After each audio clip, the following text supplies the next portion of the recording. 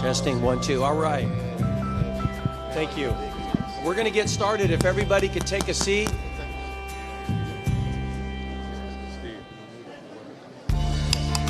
There you go. Old school. All right.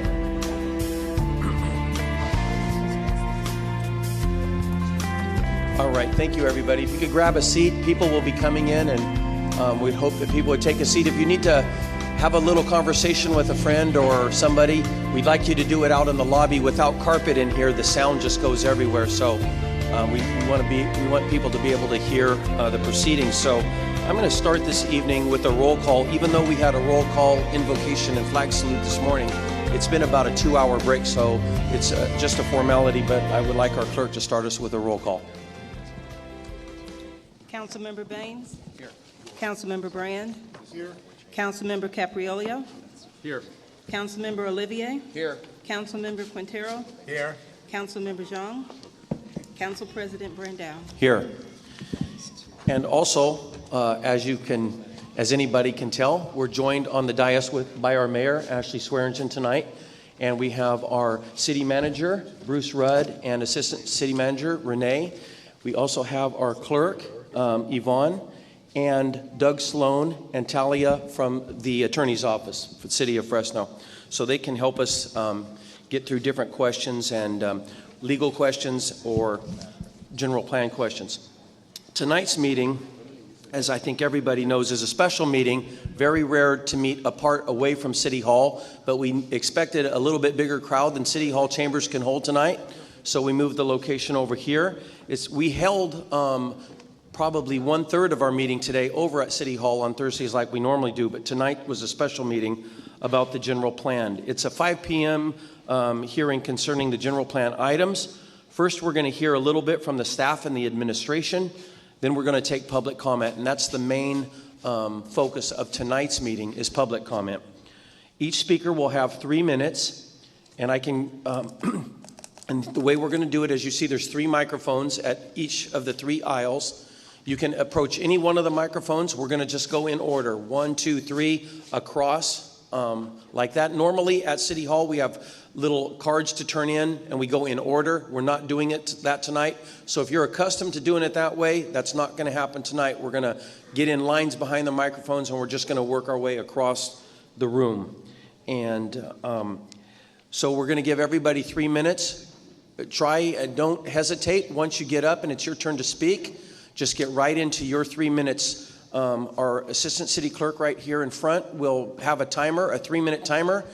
You should see the time on the monitor. It might be a little difficult if you're in the number 1 or 3 spot, but you'll have 3 minutes when 2 minutes are up and you have 60 seconds left, you'll hear a bell go off. And that lets you know you're in your final 60 seconds. And then as soon as your 3 minutes are up, please you walk away from the microphone, and don't make me remind you. I feel like I would probably have to if you go on a little bit, because it's my goal to listen to everybody here tonight and give everybody equal treatment so that we can get this thing done tonight and hopefully vote next week. So our main goal tonight is get through public comment and let the public speak to the council and to the administration and staff, and then we will have about a week to digest everything that we're told tonight. And then right now on the agenda is for the final vote concerning the 2035 general plan to take place next Thursday night at City Council. That will also be a 5 p.m. meeting. At that meeting, you will not have an opportunity for public comment. Even if you weren't here tonight, the public comment will be drawn to an end, and it will be time for council comment. And council could hypothetically call somebody up if they wanted to, or call a specialist up, or ask questions of staff, or call a member of the public up. So that is an option. But in general, the public, tonight's the night. And so our number 1 goal is to hear from everybody that wants to talk tonight. And so let me see where I am in my okay. At the conclusion of tonight's public comment, what you'll probably hear from council members is a few motions to make amendments to the general plan or to change the general plan that we'll be officially voting on next Thursday. but probably not a lot of comment, but I can't control everybody up here. And if they'd like to make comments, they absolutely can. It's within their purview. But the main goal for tonight is public comment, as I've said. So with that, let me think if there's anything else I need to say. So again, come up behind a microphone. If your goal is to speak early in the evening and get home before it starts pouring, then you're going to want to come up to the microphone relatively quickly. And again, we're just going to go right through 1, 2, 3, 1, 2, 3. Everybody will be given 3 minutes. All right. Then I'm going to start by turning this over to the administration. Mayor, I don't know if you're going to start or if DARM is going to start. Okay. Then Jennifer Clark, director of our DARM, is going to give us a brief overview.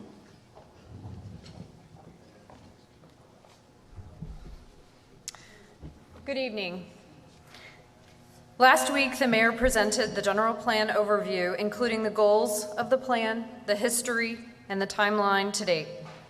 In summary, the general plan is a vision document built on the goals and objectives initiated by the City Council in August 2012 after lengthy public input. The overarching principles of resilience run throughout the plan and its strategies to address the city's challenges and capitalize on its opportunities and assets. There are 5 principles of resilience that guide the intent and demonstrate the interrelationships among plan goals, objectives, and implementing policies. These principles serve as an overarching framework for a healthy and prosperous Fresno. Quality of life and basic services in all neighborhoods.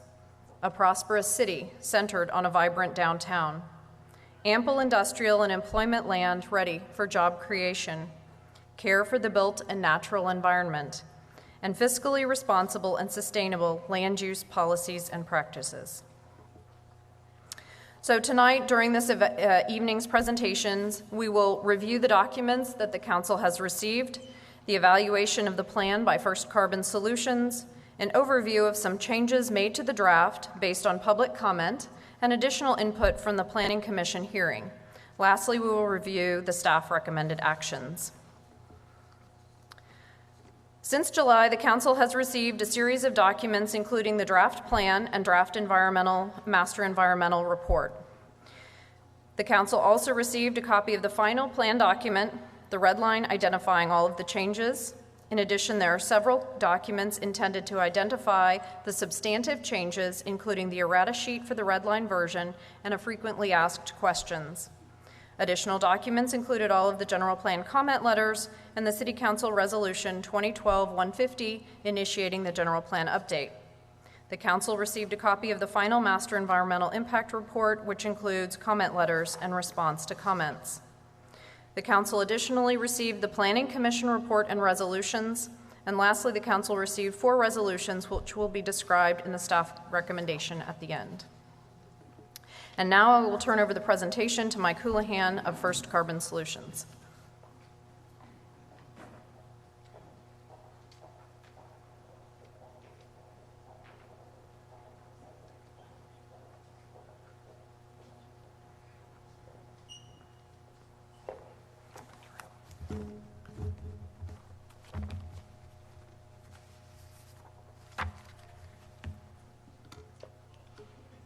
Good evening, Chair and Council. I'm Mike Houlihan with First Carbon Solutions. I'm the project manager who prepared the Master Environmental Impact Report for the General Plan and Development Code update. First, I wanted to go over the environmental evaluation process. We began a couple of years ago, back in 2012, when we issued the notice of preparation. That review period was during a 30-day time frame. Within that 30 days, we had a scoping meeting, which we had received public comments on the scope of the master EIR. Approximately a year and a half later, in July of this year, we submitted the draft EIR for public review. The public review period extended much longer than the 45-day review period, but through October 8th.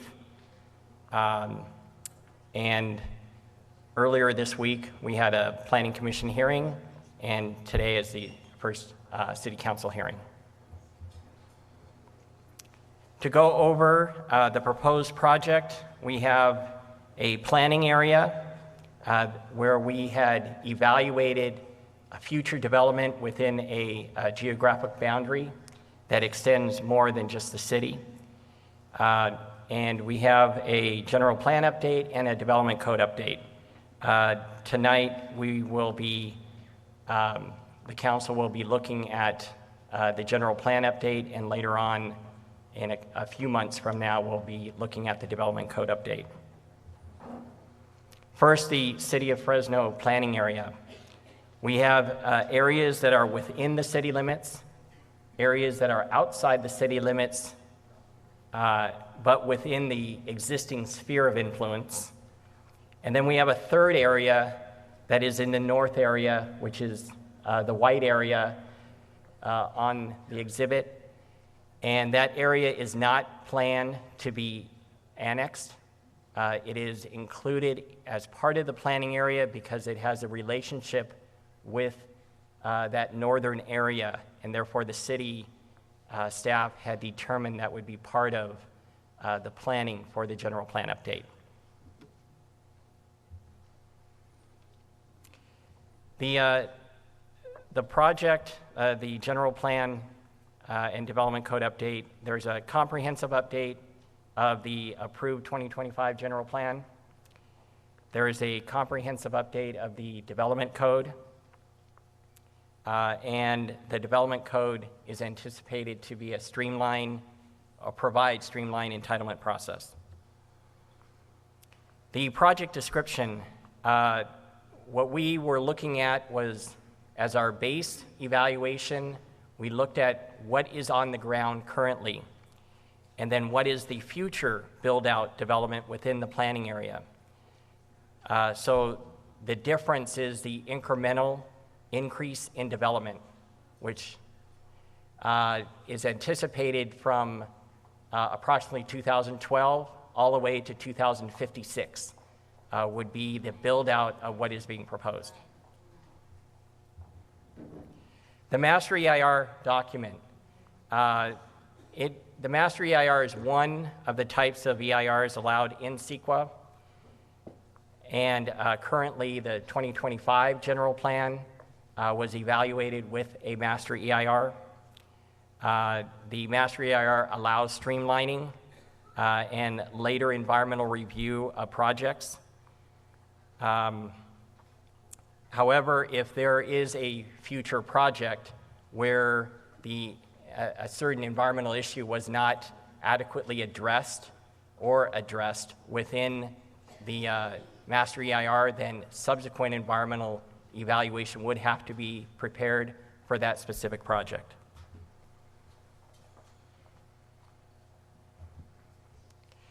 The environmental issues that were evaluated in the Master EIR were one of three categories.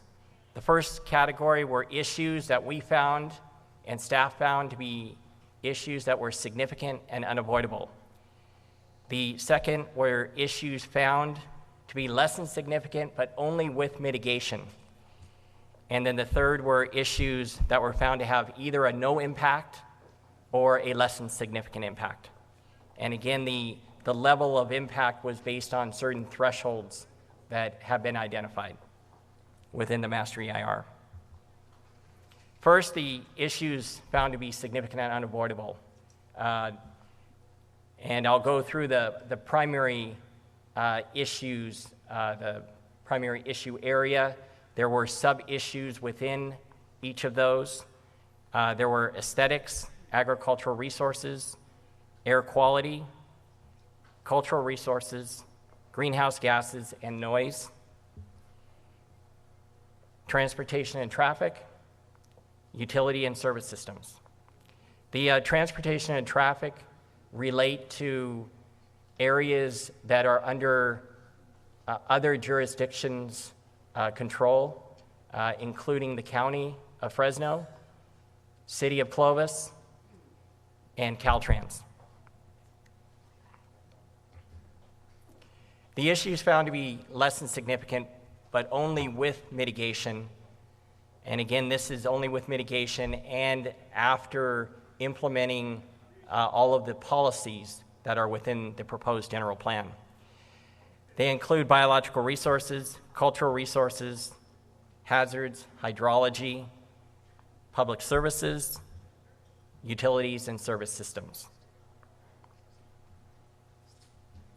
And last, with issues found that either had no impact or less than significant impact. Again, less than significant after all the policies would be implemented. Include geology and soils, hazardous materials, land use and planning, noise, population and housing. The transportation and traffic relate to roadways within the city limit or within the city. Also, energy conservation and mineral resources. As part of the EIR process, including the master EIR, there are alternatives that are required in accordance with the California Environmental Quality Act. There were various alternatives that were considered but rejected, and then there are other alternatives that were considered and evaluated. First, those that were rejected were the additional alternatives that were developed for the General Plan Citizens Committee in March 2012. And the council had identified what their objectives were in moving forward with a specific alternative, which was alternative A modified at that time. Then alternatives considered and evaluated. Those that were evaluated, the first two are required in accordance with CEQA. It's the no project with no more development, and no project but development in accordance with the existing 2025 general plan. The next two were identified in order to assist in trying to identify alternatives that would reduce potential effects, specifically any of the significant effects identified in the proposed general plan. They included the growth area expansion. The growth area expansion was expanding the planning area to allow further development, but reducing the density within the infill area or within the city, the current city. The other was a growth area reduction. The growth area reduction was looking at a removal of the southeast development area as part of future development, which would substantially reduce various issue areas. Now, a summary of the comments that were received on the draft EIR. As identified on the slide, state agencies, regional and local agencies, and citizens and organizations commented on the draft master EIR. The primary reoccurring issues. There were a few of them. One of them was the loss of farmland, and as a result of that, the city staff determined to recommend a farmland preservation program as part of a policy. The second was concerns regarding the state highway system. There is also timing of residential development within the city as opposed to the growth areas. Comments on adequate water supply. Comments on the high-speed rail, sorry about that, and the San Joaquin River Parkway access. There were a number of comments on the access. There was a misunderstanding that there was a thought that there would be a elimination of vehicular traffic within a neighborhood. and that was not the intent of the policy. And then there were comments on mitigation and the implementation of future projects with those mitigation measures.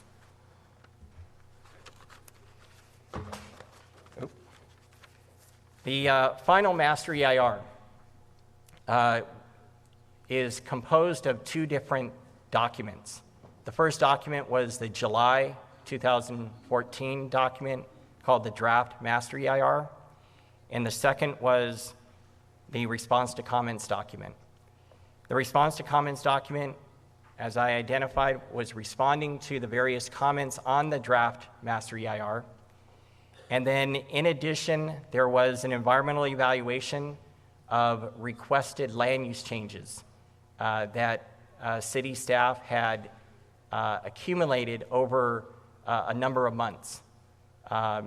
Various property owners and non-property owners had requested various proposed land use changes compared to the initiated draft general plan land use diagram that was approved by council in August 2012.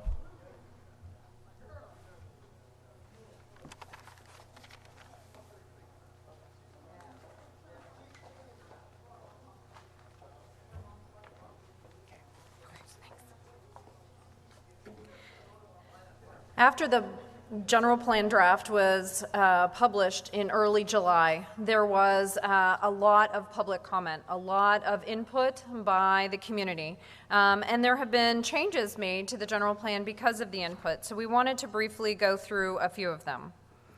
One is a concern about the continuance of the community and specific plans. These are very important to our community, and we are committed to honoring those plans. They will not be automatically repealed or amended with the adoption of the general plan, and the city will continue to work with neighborhood members and community members to prepare new community, neighborhood, and/or specific plans after the adoption of the general plan. We were asked to protect established neighborhoods. This is a primary goal of the general plan, and as an effort to respond to that concern, we inserted and clarified language in policy LU2E regarding neighborhood preservation. There was a concern about existing standards, again, ensuring the quality of existing neighborhoods. So 2 additional policies were added as it related to code enforcement and chronic violations of codes within neighborhoods. There's also concern about protections for properties neighboring liquor sales, in particular packaged liquor stores. While we added a policy regarding lighting and safety, the general plan is really not the best document to talk about specific regulations, and the development code will address details of implementing the vision, and those could include spacing, number of opportunities for packaged liquor sales or other stores. The plan does not address disadvantaged unincorporated communities. At the time it was written, there was not a section including disadvantaged unincorporated communities. The section was added in narrative in 6.6, and in compliance with state law, the city will identify all ducts within the SOI, the sphere of influence, and perform the required infrastructure analysis to coincide with its next housing element update. Additionally, there was a concern about annexation of disadvantaged unincorporated communities into the city. And so additional commentary was added for clarification regarding disadvantaged unincorporated communities. The city will work with the community if there is wide support for annexation to coordinate terms to initiate and support the annexation process. We were asked to strengthen policies related to incentivizing affordable housing. So we changed a policy to actually establish, instead of consider establishing, a priority infill incentive program. There was concern about strengthening access to training and education. 2 additional policies were added: ED4E, access to education and training, and ED4F, private-public partnerships. The original draft asked for all annexations to be analyzed with a fiscal impact analysis, and there was concern over the size of annexations. So added commentary for clarification would allow for a two-tiered systems for smaller annexations. There was concern about allowing development in activity centers outside of downtown. Added commentary for clarification, including activity centers outside of downtown may include but not be limited to the vicinity of Woodward Park, the Blackstone Avenue, Kings Canyon Avenue, as well as the Shaw Avenue corridors. Concern over options for private vehicle use. Complete Streets policy encourages use of all types of transportation, including motor vehicles, so we clarified the language there as well.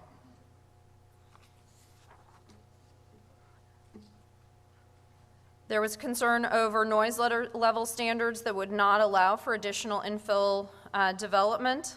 We clarified the policy to include language that would allow for increased exterior noise levels from non-stationary sources, such as transportation sources. However, interior noise levels will remain the same and restrictions on those. These reflect urban environment noise levels. Clarification on our sidewalk policy included consistency with our current city policy. So we amended the policy to ensure that we're consistent with our existing city policies and codes. Additionally, there was concern that the code would require, the general plan would require all new development to provide trail access. Trail access needs to be consistent with our paths and trails map and the adopted bicycle master plan, and so it was clarified to show that. We wanted to show ways to and find ways to provide additional park space. So in addition to identifying parks within the community, we will continue to explore opportunities to partner with the school district. As Michael stated earlier, there was a request to do more to protect farmland.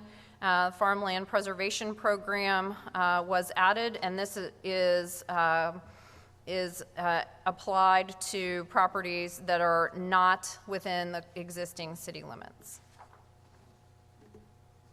Again, there was more request for more emphasis on urban agriculture. We clarified the urban agriculture policy to allow for additional on-site garden produce market stands and urban farms that would allow sale of food grown locally. So those were all the changes, or a summary of many of the changes that occurred between July and October based on the input. So now we'd like to talk a little bit about input that was received on Monday, and to talk about how we are addressing those. We were asked to provide assurances that infill investment will be prioritized. After adoption, the administration will establish an infill implementation task force. This task force will address all of the infill implementation policies that are identified within the general plan. We were requested not just to consider updating, but to actually update the Parks Master Plan, so the staff recommends changing that policy from consider updating to update the Parks Master Plan. There was considerable concern about the protection of the Forestier Underground Gardens. It is not only listed on the National Register of Historic Places, but it's also listed on the California Historical Landmarks. It is protected not only through our Historic and Cultural Resources chapter, but also through state law, and we intend to uphold and enforce those rules. In a related concern, there was a concern about repealing community and specific plans. Neither community nor specific plans will be repealed or amended unless there's subsequent legislative action. So until the body acts, none of those plans can be repealed. We were asked to buffer large lot single-family development for more intense corridor uses. We believe that the plan does provide existing neighborhood protections in both LU2E and LU5G. So staff recommendations. I would like to add as a part of the staff recommendation that should council approve staff's current recommended land use designations, in cases where those may vary from the general plan initiation draft and the owner did not request the change, the owner may return later during the time period between now and the adoption of the development code and request a plan amendment to be consistent with the designation in the initiation draft, and the owner will not be charged a fee for the amended request. Further, since the EIR assessed the designations in the initiation draft, the designations will have been assessed under CEQA. Therefore, these issues may be addressed individually and fully at a later date. So for anyone here for those corrections, there is an opportunity to address this at a later date.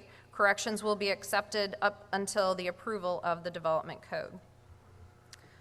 So the 4 actions that the council is requested to make next week would be to approve the resolution adopting the proposed Fresno General Plan as an update to the 2025 General Plan, including all text, policies, maps, tables, and exhibits, and contained in the Fresno General Plan document dated December 2014. Sorry.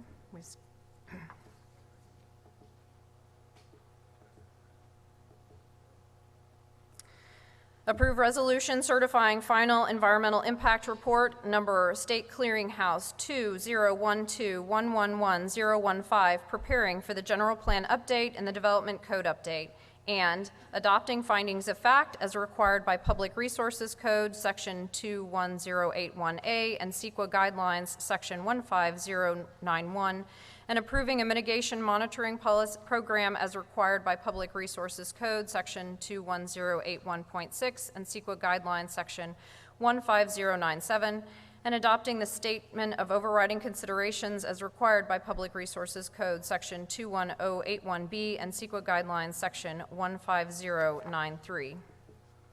Again, adopting the resolution, adopting the proposed Fresno General Plan update as read previously. Approve resolution adopting plan modifications recommended by staff and identified as City of Fresno staff preferred land use in the land use change requests and land use and circulation map, and denying the remaining plan modifications.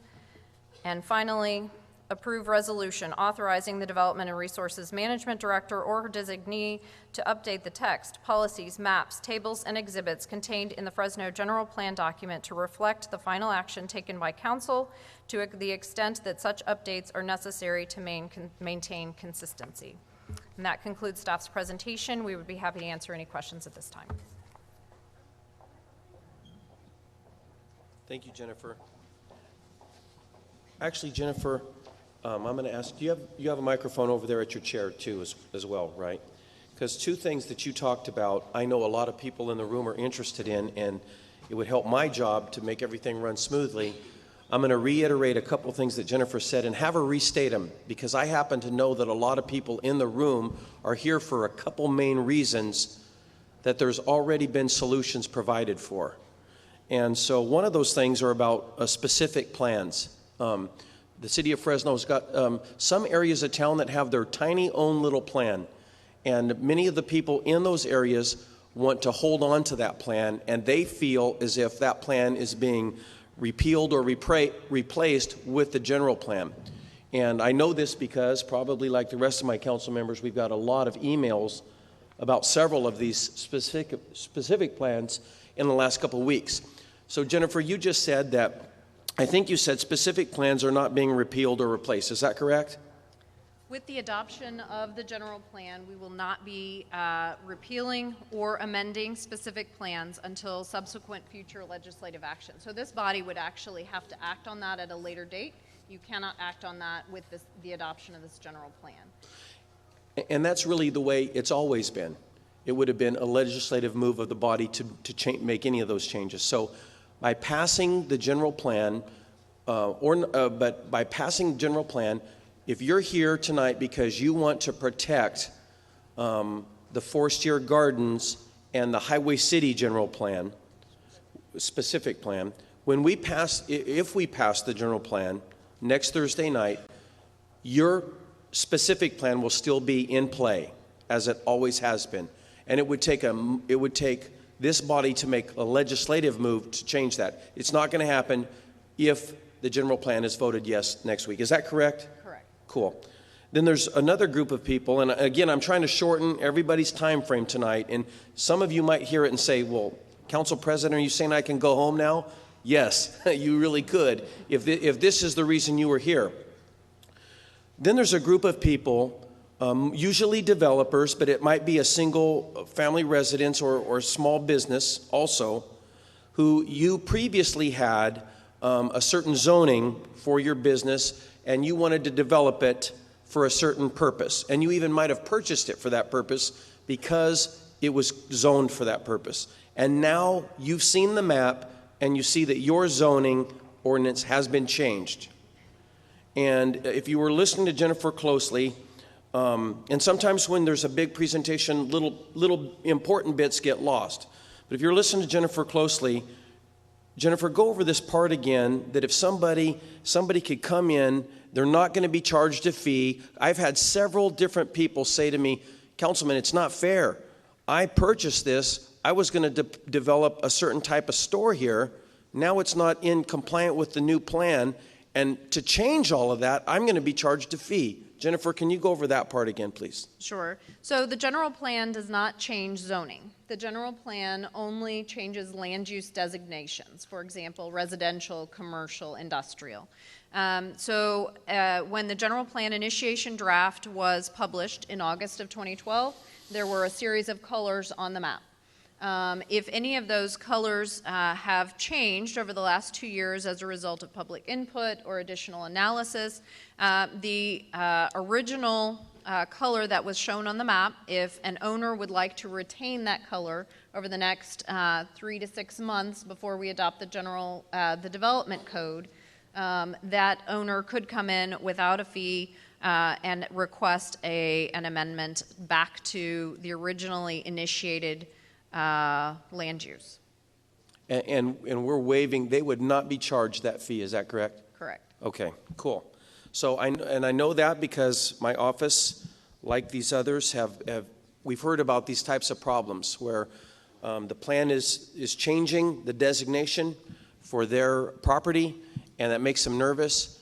So you will not be charged. The City of Fresno is not going to charge you like it normally would if you want to change from the general plan's direction and create what's called a plan amendment. All right, then. So I want to clarify those two things in case anybody is here for that reason. You were here for the specific plans, and now you know that they are not going to be repealed or replaced, or this other situation with certain fees connected to the general plan making change on property. So I believe normally I have a screen here that tells me if other councilmen want to make a quick comment or question. Right before we go to the public, I'm going to ask my fellow council members if they have any questions of Jennifer or anybody from staff. All right, then. We are going to go to the public then. So you could approach the microphones, and like I said earlier, we're going to go 1, 2, 3 right across the path. You're going to have 3 minutes. At the 2-minute mark, you're going to hear a little bell. That's going to tell you start wrapping it up. You've got 60 seconds. If you can see a screen over here, it's even more precise. It will tell you how many seconds you have left. And then when you're done now, you don't have to take your full 3 minutes. You might even be perceived as quite heroic if you took less than 3 minutes. But you have 3 minutes. But if you hear something and you say, you know what, I agree with what that other person just said, you might just say that. I agree with what was just said. I am also for the plan or against the plan for whatever reason. I wanted to make one last statement about speaking. You have to identify yourself. This is one of the benefits of having cards back at City Hall, but that we don't have tonight. But the very first thing out of your mouth is, could you please tell us your name and where you live in the city of Fresno? And every single one of us will do exactly that. So we'll ask that of you. So we're going to start over here with Barbara.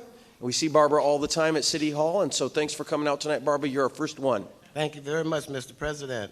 My name is Barbara Hunt. I was born in Fresno. 2475 South Walnut to Christopher and Zelma Hunt. They was well established with Hunt's Cafe, and we've been out there in grocery store, the first grocery store been out there. It's hard for me to sit here and say how much this means to me because I watched City of Fresno grow. The west side is not even on the general plan. It's called an Edison District. We got Proposition 13. When you move people off the land, the tax money goes up and it goes to the City of Fresno.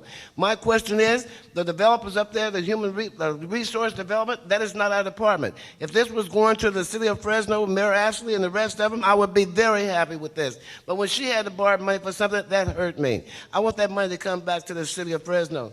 And by law, the City of Fresno was supposed to stay there. If you go back to them budget books, you will see west side of Fresno, southwest Fresno, and a general Jefferson District was supposed to stay there by law.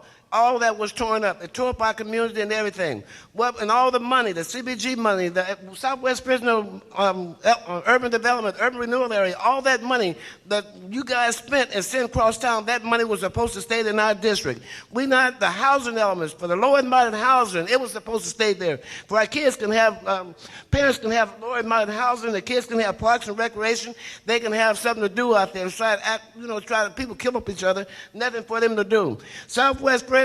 All the money for Merger 1, 2, and all this stuff, Chinatown, it's all been taken away from us.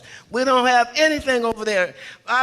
Things we're supposed to have for our district, for our people, and for the children, it's all gone. But what we got is the empowerment zone and enterprise zone supposed to stay there. It went over there in River Park. That money supposed to stay over here in our district. All the money for the children, for the poverty children, we got so many benefits coming to that area. These people are going to reap the harvest for everything we got. And what I want to say, thank you, and God bless each and every one of y'all, because it's going to take him to help y'all.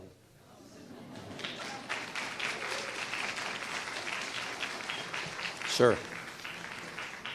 Madam Mayor, members of the council, my name is Mark Forestier. I live at 5505 North Phelan, Fresno, California, 93711.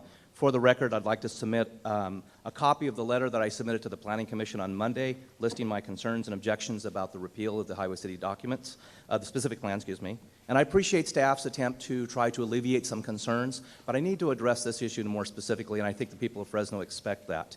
On December 4th and again on December 8th, staff's gone on the record and make sure that the Highway City plan will not be repealed, okay, and that it will remain the controlling plan, okay.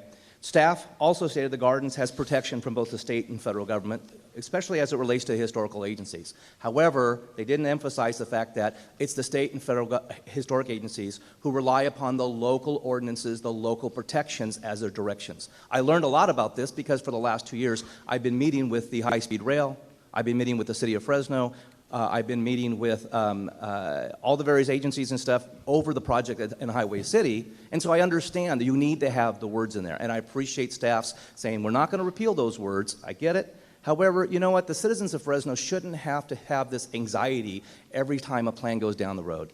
So I'd like to make a consideration for Dr. Clark, or for Director Clark. Okay, you know, I'd like to see that there be included in the general plan a policy under the historic resources section, perhaps after the section that protects Native American rights, okay, that says the following. In the event the Highway City specific plan, is repealed, those goals and implementation policies in the Highway City specific plan that are pertinent to the Forestry Underground Gardens shall be incorporated in their entirety into the general plan and will remain in effect. The Forestry Underground Gardens is unique, and it's the only one state registered landmark within the city limits. The City of Fresno desires to protect and preserve this one-of-a-kind historic resource. Such a policy, I think, at this point, in this day and age that we all know, needs to be written in the general plan. The general plan shouldn't be absent of the words Forestry Underground Gardens. This is Fresno's history. It should be. It's worthy to be in there, Madam Mayor. It really should. A simple policy, implementing policy that goes in the general plan that actually says, look, nobody wants to take away the protections of the gardens in the specific plan. So let's put it in the general plan. Let's put that statement that says those protections will remain. Okay, last week, Madam Mayor, you said words have meaning. And I do take that to heart. You know, I served on the General Plan Update Committee as a vice chair years ago. I served on the Highway City Specific Plan Committee, okay? Act now. You know, President Reagan said, trust but verify. You know what? Let's verify it. Let's put it in the general plan. A simple policy that says protect those things and keep it in the general plan. Thank you. Thank you. Sir. Thank you, Mayor, Council President, Council members. My name is Paul Ridenauer. I'm with Darrell's Mini Storage, 3265 West Ashland in Fresno. And we purchased APN number 512-050-56 about 10 years ago. This is out on Grantland Avenue near Ashland. Spent $2.5 million on the piece of property because it was designated as business park, which is compatible with our use. And now we see that it's being changed to residential use, and obviously that's a big concern for us. So we would just ask that on that particular parcel, the land could go back to the business park designation as what it was in the 2025 plan when we purchased the land. Then we have a couple other parcels that southwest corner of Temperance and Kings Canyon, as well as northwest of Jensen and Clovis Avenue, which we went through the entitlement process shortly after we bought these, roughly 10 years ago. They're zoned for our storage use in what's called SL, or Storage Limited, compatible with office as a land use designation. They're still shown as office on your new 2035 plan. However, the concern is over the fact that we understand in your development code coming up that Storage Limited is being eliminated altogether. It's been in place for about 20 years, and there's good reason it's been in place. I just want to express our concern that hopefully moving forward with the development code, we can somehow retain all that time and work and the workshops we did with your planning commission, et cetera, and accommodate those same building standards as we move forward. Thank you. Thank you. Back over here. Good evening. My name is Tony Bourne, and I'm the Executive Director of the Fresno Council of Governments. On behalf of myself and the Fresno COG Policy Board, I want to take this opportunity to commend the City of Fresno's efforts in taking a leadership role in leading the Fresno region and the entire San Joaquin Valley to a more sustainable future by developing a robust general plan which integrates both transportation and land use planning. From COG's perspective as a regional planning agency, the City of Fresno's proposed general plan is a well-balanced plan that strategically allocates growth and resources in downtown areas and existing neighborhoods adjacent to key bus rapid transit corridors and activity centers. In addition, the plan incorporates the 12 Blueprint Smart Growth principles, including compact development, mixed uses, walkable communities, as well as farmland and resource land conservation. Going further, the city's proposed general plan also contributes significantly to the Fresno region's ability to meet the greenhouse gas reduction targets set by the State Air Resources Board. Fresno COG's regional traffic model demonstrates that the city's integration of land use and transportation planning, combined with the strategic allocation of future growth in the plan, will reduce per capita vehicle miles traveled and thus greenhouse gas emissions. Fresno COG believes that if implemented, the proposed plan will bring new vitality to existing neighborhoods. Residents will have better access to urban services and more options for both transportation and housing. What's more important, the city will be more sustainable fiscally and environmentally, with cleaner air, safer and more reliable water, and more farmland conserved.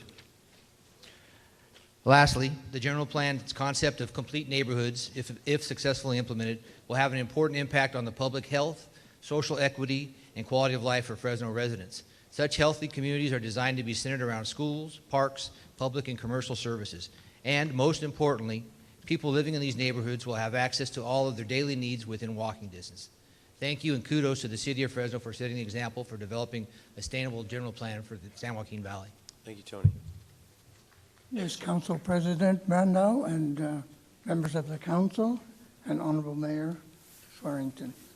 I'm Rick Forestier, and I reside at 5021 West Shaw Avenue in Fresno. Due to a reduced capacity in both my vision and in my hearing, I've asked my daughter-in-law, Wendy, to read some of the concerns which have partially been answered in the amendments that have been made in recent days. Wendy? For the record, I am submitting to you my December 8th, 2014 letter to the Planning Commission listing my concerns and objections to repealing the Highway City Specific Plan. Dear City Council members, my uncle Baldassar created the Forestier Underground Gardens. Tonight I am with my son and grandsons. They represent the 4th and 5th generation caretakers of the gardens. I ask you to make sure that the protections for the gardens in the Highway City Specific Plan are not repealed. At the Planning Commission, the question was asked, which prevails, the written word or the spoken word? In this day and age, we all know it is what is written word that prevails. The mayor told you last week that the policy statements in the 2035 general plan will be the actual law. I am concerned. Why does the Tower District get to keep their plan while we lose our plan? During the past 2 years of constant meetings with the underground gardens, the City of Fresno, the High-Speed Rail Authority, we were never notified that the plans were being amended or repealed. I have lived here all my life. If we weren't told about our plan was being repealed, were the residents and businesses of the Tower Districts told? What about the other 7 districts whose plans are being amended? What about the other 11 district residents and businesses whose plans are being repealed? Do they know that their plans are being repealed? After reviewing the general plan update document, I was unable to find any mention of the underground gardens. That is unfortunate. The Highway City Specific Plan has policies and action items to protect the gardens as the controlling plan, but those words do not exist in the 2035 general plan update document. The underground gardens is a California state registered landmark. One of the reasons that it is a landmark and not a site is because the gardens are still open. People can still come and see it. Please remember this, the Fresno City College was the first California community college and was located downtown Fresno. Today, all that remains from the location is a site plaque where the buildings once existed. Fortunately, Fresno City College was able to move. The underground gardens cannot. Please do not let this happen. The citizens of Fresno need you to insert a policy into the general plan and will protect the Forestier Underground Gardens in the event that the Highway City Specific Plan is repealed. Please include the policy incorporating all of the pertinent protections in their entirety into the new general plan. The mayor is right. Words have meaning. Thank you. Rachel Eslick, Government Affairs Manager for the Fresno Chamber of Commerce, 2331 Fresno Street, 93721. I'm speaking tonight on behalf of the over 1,000 members of our Chamber of Commerce. Just as background, our Government Affairs Council had several meetings dedicated to studying and weighing in on the general plan. We came up with a list of about 10 recommendations. We met with the planning director, the mayor, other city leaders, and we want to say thank you so much for allowing us a place at the table and to be able to have a conversation about our concerns and the direction of the city. We do support an updated general plan, and we're thankful that the city's devoted so much time and work into this plan. However, we do have some concerns. Tonight I'm going to highlight just 3 of them. Number 1, the business community is uncomfortable with approving a general plan without first seeing the development code. We keep hearing that it's standard practice to approve a concept and deal with the details later, but one figure I heard today is that this would be the first time in 50 years that Fresno would approve a general plan without a development code. We've heard all kinds of analogies, and I'm going to go back to the one of the blueprint because my dad's a contractor. To me, it's like agreeing that you're going to build a Victorian house, but you don't know the square footage or the dimensions, and if that's messed up, then you can't conceivably live in that house if everything doesn't add up. Secondly, the introduction of the plan states that one of the goals is economic development, but that's not reflected in the estimated number of jobs per new resident, which goes from 0.48 to 0.45 after full build-out. Since it states that an objective of the plan is economic development, we feel that certainly that number should be trending up instead of trending down. And finally, like many others, the business community is concerned that in the future, development could be stifled if the ratio of infill to greenfield isn't roughly half, whatever that roughly half exactly means. We think the city could be vulnerable to lawsuits if the language roughly half remains ambiguous. Again, just want to say thank you very much to staff for all the work that's gone into the plan. And We want to see it updated, but we want that process delayed until the development code comes out. Thank you. Thank you. Joe Sharoni, I live in Northwest Fresno. First, I'd like to commend you as well about the great strides we've made downtown. It's wonderful to go down there and see people there, especially at Art Hop. It's very, very popular. My main concern with the general plan is the loss of revenue. I feel like if we limit the amount of dirt that we give a builder to build on, if we don't expand, then we're going to be losing the money from the builders, for one, and then the future property taxes. And those builders are just going to go elsewhere. They're going to go to Madera, Clovis, Sanger, and which they already, I believe, already started. And in the future, by limiting the dirt, I don't know how that helps the infill. I think it's two different things. And downtown is kind of a separate situation on its own. So I would just say that open up some more dirt, let the builders build. I'm a realtor, I love to sell real estate, but I think it would bring more money in. We'd be losing millions and millions of dollars if we let these builders go elsewhere. Thank you. Sir. Good evening. My name is Pastor Jimmy Foote, and I live in North Fresno, and my church is in Midtown Fresno, and I'm president of the West Fresno Ministerial Alliance. And thank you for including us, those of us in the faith community, in reviewing and hearing about the plan. I'm quite excited about it. There are aspects of it that encourage me. One was the developing Blackstone Corridor as kind of the spine of the city. I thought that was exciting, and there were other aspects. I hear some dissenting voices, but my point is this, is that over the city of Fresno, sometimes there's a malaise when there's a lack of forward progress. And what I most like about this plan is that it presents vision to the city. There's a famous proverb that says, without vision, people perish. And there's a lot of perishing in the streets of our city. When there is when leadership speaks forward a general plan such as this, talking about revitalizing the city, creating jobs, strengthening the corridors, building the barren spaces in the city, creating new living spaces, it creates hope throughout the city. And I like the plan for that reason. So I want to urge and encourage the council members to vote, to prepare for, and I know you are prepared for this, for the various dissenting voices, and to continue to include us as you make your plans moving forward. You know what? I think that's all I want to say. God bless you. Thank you. Thanks, Pastor.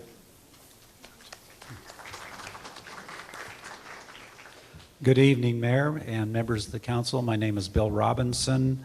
My business is Soul Development Associates at 906 N Street, Suite 100 in downtown Fresno. The general plan is a vision, and the vision for the various aspects such as traffic, air quality, neighborhoods, schools, and whatever are terrific goals. But the meat of the general plan is the land use designations. Every parcel within the 140 plus square miles of the city of Fresno is now receiving a land use designation, confirming or receiving a new land use designation. And that has great power, the power of law, as you know. A simple change of color on the map could make a great difference to the property owner of that property. Later on, after this general plan is adopted, it'll cost the owner about $25,000 to $50,000 just to initiate a general plan amendment, and that's still discretionary. So it worries us that current changes in the land use designation that are not compatible with what the owner's wishes are, or at least addressing the wishes of the owner, is not a good thing. Staff is aware of the property I'm going to speak of. I handed an exhibit identified as number 47. That number 47 is on your list. And that's on the southwest corner of Herndon and Milburn. That property has had a parcel map on it for 10 years. It's 50% developed, 80% of the infrastructure is in, and there's existing buildings and other buildings are under construction. But yet, a arbitrary assignment of light industrial to that land will make some of those uses non-conforming. And we've heard it stated, well, an existing non-conforming use will be grandfathered in. Well, grandfathering something is not an entitlement. And those things have a tendency to go away. It's a non-conforming use. And by the way, if that business ever wants to expand and try to refinance, ask a lender to finance a non-conforming use. Doesn't happen. So that's an issue. So we request that you look at each one of the changes you're making in land use, at least consult the property owners so that they can have an input into the change that's going to mean, in some cases, many, many millions of dollars to that person who has invested in that property and may have owned it. Families may have owned these properties for 50 to 100 years. So we request that you look at this particular parcel, or excuse me, number of parcels. There's 17 of them on the parcel map that I submitted on the exhibit, and please reevaluate number 47. We've offered a compromise to have part of the property go to a community commercial, and we hope that you'll accept that. Thank you very much. Thank you.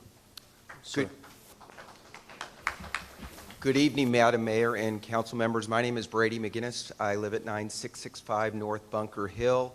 I'm appearing here on behalf of Colburn Thomason. It's relating to some industrial lots that he has located on the northwest corner of East North Avenue and South Cedar Avenue. The parcels are part of a developed subdivision of industrial lots that are finished. There is one large tenant or one large occupant at the end, which is Valleywide Distributing. The property is going to be dramatically impacted by high-speed rail. Part of the reason we're coming at this late stage is because there are still a lot of open issues and there's still continuing discussions with the high-speed rail. The purpose of us being here tonight, though, is right now those lots are all designated as heavy industrial. We would submit that the lots on north that are in particular on the northwest corner of Cedar should be reconsidered for actually a lower intensity use, a light industrial use, because bottom line is with the high-speed rail, which we recognize is coming, the parcels that we currently have are going to be dramatically reconfigured, minimized, and the likelihood of the larger scale facility development is not there. So from our view, going to a light industrial makes sense from the city as an infill project. It's an opportunity for a potential earlier development with what I would consider to be more commercial use along that corridor. In particular, as you should know, this is directly off the 99, and there is already substantial impact on Jensen. So having the ability to have a little bit of more flexibility on commercial development within that area should make a difference. The APNs on that parcel are 4871803-06 and 4871810 and 11. It consists of approximately 4 acres. I appreciate the time. Thank you. Good evening, Council President, members of the City Council, Madam Mayor. My name is Randy White. I direct the Center for Community Transformation at Fresno Pacific University, and I live at 264 North Van Ness Avenue in downtown Fresno. I'm here tonight asking you to confer unanimous approval on the general plan update, which is a vision document. There's several reasons for this. The first one is process.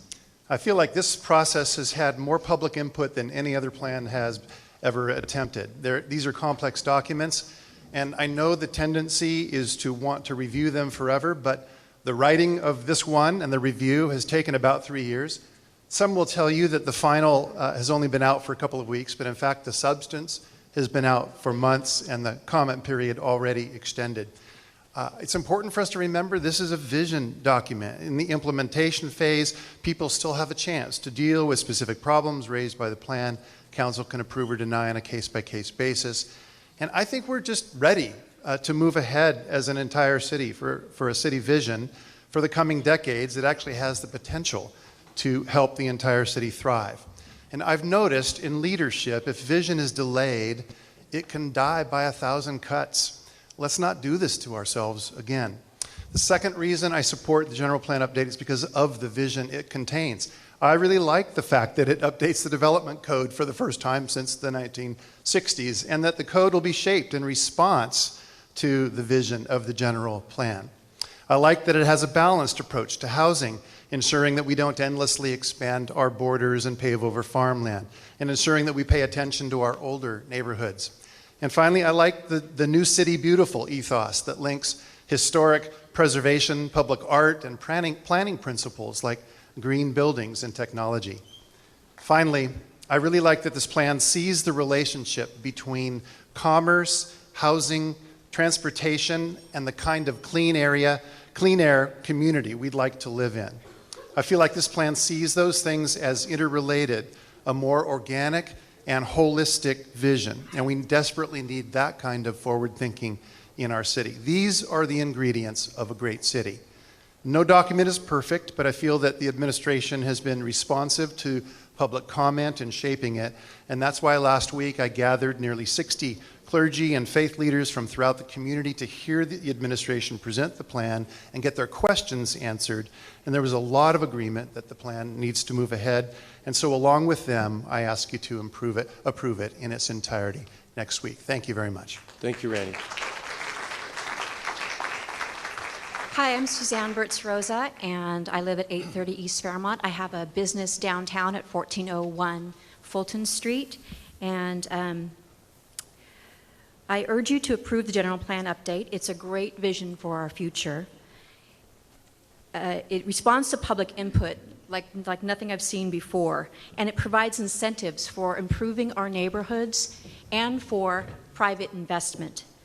As you know, infill development leverages the existing investment that we've made in our infrastructure, and it yields higher tax revenues because of the inequity that we have with annexing new land with the county. We get less, if we annex land, we get less money from that land than we do from existing land. So we get less revenue, and it costs more to provide services. So if we annex land, we only get like 28, I think, % of that tax revenue. The county keeps 62%. And we have to now invest in the services and infrastructure for that land. So it doesn't make sense to keep going and grabbing farmland and annexing it, because the city investment that you've made is subsidizing those annexations. Having said that, I know that there needs to be a balance between infill growth and greenfield growth.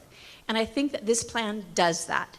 I don't think it's easy. I know it's been a long process, and I applaud the mayor and staff for all the work that they've done. I own a business downtown, and I've been involved in the downtown plans. I'm very excited in the way things are going. I used to live in the Tower District. I love, that the Tower District has its own plan. I like that none of the existing neighborhood plans are being repealed, and I look forward to even more neighborhood plans, because community really happens at the neighborhood level. So this is a vision document, and it's a great vision document. I urge you to support it in its entirety. Thank you.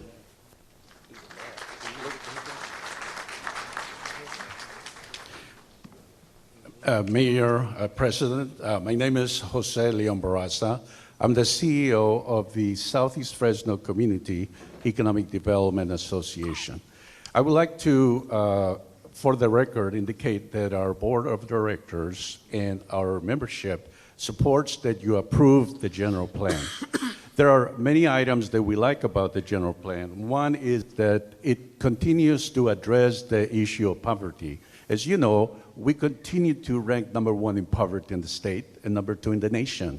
It's very important that we do the things we can do to improve that particular issue. The other part that's very important, that is, as you improve the issues of poverty, you also increase the revenue to the general fund of the city.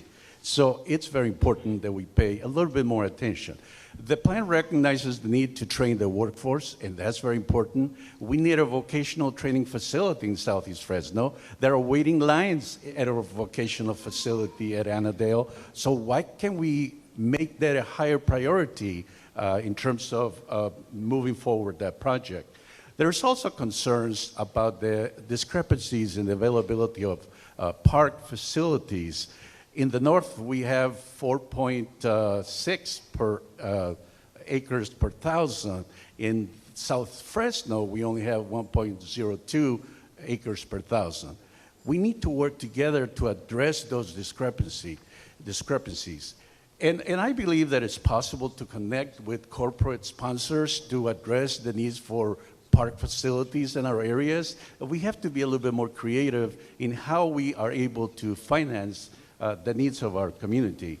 We also want to make sure that you spread multiple housing is very important, but we don't want it all in Southeast Fresno. We would like to see spread all over the city. The same applies to housing and community, the affordable housing part. It's very important. And we look forward to the opportunity to partner with the city. I have 34 years experience working for county government, and my last assignment, I was Director of Economic Development, so it sounds like there's still a lot of work to be done, and I'll be happy to be a partner along with our organization in this process. Thank you. Mike. Evening, Council President, members of the council. Mike Brandini, representing the Building Industry Association, 1530 East Shaw, Fresno. We have previously submitted our comments on the general plan and expressed our concerns regarding the goals, policies, and objectives. And after review of those, of the rewrite and the revisions, we still have those, most of those concerns still exist. And also I would like to comment on some of the statements that were made at the workshop last week. And one is that the construction will not leave City of Fresno. The reality is that builders and developers are investors. If they believe through practice or perception that the general plan will make their projects infeasible, they will go someplace else. They have money to invest, and they will invest that where they believe a return is possible. Also, we believe that the focus of the general plan in the BRT corridors is not an economic reality. Those parcels are very expensive to retrofit to what the general plan calls for, and as a result, the City of Fresno will have to incentivize that development, and you don't have enough money. Also, the statements made was that the new construction gets the blame for the neighborhoods, quote, left behind. Builders and developers look for places to invest where they can make an economic return. And if that means building downtown, they'll build downtown. If it means building out in the greenfield, they will build in the greenfield. But if they don't pay attention to the market, they will perish. And finally, we disagree with the statement made last week that development doesn't pay for itself. Residential development doesn't pay for itself. We have previously submitted to the council some time ago, but a report that debunks that theory. And I have provided that to the City Council previously, and if any member of the council wishes another copy of it, I can provide that. Thank you. Thank you, Mike. Good evening. To members of the council, Council President, Mayor Swearingen. My name is Gretchen Moore, and I live in the Council President's District. I'm actually a transplant to Fresno, and I came here not knowing anyone, not knowing anything about this city, and in the 2.5 years that I've been here, I've come to love this city, and I've been so amazed at the progress that we have made as a community. It's been really fun to see. This is an exciting time to be in our city. I've worked in other cities and lived in other cities. I've seen what a good general plan can do to spur development, to spur job creation, to spur good parks, to spur good schools. And this is a good plan. I've seen what good transportation can do, and this plan provides for that. So I would ask Council respectfully to unanimously pass this plan and to pass it immediately, because a plan is only as good as it can be if it's being enacted. It doesn't do anyone any good being debated endlessly. We've had 4 years of discussion. We've had plenty of time for input. The city has been very receptive to community input, and clearly tonight we heard about all of the changes that the city has made to the plan to try and address those community concerns. And we should all be grateful for that. I think that's amazing that the city has done that. So I would ask for your unanimous support.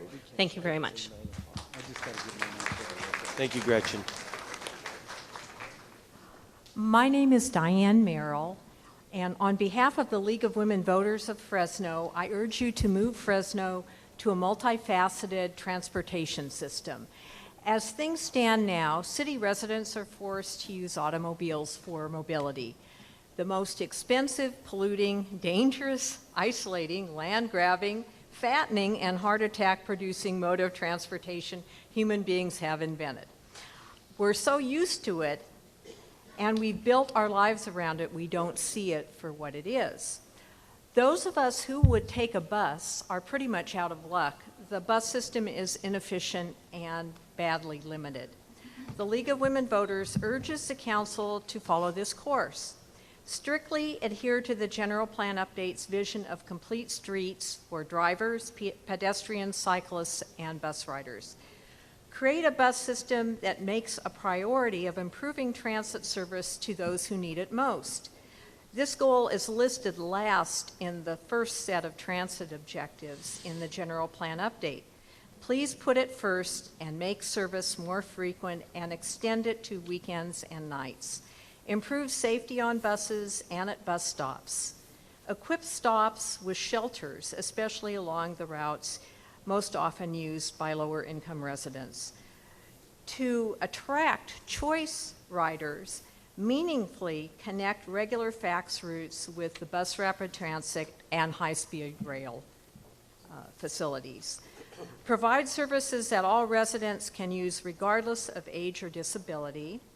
Install a system that conveys real-time data about bus arrivals to cell phones. Include fax as a real partner in land use planning. To make the foregoing possible, we urge you to adopt the following policies. Direct 30% of all federal, state, and local transportation funding to transit. Require all new developments to pay for transit that connects their residents with meaningful destinations and that serve other residents along thoughtfully constructed routes. Require and then study fax reports on bus ridership, including bus ridership per dollar of funding and increases and decreases in service. Thank you for your consideration. Thank you, Diane.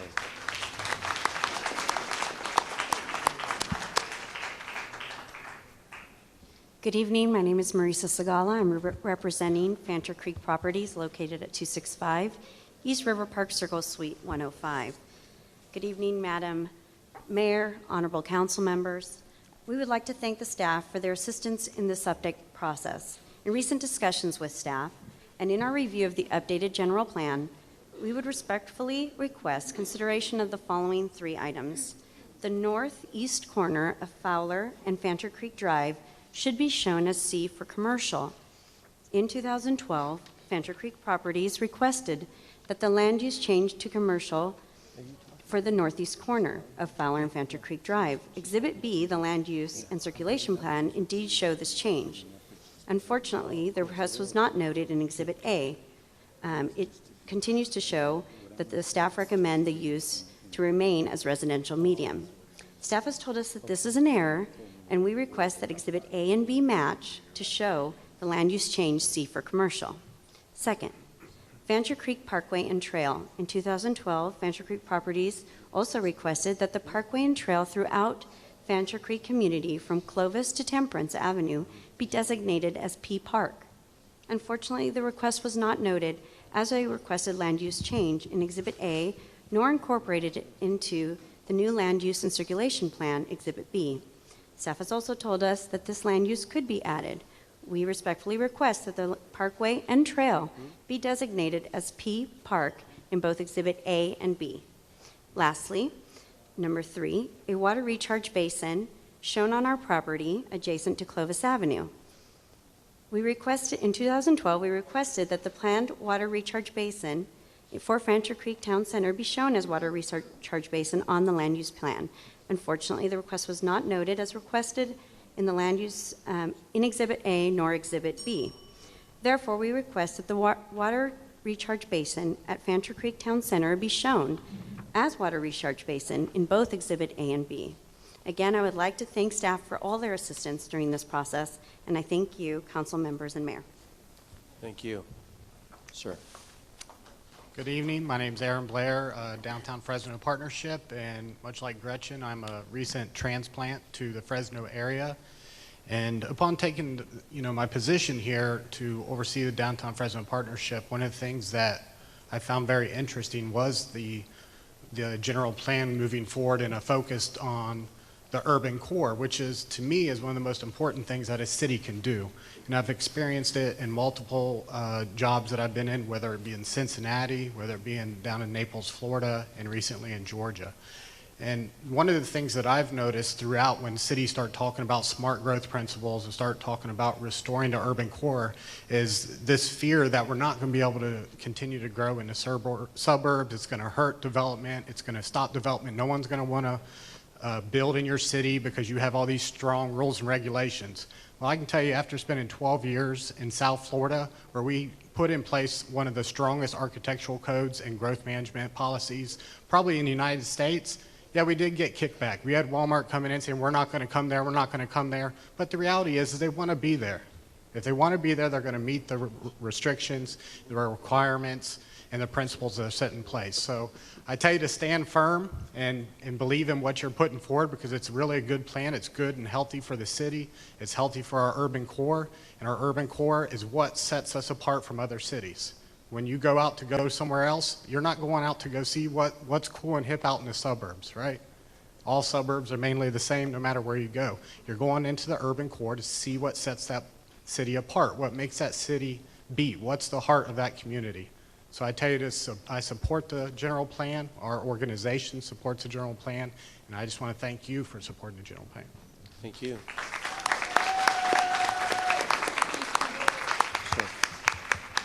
Good evening, council members, mayor, city staff. Thank you for the opportunity to address you this evening. My name is Silvio Manno. I live 4133 North Warren, 93705, Northwest Fresno. And for the record, I am submitting my December 8, 2014 letter to the Planning Commission listing my opposition to repealing the Highway City Specific Plan.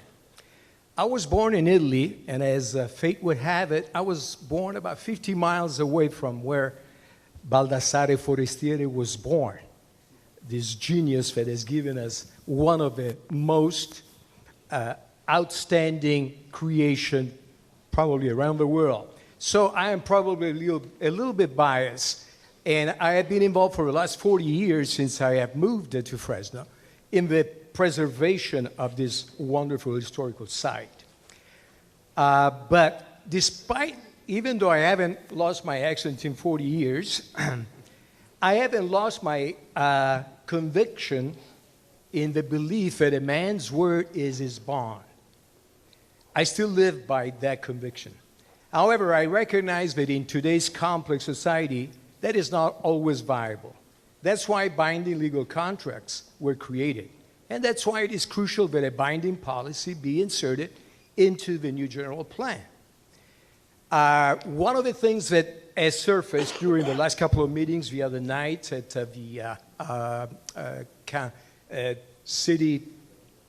Planning Commission was the word that the plan will not be automatically repealed, which leaves open, unfortunately, the possibility that some repealment will take place. So, and even the common belief, is that it is protected by state and federal law, but that's not the case. Let me just read, so maybe I'll make it. The Highway City Specific Plan was the outcome of a long and arduous effort spearheaded by local residents, business entities, but let me just keep that all together. Not only are the gardens a place of unparalleled beauty, they're also a strong economic asset. The gardens attract 40,000 to 50,000 visitors annually, infusing a substantial amount of tourist dollars into our local economy, which supports local business and creates jobs. Obviously, the economic rewards generated by the gardens spread beyond the boundaries of Iowa City. To ignore the garden's role as a critical economic engine that fuels our local tourism industry and not to take all the precautionary measures necessary to protect the integrity of this worldly renowned historical resource would be simply unwise. Therefore, I urge you to incorporate in the entirety those policies and implementation measures outlined in the existing Highway City specific plan into the new 2013. I apologize for the speed, but thank you. Sir. Good evening. I'm Scott Miller with Gazebo Gardens Nursery. We are located at 3204 North Van Ness Boulevard at the nearly geographic center of Fresno. And I'm here tonight primarily because I got this sweet T-shirt, but secondarily and importantly, I'm here because for businesses like mine in older neighborhoods in Fresno, this plan is important. I think it's a vision that's putting us in the right direction. We employ about 60 people in a neighborhood that frankly doesn't get the city's attention as often as it should in a positive way. And I really, really support the vision of this document and urge you to pass it by unanimous vote. Thank you. Thanks, Scott. Good evening. My name is Andre Martinez. I am a resident of the Dakota Corridor, which is well known for its poverty. I'm also on staff of the Dakota House, which is a faith-based after-school program. Additionally, I'm a student of California State University of Fresno. A number of us have been heavily involved in the study of this plan. Also, the people of this city are not strangers to the policies that have been enacted and not implemented. That being said, we appreciate the enactment of the Infill Implementation Task Force. This is a great step in the right direction. Another thing that we proposed is a 3-tier proposition. That proposition starts with a task force that would advise council members and be comprised of neighborhood, community members, and city leaders alike. We would like these to be updated on the implementation of policy and given a voice that would be respected and taken into serious consideration by city leaders in the further implementation plan. Additionally, we would also like updates to the plan that would be widely publicized, not simply hidden in the back of the Fresno Bee in small print.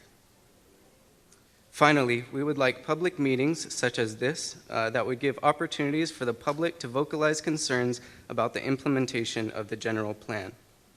As evidenced by the turnout here at this meeting, we are grateful for this public hearing. We want to be a part of this process. These are our neighborhoods. This is our health. This is our plan, and this is our city. And thank you for your hard work in serving this city.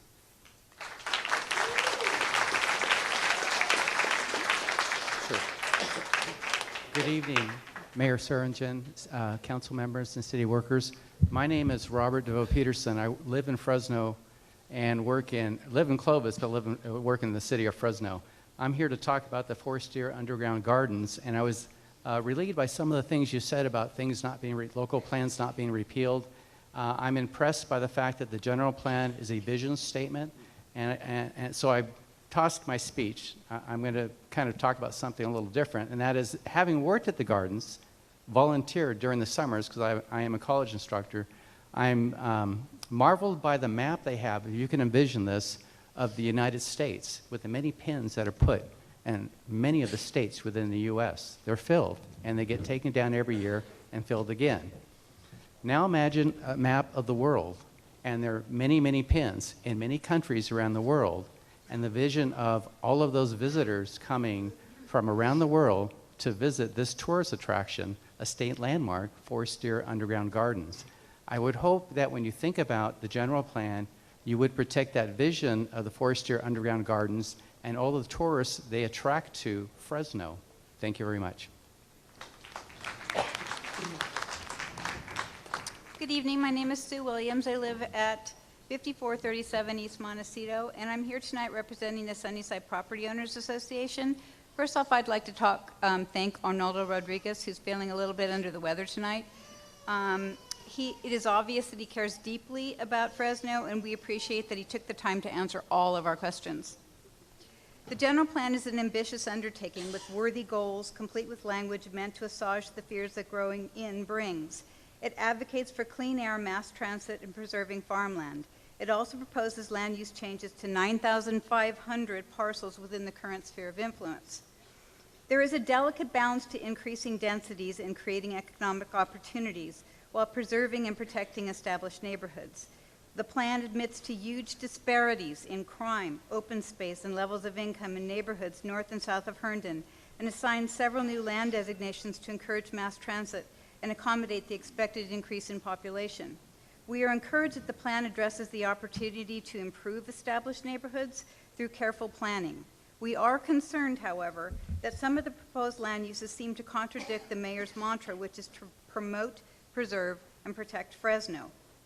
While we would hope that a future specific plan will address the land use at Butler and Villa due to traffic limitations, and agree with the staff that the parcel at Minnewawa and Lane should remain a single-family residential, we are concerned with the Corridor Center mixed-use land use designation that is being applied to the majority of parcels north and south of Kings Canyon from Chestnut to Sunnyside.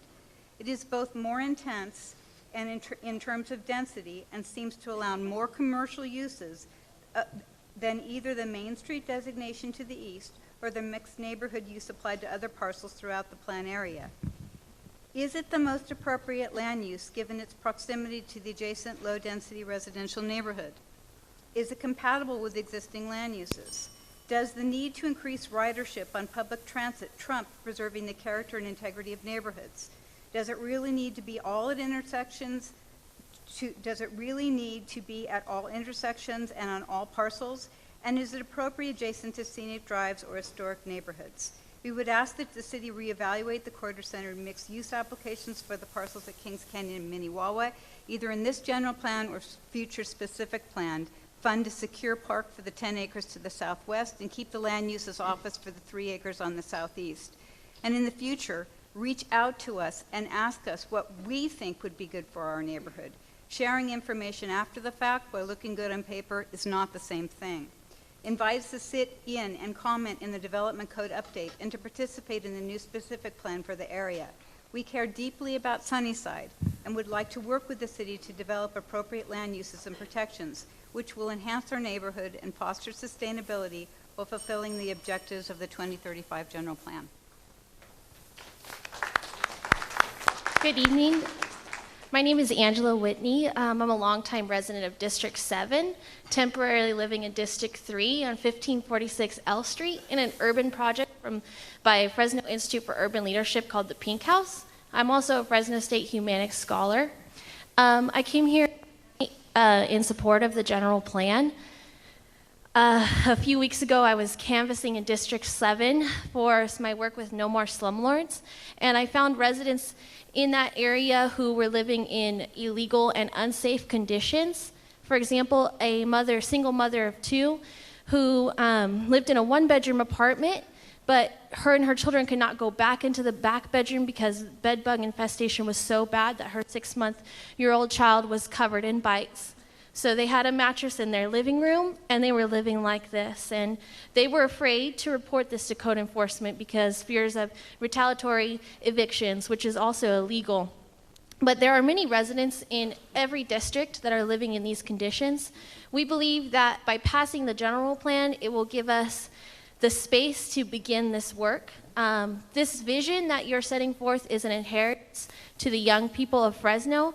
We will take up this inheritance and we will be the hands and feet to carry out the work for the next 20 years as we are committed to the health and the fullness of our city. So I just encourage you to pass this plan, and I would just like to say to you that there is a host of young voices behind me who are ready and willing to get our hands dirty in implementing it. Thank you.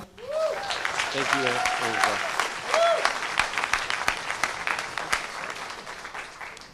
Good evening.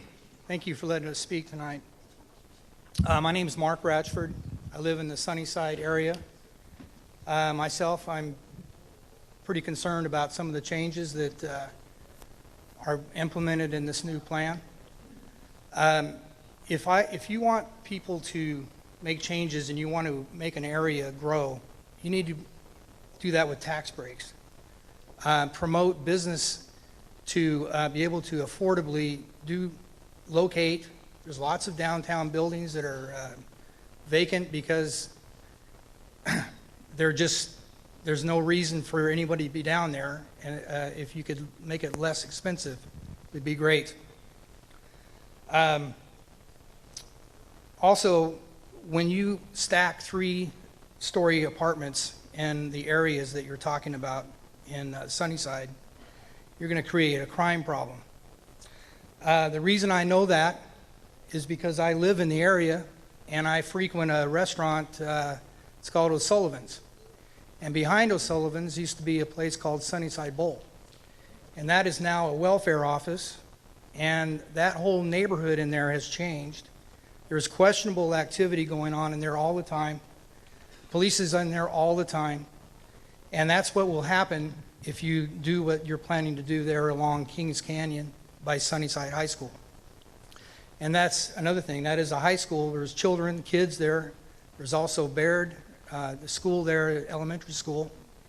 And all you're going to do is just attract the wrong kind of people in that area if you do what you're planning to do. Why do I know that? Look at where you've done it before. Any place that government gets involved, it's not good. If I see someone coming and saying, I'm from the government and I'm here to help, you need to run away. There's also a lack of clarity. All of these people here are, it's like they read books and, hey, all this is great, but that's not what the reality is. I'm a business owner. I've been in business for myself. I don't need government to help me out. If you want to help your neighborhoods, go to your neighbor that's got problems with his yard. Hey, we'll clean it up for you. If there's code issues, again, we've already got those kind of laws in place. When you start using the heavy hand of government, it never works out well. We're experiencing that right now in our federal government. We've done very well since everybody says, oh, we're going to change since the 1960s. Well, this country's done very well with very little government input, and that's what we need to continue. Thank you. Thank you, Mark. Hi, my name is Francisco Mendez. I live in 2566 South Habitat in Southwest Fresno, and we live there. We lived there since 1996, and the city is supposed to be finishing our park, and it's never finished yet. Somebody donated some grass, and we put about 15, 17 loads in the big truck. I remember about 5 years ago, but we never had the barbecue area. We never have the area where the kids are waiting for the bus stop to take them to the school in the winter time. They are getting wet, and in summertime they are waiting in the sun. We don't have any shades there. In the park we have on Jensen and West, there is no sidewalk to walk all the way up there. Our kids, our area have two high schools to choose to go to. One is in Washington Union or Edison. Edison doesn't have school buses, so there is no sidewalk between Grove and all the way to Church. We need, please, in the city plan area to put a sidewalk there, because the neighbors telling me that kids are walking all the way from Church and Walnut to Grove and Arthur. And we don't have pavement on Grove. We only have one way, and cars are stuck each other. We don't have room. And we live there for 18 years already. And the other issue I like to talk about is that the city, at the beginning of this this meeting, says that the liquor stores need more protection. But what about the families? We need more protection, more parks, and the other thing we need in all the city of Fresno is the handicap buses. The handy ride buses are a mess, like the city of Fresno buses. And to take a handy ride, take me all day to go to my appointment, to school and back to my house. I hope these three issues are being added this Thursday, please. We need your help. Thank you. Thank you. Good evening, Mayor, council members, and everyone. I highly respect you all. I thank God for today at this moment. My name is Tutu Buntapanya. I live in the southeast Fresno on Peach between Butler and Church, 2329 South Wardby Avenue. I have a son who walks home from school every day. I am one of the Lao American refugees from Laos that live in Fresno for the last 25 years until now, and I work at Fresno Interdenominational Refugee Ministry for over 19 years. I work closely to many people with low income and have different culture and speak different language. And as time passed by, I have seen Fresno change, but not all part, and there are still something missing.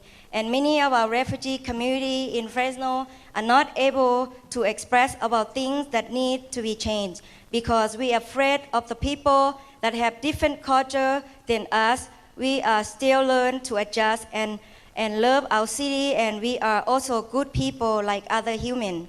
Many times we are afraid that we might say something that we didn't mean to say due to English barrier. But since now we live in the same city for a long time and looking to live in the Fresno for a lifetime until God take us to our heavenly home. And we also would like to live in a healthy environment like one unique community in Fresno for all. We see that Fresno now is not healthy in all parts. As one of a good citizen of the USA, Fresno, California, I would like to see safety for humans in all age, with all levels at all parts of Fresno. We should support to make safer for all at the park, make more park in all areas of Fresno, keep more light at the park, so it is more safety for elder, children, and for all the people to enjoy as a big family. We should support for the road that are safer for all to use, not just for car, but people to walk, stroller to go down, bike, and all that need. I would like to ask the mayor and the council members to support our general plan A for our One Healthy Fresno. Thank you very much, Mayor, council member, very much for your time and all your hard work every day. And may God bless you all. Thank you. Thank you, Tutu. Good evening. My name is Kaylee Bader. I'm a resident, born and raised here in Fresno, and I'm also an accounting student at Fresno State. I live at 5236 West Fallbrook, Fresno, California, 93722.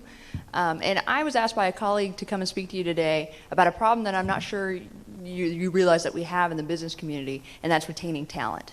I'm at the point in my career where you decide where to live and where to start your career. And I did have an opportunity to go to the Bay Area because obviously there's a lot of accounting and technology up in the Bay Area. But what I didn't realize is there's quite a bit of accounting and technology here in Fresno too. And I'm a Fresno girl, so I declined that offer and decided to figure out what was here in Fresno. And I did find something, luckily. But I did see a lot of my colleagues decide to go to the Bay Area and to LA and leave Fresno. And they're valuable assets to the community. And I don't think that students realize that there's a lot here. Fresno has a lot to offer. And we have a lot of business community that's very supportive of us too. So I think it's really a marketing campaign for you guys to reach out to my generation here and let them know and let me know that we have a future here in Fresno and we're going to build Fresno to be the next technology center. I know that a couple local businesses like Bitwise are really reaching out to students, and I encourage you to make the business community more welcome and make it more of a technology center. Even though we're ag, because we're agriculture and we have a lot of food processing here, which students don't know about either. We have a lot of food processing. So there's a lot of jobs in manufacturing and logistics. So I think it's really a marketing campaign for you guys and to let us know that we have quite a bit of opportunity here and retain the talent. So I encourage you to include that in your general plan. I don't know if that's really something that you've emphasized, but I think it's something important that needs to be included. Thank you. Thank you. Good evening. My name is Debbie McCann. I live at 5550 Columbia Drive South, which is in the Sunnyside area.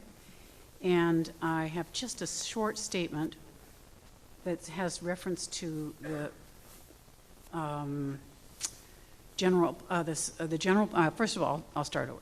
I'm here tonight to say that the general plan is good in many respects and shows that the planning department is doing its very best to bring us into the 21st century. We know that some change is inevitable, and it is better to be part of the change and have the change planned rather than happenstance.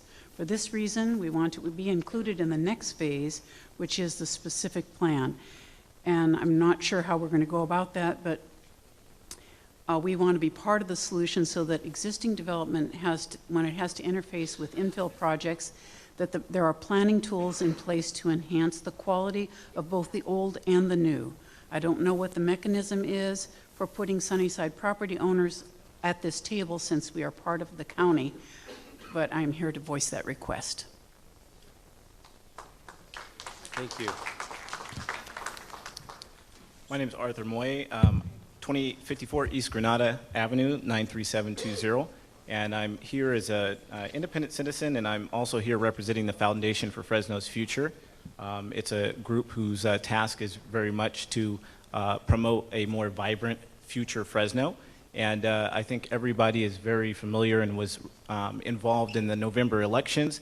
And you've seen the analysis of the money spent in campaign equals influence. The money spent in campaign equals votes and seats. And it's time and time again. So what we purport to do as a Foundation for Fresno's Future is to bring the voices to the forefront, the voices that originally generated this plan, right? We're talking about thousands of individuals who have been involved in this process, 4 years, 160 stakeholder meetings.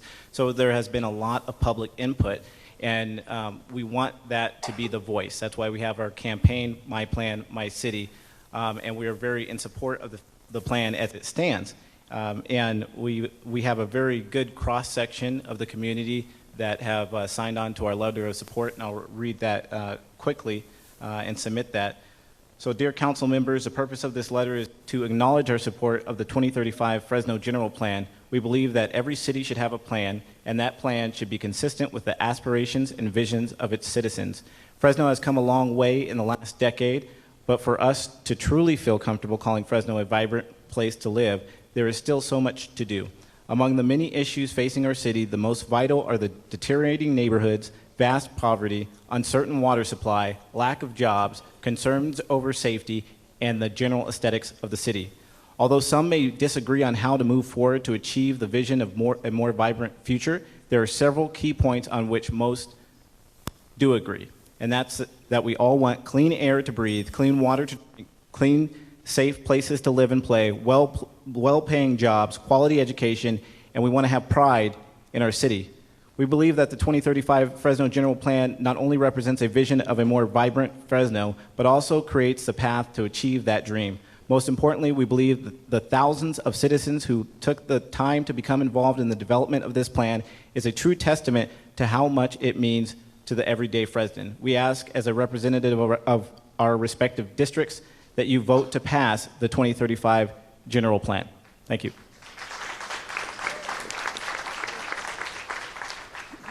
Good evening, I'm Kathy Bray. I'm a 66-year resident of Fresno and operate a business at 1540 East Shaw. We've been in business for 44 years this year.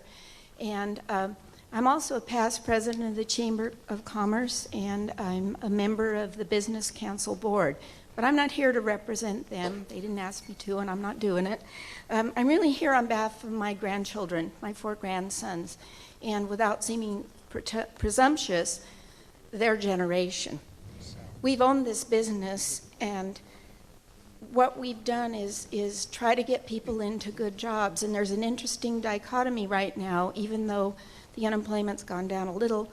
Our unemployment's too high. We don't have enough good jobs, but we also don't have enough qualified people. So ours is an interesting job right now.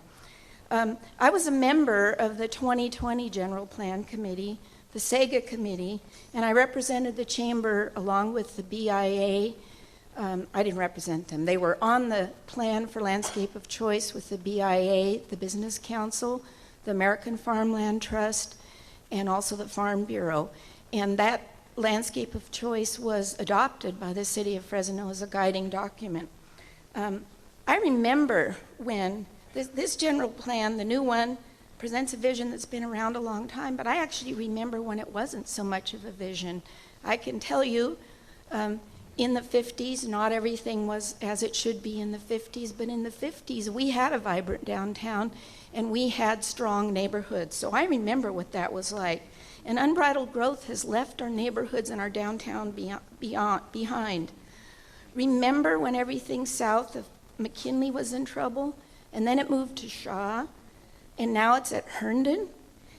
And what's next? Everything south of the river and Madera will be the place to live? We can't allow this to continue, and it's suggested that we need to take more time considering this. This vision has been around for 14 years. The current plan has had 4 years dedicated to it. There have been 100 meetings, 24 public workshops, and lots of focus groups. The period for public comment has been extended. You've been through many workshops. To those who say this needs to be studied more, I say, how much more? Another 14 years? It's time to take action and realize this vision, and I say, approve the general plan. And I have 21 seconds, so I did not realize that the Forestier underground gardens was somehow being threatened, and if it is, I'd like to ask everybody here who thinks that we should protect it in perpetuity. So.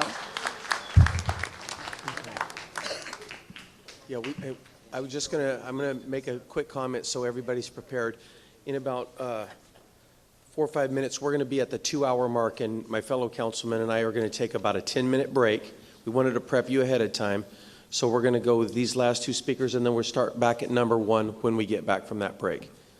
So, ma'am, you're up.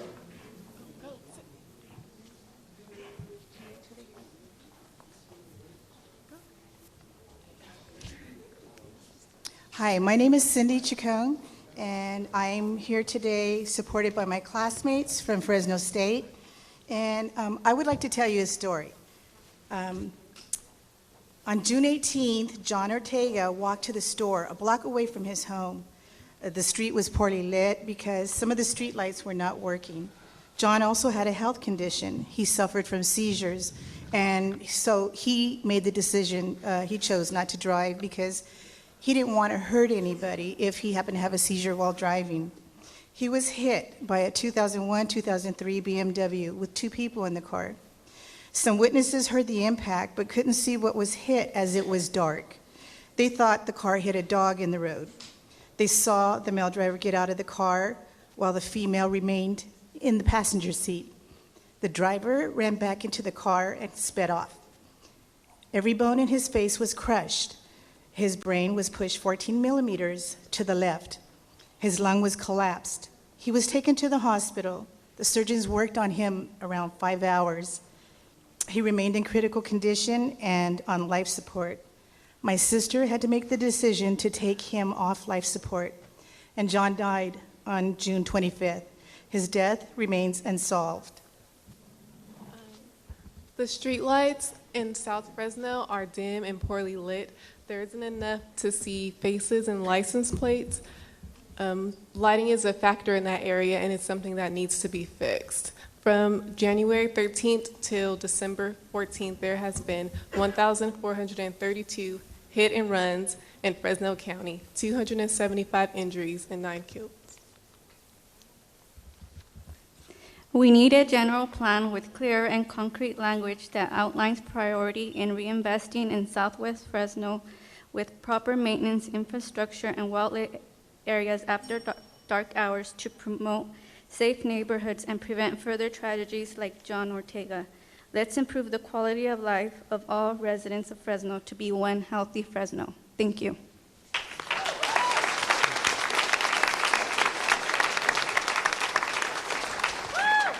And thank all of you for coming out tonight as a group. That was cool.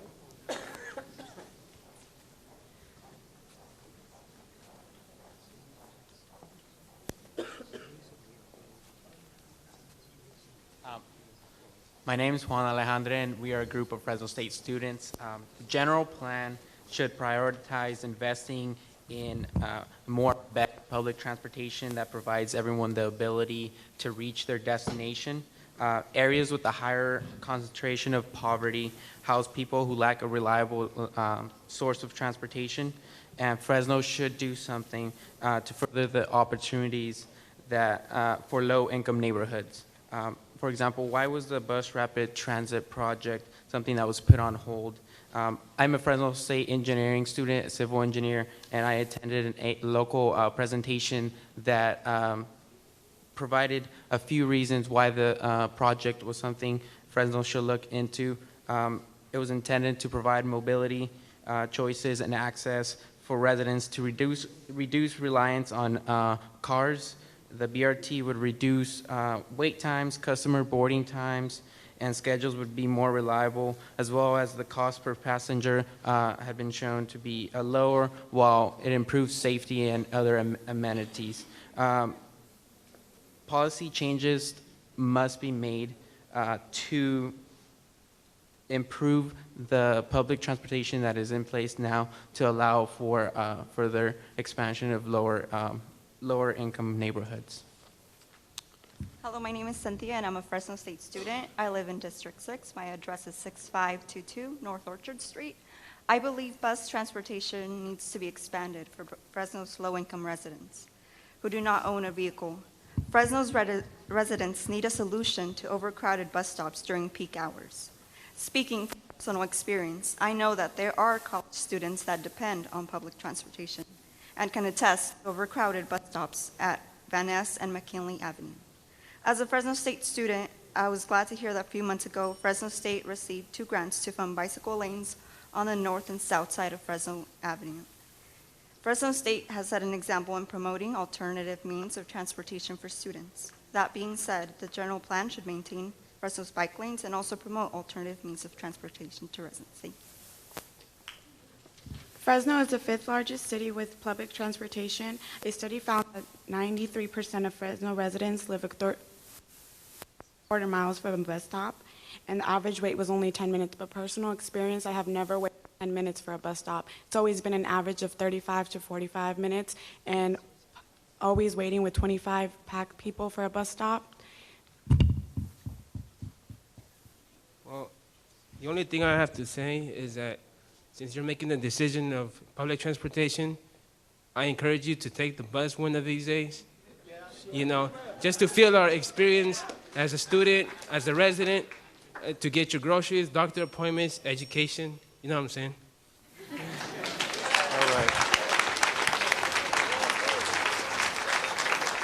All right, so, and thank you very much. So those of you that are still in line, let's be respectful to each other. You just got to remember where you're at in line, and then we'll be back in 10 minutes. So let's see.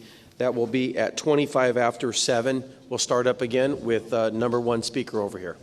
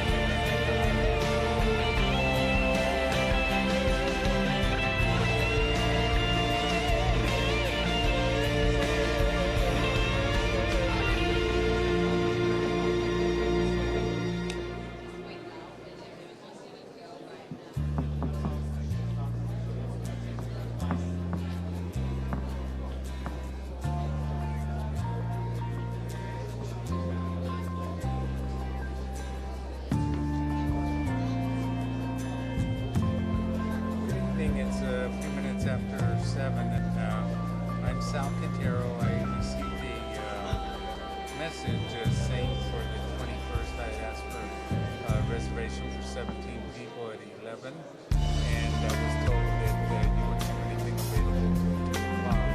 And anyway, I'd like to talk to you a little bit about time.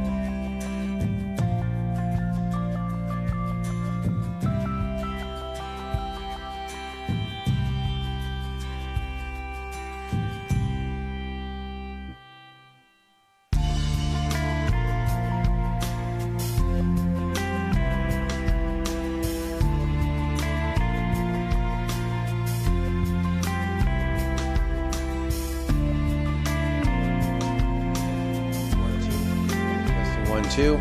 All right. All right, if I could get my council members back up here, we'll get started again real quick. Yeah, I think so too. Who else are we waiting for? Hey, Brian. All right. Oh, man. We gotta get... Yeah. You're the one that's holding everything up. All right, looks like we have enough councilmen to get started. And so we are going to continue our public comment.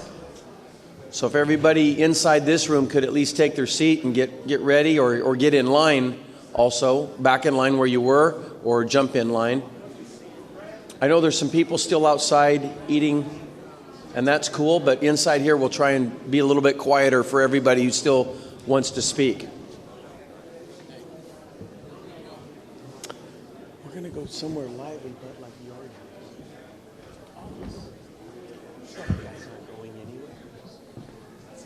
He might. All right then. We're going to continue our public comment in the same process as before, just going 1, 2, 3, 1, 2, 3 across these 3 microphones. And we're going to start over here at microphone number 1. My name is Brunette Harris, and I'm with the Heat for Southwest Fresno Community. And I want to get this off my chest first. There was an incident that was brought to the City Council, I guess a few weeks or a month back, by Jennifer Clark, which she stated that the community, it was 2 of us, and we were from Heat, agreed with her 5-year plan. That was a lie. So I want to get that straight and on record now. We did not agree to anything like that. Second of all, I can hear a lot of people agreeing and wanting this 2035 plan. I don't know what meetings that they attended, but Southwest Fresno didn't have any. We spoke with Attorney Sloan, plus we gave him paperwork. We are asking, where did you get these plans from, these projects from? He stated from 2002. At that particular time, we had a council member by the name of Cynthia Sterling. At that particular time, we kept objecting. She didn't have community meetings. We kept objecting to her even having projects. But the city council allowed her to vote. And then when they finally said, in which Blong was there, when they finally said that she had to recuse herself, we then asked, how could you continue with these projects? And we want to know from the council, seeing as how redevelopment agency was the one that had these plans and these projects from the beginning, and the governor of the state of California got rid of them, I want to know how in the world did you come up with a project and with a plan? Southwest Fresno was not included. We did not have an input. So everything that you're doing is illegal. You use federal dollars for all of this, but we wasn't included, and you want to think that this is an input. This is not an input with the community, because you guys are already building high-rises, apartments. You already have districting. This is part of your 2035 plan. So for you to try to have a quick meeting to say we had input, you did not have input. You started the project, now you want to continue to show HUD that you had input, you did not do that. Thank you, Brunette. Sir. Good evening. My name is David Escobar. I was born and raised in Fresno. I've lived here most of my life. I can be your hero. I'm going to do this in less than 30 seconds. You're all under oath. I want to see a show of hands. Who has not been to the underground gardens? That includes you folks over here. Has not. Okay, I suggest you go. Would it be difficult, legal or otherwise, to put it in writing to protect the underground gardens? Every one of you someday will be replaced, and it will be easy to say they could have, they should have. However, if they did not, it creates a problem. I work for the federal government. We rent office space here at Civic Center, and not that Fresno is a boondoggle destination, but when we have visitors come up from the DC area, I personally take them out there. It's easy to take them to a gin mill, knock a few back, and say, we had a great time in Fresno. I take them personally to the underground gardens, and they still talk about what Baltazar did way back in the day. And I would hope that this is an easy ground ball to put it in writing so that it doesn't get repealed under Highway City or anything else. Thank you. Thank you, David. Sir. Hello, my name's Clayton Whited. I'm a student at Fresno State. I live at 4151 North Blythe in District 1. I've been involved with a group that has been documenting and tracking the gravity of blight and urban blight in Fresno. In my canvassing efforts, we've taken part in participatory community-based research in which you take what we've learned in class and we have applied it to something that's real. In going in and canvassing, I've noticed that in certain areas where there are parks, there are recreation, there is retail, we're not seeing as much blight there because there is incentive for people to be there. As we've expanded our infrastructure and we've expanded out, we've cut the amount of tax base that we've brought in. We're expanding our infrastructure, which has been cut at code enforcement. We've expanded our police coverage. We've expanded fire to the point where amenities are beginning to break down, sanitation, and I don't see how this would be able to be allowed with the previous general plan. The current one addresses a reinvestment in the inner city of Fresno. By doing so, we're trying to bring attention to these areas to incentivize reinvestment, new investment, and a stop in an expansion that has essentially cut the tax base that's coming in and the ability to maintain the infrastructure of Fresno. By doing so, you've neglected the heart of Fresno, and it won't sustain if we continue to spread out. And that's my statement. Thank you.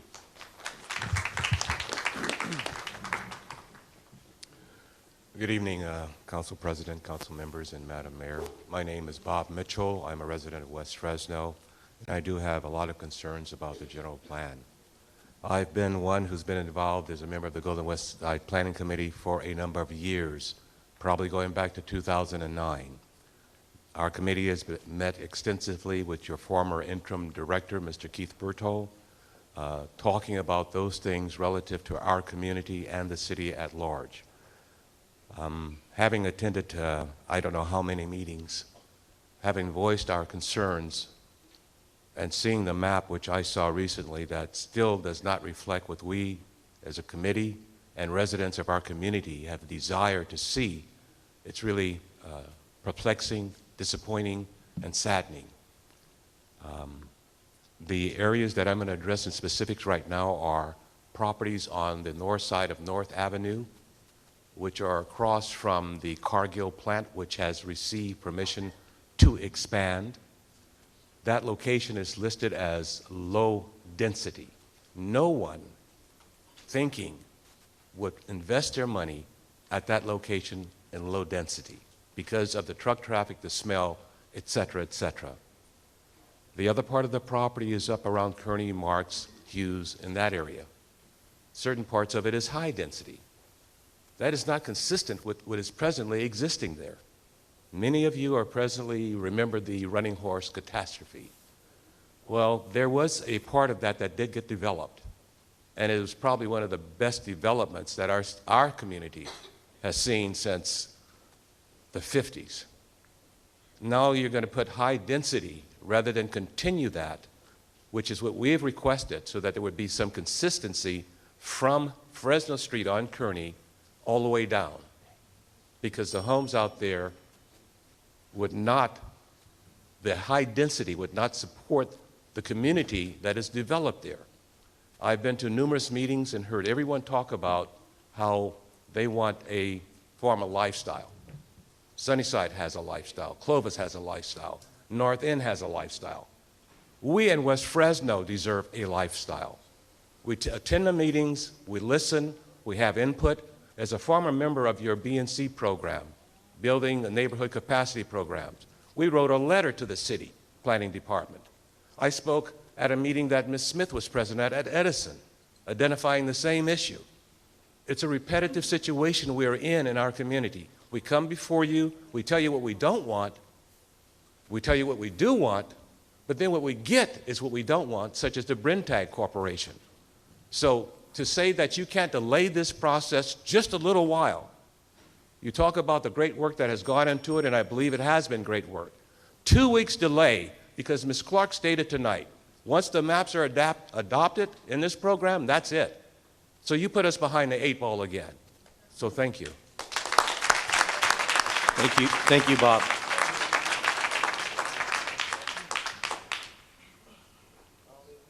Peace. My name is my name is Cesar Casamayor.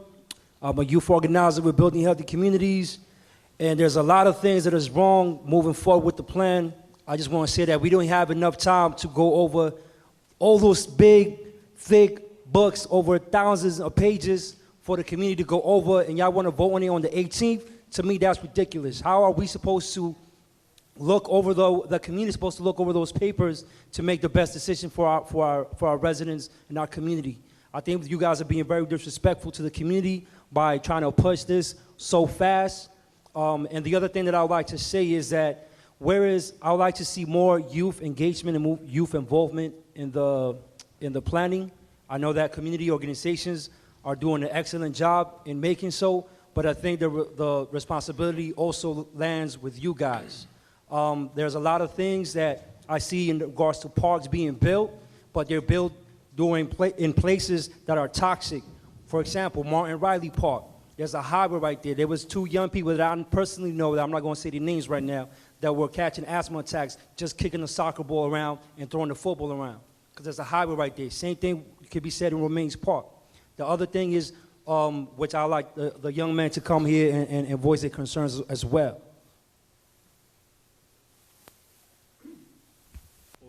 Romaines is too close to a freeway because the pollution messes up with kids. Some kids have asthma and some more stuff.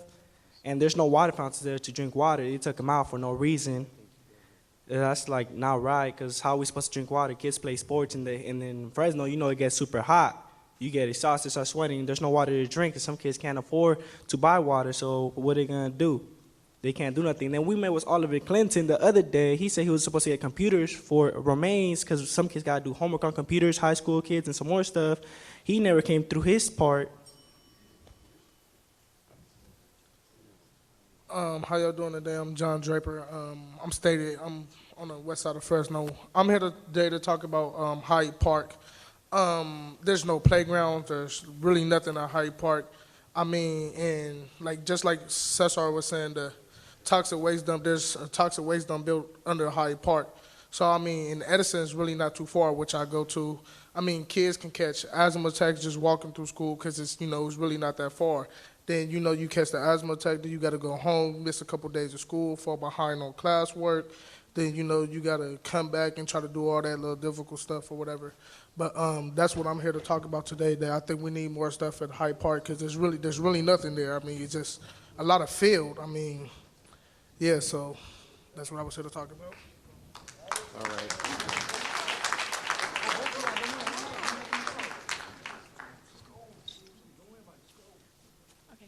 Hello, my name is Janet Solcero, and I'm a student at Fresno Pacific University, and I'm a youth leader at United Faith Christian Fellowship Church, located on 4410 East Grant Avenue, Fresno, California, 93702.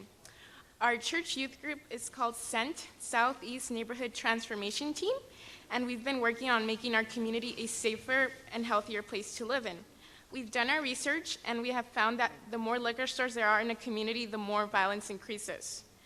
There's an oversaturation of liquor stores in Southeast Fresno. In fact, there's over 35 liquor stores within a 1-mile radius of Roosevelt High School. My questions are, how are we going to prevent this from occurring in areas designated for mixed-use development in the Roosevelt neighborhood? Adding lighting to liquor stores does not address the root of the problem. We are already in violation of the state law where there should be 4 liquor stores per census tract. We must ensure mixed-use development promotes healthy living for neighborhoods, and I encourage that a policy be incorporated into the general plan that helps business development promote healthy living in those areas designated for mixed use. We need healthy communities for all. Thank you. Thank you. Good evening, Council. My name is Kyle Schmidt. I serve on several committees, so I'll list them just to kind of show a constituency. Vice Chair of Creative Fresno. I have my own development company that I recently started called Pop-Up Design and Development to focus on infill development. I'm working with Food Commons on building some healthy local food systems to complete neighborhoods within Fresno and combat some of our food deserts and start to turn our economy around with local food. And I also serve on the Underground Gardens Conservancy Board. So I want to use those as kind of background for this input. Blongzhang also appointed me to the City Council, or the General Plan Update Citizens Committee. So I've been involved with the full process from the beginning with the initial white papers through the mapping process into the drafting of the plan, several community, a very robust community input process. I want you to listen to all the input that we're hearing tonight and commit to continuing that robust community outreach process and hear those voices just as you would hear the voices of those with more capital, both political and financial, and weigh those opinions equally. I think at the very bones of this is a very strong plan. Addresses transportation, addresses our economy, addresses infill development, healthy neighborhoods. There's a really solid base to it. Looks like there needs to be some adjustments and at least some transparency to the community about what has changed in this process, and let everybody know that this is our plan and that we can take ownership of it. And we feel that not just in the beginning but throughout the end that everybody was heard. With that, I feel confident in recommending the approval of this plan, and I'm committed to the implementation of it through infill development. There's several single-family housing developers that have spoke up against this, that this doesn't give us enough land to grow into. I strongly disagree with that and want to bring the creativity and the real opportunity to transform our inner city neighborhoods. Growing up in the Tower District near Belmont, going to school at Edison High School, I've seen the condition of our neighborhoods in the inner city, seen what needs to happen to improve it, and I hope we can all do that together. Thank you. Thanks, Kyle.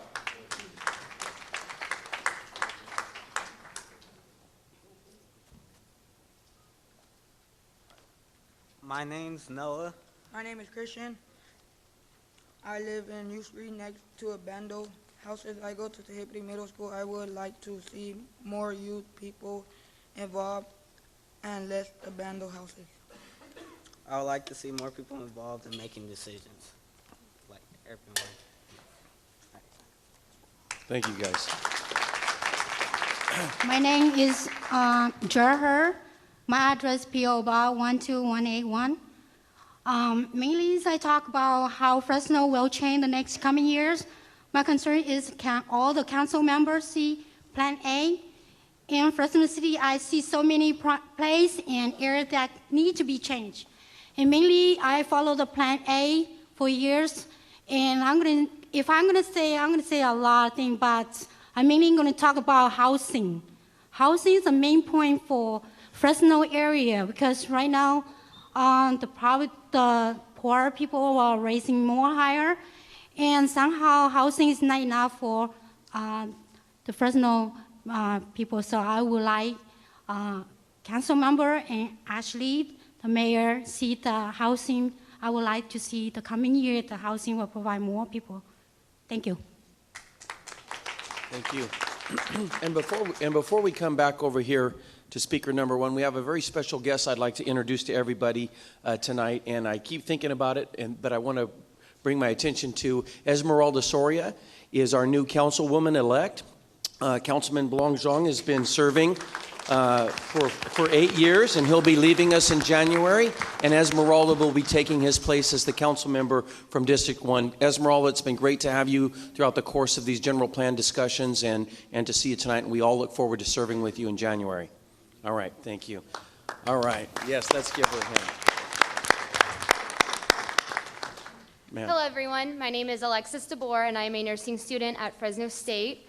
I am here from District 2. I have some pictures if you guys would like to look at them up there. They're of these, so you can see them. Okay, so I moved to Fresno about 5 years ago. When I moved here, I had some friends telling me, try not to get shot. I didn't know what they meant. I had never been here before. Then when I got here, people started to tell me, do not go south of Shaw or west of Herndon. Now, 5 years later, I spend a majority of my time across these subjective borders. I have been a nanny for 3 of the sweetest and most outgoing boys for almost 4 years now. Of those 4 years, I was with the family when they made the decision to move from Northeast Fresno, District 5, I believe, or no, that's still District 2, to South Fresno near Kings Canyon and Clovis, which is District 5. Initially, I didn't understand why they would want to move from a nice area to a neighborhood that had seemingly nothing to offer until I'd actually been exposed to the area. This picture is of a park on Fox Hill and Mount Vernon where I took the boys to on an almost daily basis for nearly 3 years. And out of all of that time going there, I can honestly say that I only saw something broken there once, and it was fixed the very next day. The park rarely had any trash, and I don't recall it ever having any broken glass. These pictures are of Sunnyside Park, near where the family currently lives in South Fresno. Even though it is within walking distance, there are no sidewalks to safely get us there. Once there, I truthfully fear for the safety of all children, not just the boys that I nanny. This slide has been broken for over a year now. It was broken before we ever even went to the park. All the city did so far is put a board up. It's not preventing children from going into the slide and going back down. They don't even realize that the board is there. However, that's not going to prevent children from continuing to play in the slide. And as for the graffiti, who knows how long that's been there? Thomas loves to read, and he was pointing at the disturbing terms, wanting to know what they said. And the next thing I know, I look over and I see Daniel holding a beer cap. Additionally, on Monday when I took these photos, I was given the opportunity to speak to a local geriatric special care group that eats lunch there 3 times a week. They expressed that the park is always filthy and that they are continually worried about the residents picking up glass from broken alcohol bottles. They also explained to me that just last week, while assisting a resident to the restroom, they opened the door and saw that it was trashed with drug paraphernalia, and they said it was like that for more than 1 day. Parks are supposed to provide a variety of important social, environmental, and health benefits for our communities. This general plan should affirm Fresno's commitment to creating and maintaining a park system that meets residents' recreational needs, contributes to Fresno's quality of life, and supports urban living. With that said, isn't it obvious that the aforementioned disparities need to be addressed and prioritized? Children of South Fresno should not fall victim to the poor maintenance or complete absence of an area that is meant for them. Are parks not to be safe havens for children anymore?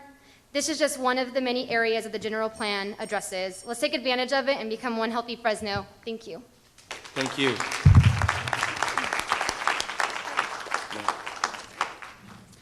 Hi there. My name is Carissa Wheeler, and I work at 1749 L Street here in Fresno at the Old Helm Home.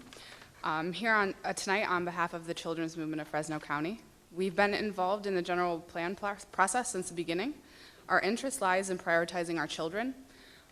We must continue to be diligent about the quality of our processes and decisions in order to ensure that all children have the benefit of standard or better housing, parks, access to food, clean air, streets that are paved and lit, and more. We believe that this is a balanced plan, and the implementation of this plan is critical. We will be very interested in working closely with you regarding policy decisions based on this roadmap to ensure that our children are the highest priority. Thank you. Good evening, Council. My name is Christine Barker, and I work at Fresno Metro Ministry, 4270 North Blackstone, and I live right by Fresno High. I'm a 4th generation Fresnan, I realized the other day, and I love this city, and I continue to come back to this city because it's an incredible place to be. And as you know, I've been very well acquainted with this plan over the last 3+ years, and looking in the final draft over the last couple of weeks, I'm here today to say that I think that it's a good plan and that it's a step in the right direction. I know that we have been working together a really long time to make sure that half of growth goes to existing neighborhoods, to make sure that the city invests its money within its city limits. And I believe that this plan gives us permission to get to work to create the healthy Fresno that we all want and desire to see. And I know that this is just the first step, And I am so excited that there's been such a robust turnout tonight and that so many people care so deeply for this plan. And I think that that is a great sign for Fresno and a great sign for the incredible mountains of work that we have ahead of us to make these policies come to life.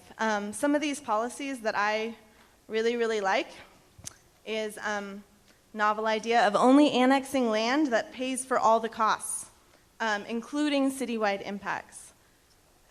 Requiring fiscal impact analyses for all annexations and general plan amendments. These are things that we haven't done before, and I think that they'll make a difference in how we grow as a city. I'm excited about the proactive code enforcement that got included and the code enforcement policies that got strengthened in the last draft that Jennifer talked about tonight. And the prioritization for pedestrians and transit users and bicyclists and people with strollers and wheelchairs who need curb cuts. And I really love the way that it's been prioritized in areas that people need safe routes to school and people, especially the bikeway improvements in areas with low vehicle ownership rates. I think those are all really good things. I'm also super excited about the 5.0 acres per 1,000 residents and the goal of getting a park within a half mile of every single Fresnan. That is something that we all need to work together to make sure happens as soon as possible. And I just want to thank you for your commitment to this incredible process so far, and I look forward to working with you. Thank you. Thank you, Christine. Good evening, my name is Ray. I'm a pre-med student at Fresno State, and this is Ashley, and we're both from District 2. The way that our communities are built shapes our health. According to 2011 to 2012 UCLA Center for Health Policy Research, 13.4% of children ages 2 to 11 and 33.9% of youth ages 12 to 17 in Fresno County are overweight or obese. Part of the reason these numbers are so high among our youth is because their lack of physical activity. The difference between kids now compared to when I was a kid is the amount of time spent outside. When I was younger, I used to go out with my brothers and sisters or friends from the block and play basketball, football, freeze tag, etc. A park has physical health benefits, psychological health benefits, as well as social, economic, and environmental benefits when they are kept up. Parks are also a way of keeping our youth out of trouble. The parks built with things like basketball hoops and soccer fields allow an opportunity for our youth to participate in sports. This not only benefits their physical health, but also their emotional, mental, and social health. I just moved to Fresno a year ago, and I thought Fresno was supposed to be one city. But what I've noticed is that it's really two cities, North Fresno and South Fresno. Neighborhoods in South Fresno have disproportionately lower parks and open space compared to the north. The life expectancy in South Fresno is more than 20 years lower than in North Fresno. This might be correlated to the lack of safety Southern Fresno has in their parks, as well as the lack of physical activity people living around these parks get. Parents don't let their kids go outside anymore because these parks are no longer safe. If you go out to a park now, you'll see broken glass, drug bags, and other things that children shouldn't have to see. Being a mother, I've witnessed these safety issues firsthand. I am constantly having to worry about what objects my son may come across while trying to play. With that being said, the maintenance of parks are very important. Making sure these parks are properly maintained with groundskeepers, that way we can ensure that these parks get the proper maintenance required for making sure children don't have to come across things they shouldn't have to see, and parents can feel more comfortable about taking their children there. The general plan should not only build more parks here in Fresno, but also invest more in the ones we already have. By adding basketball hoops and playgrounds to the parks that don't have any will promote children to be more physically active. We ask that you prioritize addressing underserved neighborhoods that have a disproportionately lower amount of park space and open space compared to other Fresno neighborhoods. We know that money is always an issue. We don't want you to go out and find more money, but prioritize the money you already have and invest in our city parks. This will protect and improve public health and safety. Thank you. Thank you. Good evening. I'm Daniel O'Connell. I'm with American Farmland Trust. I live at 3260 Kirchhoff, just a stone's throw from this building. I want to start off by just saying how heartfelt and hopeful and grateful I am when I come to these meetings over the last 4 years. I do advocacy on general plans throughout the entire San Joaquin Valley. I've watched the litigation and the bankruptcy in Stockton, the contention in the city of Tulare, and both of those cities getting great general plans after a lot of arguing and contention. And the city of Visalia just recently passed a general plan, and when I spoke down there, I often referenced this plan as the foremost precedent-setting, nationally recognized, and it is all of those things, plan. There's good policies in here. The farmland policy is very consistent with Visalia. It's a good policy. It supports your infill priorities. It's a compromise and it's a good one. But the story I have a difficulty telling, and AFT as a national organization, is what happens in this room. You know, as an American and a member of a democracy, I often don't feel like I meaningfully participate in it, except here. You know, we're not waiting 30 years to vote, and we're not threatened with somebody killing us if we have ink on our thumb. So it's not that dramatic, but I can't tell you how heartfelt I am when I come here. And there's a Oaxacan grandmother and a Hmong child and four-generation farmer all up here, and they love the community. They just love this place. We are so strong in community. Hey, we have wounds and we have calluses and we're tough, and this plan will set in structure that will guide us to where we were. I'm extremely hopeful. I want to say thank you, and we're ready to get to work on this, and thank you for putting together a good plan that enables us not to waste our time doing that. Thanks, Daniel.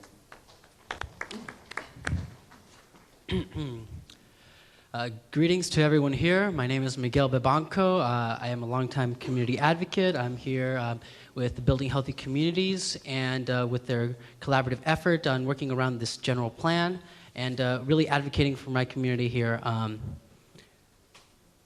was thinking about what I was going to say, and I was thinking about how it was going to be different, how I was going to be special, and it's not going to be any of those things, because what I have to say is something that you've already heard. What I have to say is something that 1,000 people have told you before me, and 1,000 people are probably going to tell you after me, but I want to be the 1,001st person. I want to be the 1,001st person to tell you that our city is divided and our city is underserved in many of these areas. I want to be the 1,001st person to tell you that you are not listening to what the people are telling you. I want to be the 1,001st person to tell you that we have so much we need. We have so much that people need just to survive and to live that is being not listened to, that it is being obviously ignored, and there are people that care about their communities, that care about their families, that care about the children they babysit, that care about how this city is going to impact them, how it is going to affect them as they grow up, and as how their children are growing up, and not enough is being done to listen to how this community is going to grow. Our community needs more time. Our community, not everyone can get through documents and understand what is going on with our city. Not everyone can, go to law school and be able to articulate and advocate for themselves in a way that they need to in order to get their points across in the city. Not everyone can do that. But what I'm here to tell you is that people have concerns. People have things they need to say, things that they need to express, because they feel that it's tough for them to come up here. How many of them can come up here and articulate that they have parks that are in disarray, that they have street lights that don't work out, that they have too many liquor stores, that they have too much violence, that they don't have enough places to exercise, enough places to be healthy? There's so many people that can't come up here and can't tell you what I'm telling you. And I know you've heard this all before, and I'm going to be the 1,001st person to tell you that you need to listen to the community, that you need to listen to what the community is telling you, and you need to listen to what they need. Oftentimes, it's those with the biggest voices that get heard. Oftentimes, it's those with the deepest wallets that have the most say. And that's not how it should be in the city. The underserved should have a right to be at this table, and they have a right to have a vision for Fresno, to have aspirations and goals to how this city shapes up. And for that, we need more of their input. We need more community input, and we need more time to explain and to discuss how this will affect them, how this will affect their future. We only have one chance to do this the right way, and we got to make sure it's the correct way. So thinking about that, moving into the future, listen to our citizens and take a giant leap in the right direction and not just a small step. Because that's where history is kinder, to those who take a leap of faith in the right direction. Thank you. Thank you. Thank you, Miguel. My name is Roseanne Martinez. I'm here on behalf of my First, I'm sorry. Thank you for tonight. I appreciate this opportunity. Thank you, Mayor. And I'm reaching out to you, Mayor, because nobody has come to my building, to my office. I'm here on behalf of Robert Garcia, owner of 1206 G Street, Suite 101, 102, 103, 104, 105. It's a family business. My business is located at 101, International Immigration, Inc. My son's business is International Motors, 2 different businesses. I'm native, I'm Yaqui, so land is precious to me. You have to feel it, and to own it is beautiful. I feel like history sort of repeats itself, generations down. And my son purchased the property that 18 years ago, and we both have successful businesses. I'm elected Business of the Year many times. My rating's A+ in the Better Business Bureau. I'm a mom, a grandma, and I have children who have planned to rent one of those 103, 104. My daughter, she's spoken here before, but she now needs to do her practicum, and then she'll take a spot at 103. The family dream has been wiped away. And the sad part, nobody's came to our office or offered to help in any way. It's just not that. I grew up in that area. That's my neighborhood. That's where I went to see my doctor, Dr. Tyra, down the street. I feel that is home, and it really is. We have a prime area in town. That's right there on Fresno and G Street. That's where all these huge, beautiful buildings were built. They're my neighbors. They're in back of me. I have a private park right there on the corner of Fresno and G Street. All I have to do is go outside, and it's a large area. We have private parking for the employees and private parking for the customers. It's hard to beat a corner area in Fresno. Your people have shown me different locations, but it doesn't match. I can't find it. The way I operate my business, my clients never need an appointment. I just go there and they come to me for the last 18 years for what I do. They count on me, and I'm counting on you, and I'm asking, and I'm reaching out in the right way. Don't throw me in the gutter. Thank you. Thank you, Rose.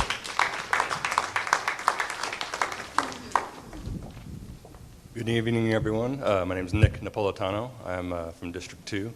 I'm excited for this general plan.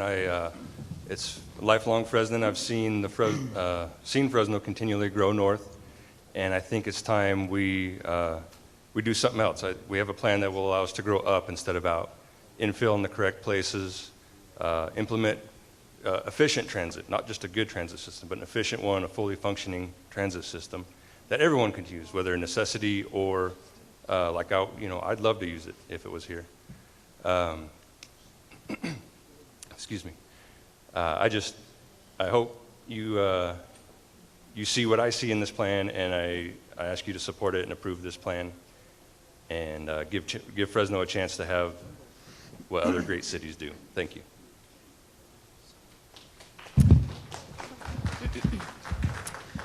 I'm Baro Seed with California Rural Legal Assistance Foundation, and I'm here to ask my Councilmember Brandu, and the others one simple thing, which is to delay this plan And the reason for that, to delay it and to provide the public with an opportunity to provide more comments during that time is very simple.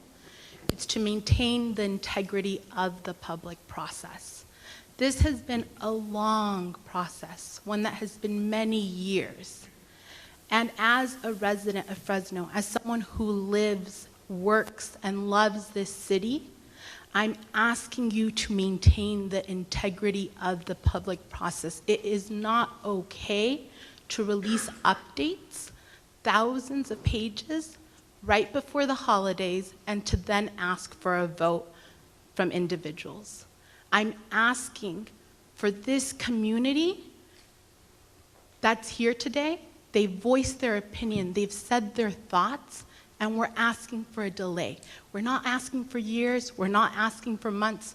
30 simple days to be able to uphold the integrity of what has been a long process to make sure that those updates reflect the desire and will of this community. I love this town, and I want this process to continue to be the public process that it should be. This is the holidays.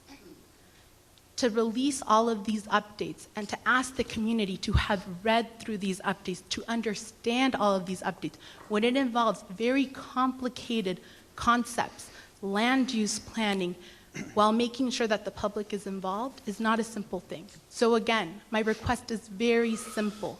Uphold the integrity of the public process. Uphold the will of the people, of the residents that have voted you into power, and to please grant us those 30 days so that we can review this plan and ensure that it actually reflects the will of the community. But above all, that it actually is a public process that has integrity. Thank you so much. Thank you. My name is Tim Rios, and my address is 2995 East Granada, and it's a pleasure to be here. Thank you, Mayor. Thank you, City Council. My daughter joined me for one of these sessions about 2 weeks ago, and she's 13, and she said to please ask the council to excuse her because she has a lot of homework, so she couldn't be here. But you know, we talked about it, and it was just interesting to hear the perspective of a 13-year-old, and in that light, it's so great to see so many young people here tonight. I'm here representing the Foundation for Fresno's Future, and I'm absolutely, positively in support of the general plan for a number of reasons. Number one is that it calls for revitalizing our disenfranchised neighborhoods. And no city is successful that ignores its core or the people and the residents that feel disenfranchised or ignored, and this plan calls for that. There's a plan for economic development. Many years ago, something stuck with me. The mayor once said that we have over 3,000 jobs in this city that go unfilled because we may not have the people with the right skills or the right education. This plan, I believe, starts to address that very issue, connecting people with paychecks to have more prosperity in the city. They deserve that. When my family immigrated here 30 years ago, we immigrated to the little town of Del Rey. 1,000 people, not nearly the size of Fresno, but I think cities, small and large, count on prosperity for the citizens, and Fresno is no different. The other is certainly housing, and we already talked about housing in the inner cities. Safety, it puts more resources with the fire department and the police department. I think we can all agree how important our safety is. You know, in thinking about making the points tonight, I thought of when I was starting out as a loan officer about 20 years ago at a small local bank. And we had a situation where a family came in and they ended up getting a small loan from me for which they had 3 or 4 days, I believe it was 3 days at the time, to change their minds. And it made me think of this. When I asked them that they had 3 days, they said to me, Mr. Rios, this is going to help us buy our first home. We don't want to delay making this dream a reality. We're ready to sign. We trust you. Confiamos en usted, Señor Rios, is what they told me. And I was 23 years old and not seasoned whatsoever, but they trusted in me. I say to the council tonight, please trust in the many, many hours of work the thousands of people that have reviewed this plan, and let's vote on this next week. Thank you very much. Thanks, Tim. Yes, thank you, City Council and Mayor, for holding this forum. My name's Robert Merrill. I live in District 6 currently, but I have lived in 2 or 3 of the other districts in this city over the 42 years that I've been in this city since I came to the university to teach.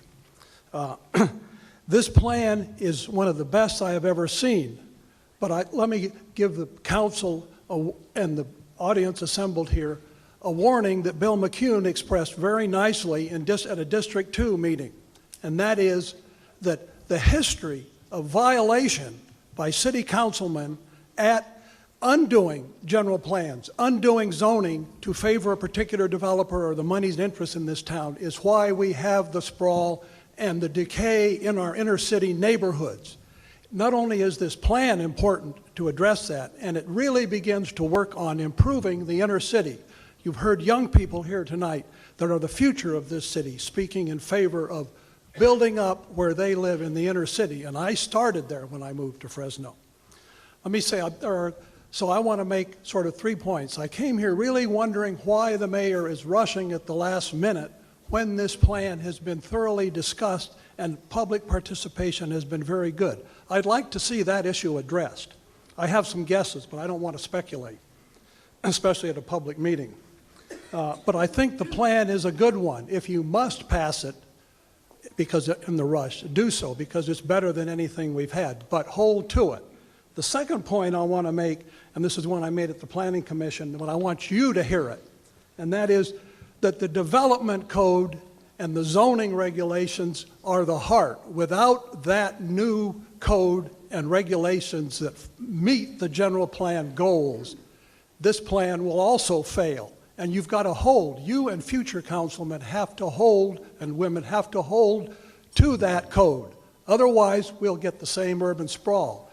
You've seen some representatives here tonight talk about that. And let me say an example of why the development code and zoning regulations must follow the vision. Let me give 2 examples. The Eisenhower administration had the vision for the interstate highway system. Later on, the engineering requirements and policies to build a good system were in place, or were put in place. So that was the second step. The same thing with President Kennedy's vision for man on the moon. The engineering and the rockets came along much later. But the vision has to start it. But you have to hold to that vision if you're going to be successful, and President Kennedy was successful. The other thing I want to say is I've visited 3 of the districts during council presentations to their membership about this general plan. And 2 of those were very good. But one of them in District 2, I never heard a presentation that explained to the citizenry the general plan in that area and the implications. I saw a Tea Party rally by an outside speaker that was addressing issues far beyond anything that happens in Fresno. Agenda 22 and other figments of imagination. And I was very disappointed. The other one was an attack on the general plan by developers without Bill McCune there to tell the history that I just mentioned to you earlier of failure to follow the zoning that follows general plans has been the problem. So I find it very disappointing that some elected officials over the time and currently also can operate in a dysfunctional way, and I would hope that you as city councilmen, and especially the District 2 councilmen, can really vote to favor this plan because it addresses what has been too long ignored in this city. Thank you. Thanks, Robert. Over here. Hi, my name is Jacob Rosales. I am a registered nurse and student at Fresno State. We're here to talk about transportation as well as lighting. My name is Danang, and I'm a Fresno State student. Hi, my name is Christine Thompson, and we are here to talk to you about community concern regarding public transportation that ought to be addressed when planning for Fresno's future. I recently inquired with Fresno Area Express about the biggest transportation-related issues that commuters report. A FACT spokesperson informed me that commuters are calling for safer bus stops and the need for new routes and more buses. More buses are needed because we're a growing community, and the number of people on one bus, the number of people that one bus used to accommodate now requires 2 buses. Many times the backlog happens in the morning, after school, and in the evenings, which is pretty much all the time. Commuters that have to wait for the next bus are often late for work, school, and important appointments. The average commute time has also increased, which amplifies the existing problems. A multimodal solution to the growing transportation problems as suggested in the general plan is ideal, but does not realistically account for Fresno's growing population. New routes that travel to the North Fresno area and around Shepherd and Willow are greatly requested. The lack of access to this part of town excludes a large part of the community from arts and entertainment, shopping and cultural wonders, and opportunity to experience a united Fresno or one Fresno. Lastly, but most important, I asked the FACT spokesperson about safety bus stops, and to which I received a disconcerting response that is in direct conflict with the city's vision to provide the best for its citizens. The major bus stops are not well lit, the spokesperson stated, and some have become breeding grounds for major safety issues like the Manchester area, where cases of assault and sexual harassments are often reported and never resolved. As a registered nurse, I've spoke with patients in the past, and I've heard of instances where patients have missed their medical appointments due to public transportation not running at scheduled times. For some patients, it is vital to arrive at medical appointments as scheduled, especially those who are critically ill. For example, patients who are on dialysis. If these types of patients miss their appointments or have to reschedule, it can be detrimental to their health. This can lead to residual effects such as illnesses progressively regressing, costing patients as well as the community more money in healthcare. It is vital that we increase the frequency of public transportation. Fresno County is focused on building outwards when problem lies within the core.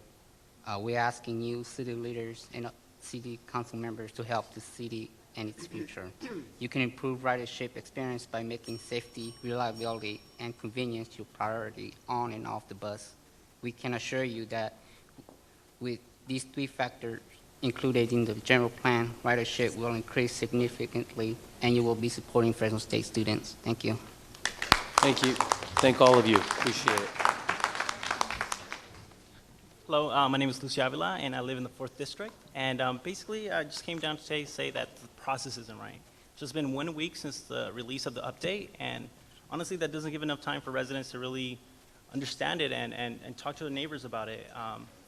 You know, just especially during the holidays, that's the biggest thing. And you know, there's been thousands of residents involved with this general plan, and I feel like they're being shortchanged at the end. You know, just 1 week for them to understand these changes, and now it's time to vote. You know, there is good policy changes. I do agree with that. You know, but still, I still think that residents and myself, I still need more time to process all this through. So I'm asking you guys to delay this by 1 month, and just to give us enough time to really, really dig through it. And thank you. Thank you. Good evening. My name is Mary Curry. I represent concerned citizens of West Fresno. Our concerns have already been put in writing by the Leadership Council for Justice and Accountability, but I want to say some things that I think are very important. As I walked in tonight, I saw a group of people at a table that says, "My plan, my way." And I looked on the other side of me and I saw One Healthy Fresno. Which would you like? I think One Healthy Fresno would be my choice. I'm concerned, first of all, that older neighborhoods have been omitted. West Fresno has been left behind for many, many years. I'm a resident of West Fresno for 60 plus years. I've lived in West Fresno by choice. And I'll tell you, I haven't seen a lot of change in West Fresno. I've heard a lot about the Lowell neighborhood and the downtown area. I haven't heard a lot about West Fresno, but I live there and I take pride in where I live and care about those who live around me. And I'm concerned that the neighborhood is not being taken care of as it should. I recall the last mayor saying that this is a tale of two cities, West Fresno and North Fresno, and we still exist as a tale of two cities. And I think it's unfortunate that we continue to go year after year after year as a tale of two cities. We need to change that. We need to embrace each other, make this one healthy community for everyone. And I think we can do that if we are committed. The council spent this afternoon speaking about trails, as I understand. I think trails are wonderful, but it's difficult for people who have asthma and have illnesses to walk through neighborhoods that are infiltrated with undesirable industrial uses. And that's what we have. I don't walk the neighborhood. First of all, there are not a lot of sidewalks. And secondly, we have a lot of undesirable businesses in our community. And I heard someone say tonight, if you have zoning, it won't change. I don't know if that's accurate or not, but I've always taken the position that I pay more attention to what you do as opposed to what you say. And I'm concerned that the say is not what it should be tonight for all of us as citizens of West Fresno. I look at us as a body of people, and a body of people has to show concern for each other. If any part of your body is in distress, the whole body will feel that. And I should hope that those of you who don't know where we live or don't take interest in where we live will pay attention to the people tonight. The lady spoke about the integrity of the process. We go all over the world, we talk democracy. Do we live it? Do we demonstrate it? I want us to be better, and we're better when all of us are better. Thank you very much. Thank you, Mary. Good evening, Council. My name is Cesar Campos. I'm with Central California Environmental Justice Network. My organization's mission is to empower residents to participate fully in decision-making processes.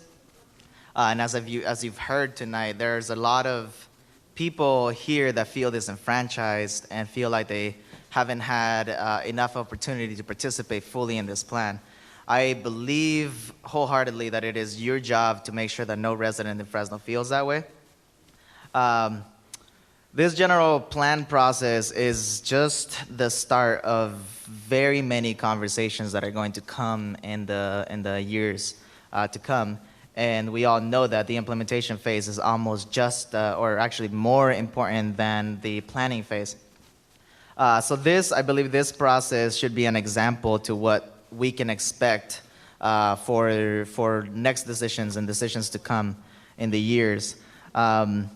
With that, I'm happy with some of the policies that are coming out of this plan, including some policies on household and hazardous waste, along with some pedestrian and bike transit that my org advocated for. However, I also see that this plan is not built on courage. Real courage in this plan would have made you reduce the amount of heavy industrial designation in South Fresno communities, Southwest, and around Kawa, much more than what it is now. And real courage would have made you lock the city boundaries to further growth. As demonstrated by everyone here tonight, your constituents have a lot of courage. The youth that spoke here tonight and will continue to speak here tonight has a lot of courage. So don't be the council that voted out of fear. This plan requires innovation and vision. We all know that. So ask yourselves, how prepared are you to take that vision and make visionary steps moving forward? Thank you. Thank you. Good evening, Venice Curry, Communities for New California, also a partner of Building Healthy Communities. I would just like to state that there are two concerns that I have. One has to do with process and the other has to do with content. You've heard a lot about the process and the fact that it appears to be flawed towards the end of the process. We do acknowledge that there were many, many meetings, many group gatherings, many opportunities for people to share information regarding the general plan. The problem has become that at the 11th hour, literally a news dump on a Friday evening with a voluminous amount of material has not provided a significant opportunity for people to review the plan. No one has said we don't support the plan, we don't want it to be voted on. people have simply said, I would like the time to review the plan, to read it, to comprehend it, to share it with the residents that I work with who had input into it. What I unfortunately have heard is we need to just get it done. Okay, well, past behavior is the best predictor of future behavior. So what I expect, unfortunately, is that when it comes to the development code or any of the other opportunities that you have to vote, this will be the process that you have put in place. The problem with the process is that you've not allowed people to fully comprehend the plan by having an opportunity to read it. So the solution is simply to delay for 30 days. That doesn't mean that people don't support the plan or even the changes that you've actually made, but it does mean that people think it is important to read it before you vote on it. That just seems logical and reasonable. The second issue that I just want to address briefly is content. You've heard that you spent a lot of time actually reassuring some parts of the community about the things that you would not change and how if you did change them, you would allow them to come back and revisit them. So changing things like land use in West Fresno is a big deal. We have been talking about zoning and rezoning for decades. You should know that people are not comfortable, they are not going to tolerate this extension ad nauseum that just doesn't address the concerns that West Fresno has. You need to understand that. Not because people are angry, but because people deserve to live in a healthy neighborhood. And that is what people are talking about when they talk about rezoning and changes in land use. Industrial siting is fine, but you don't have to put it all in Southwest Fresno.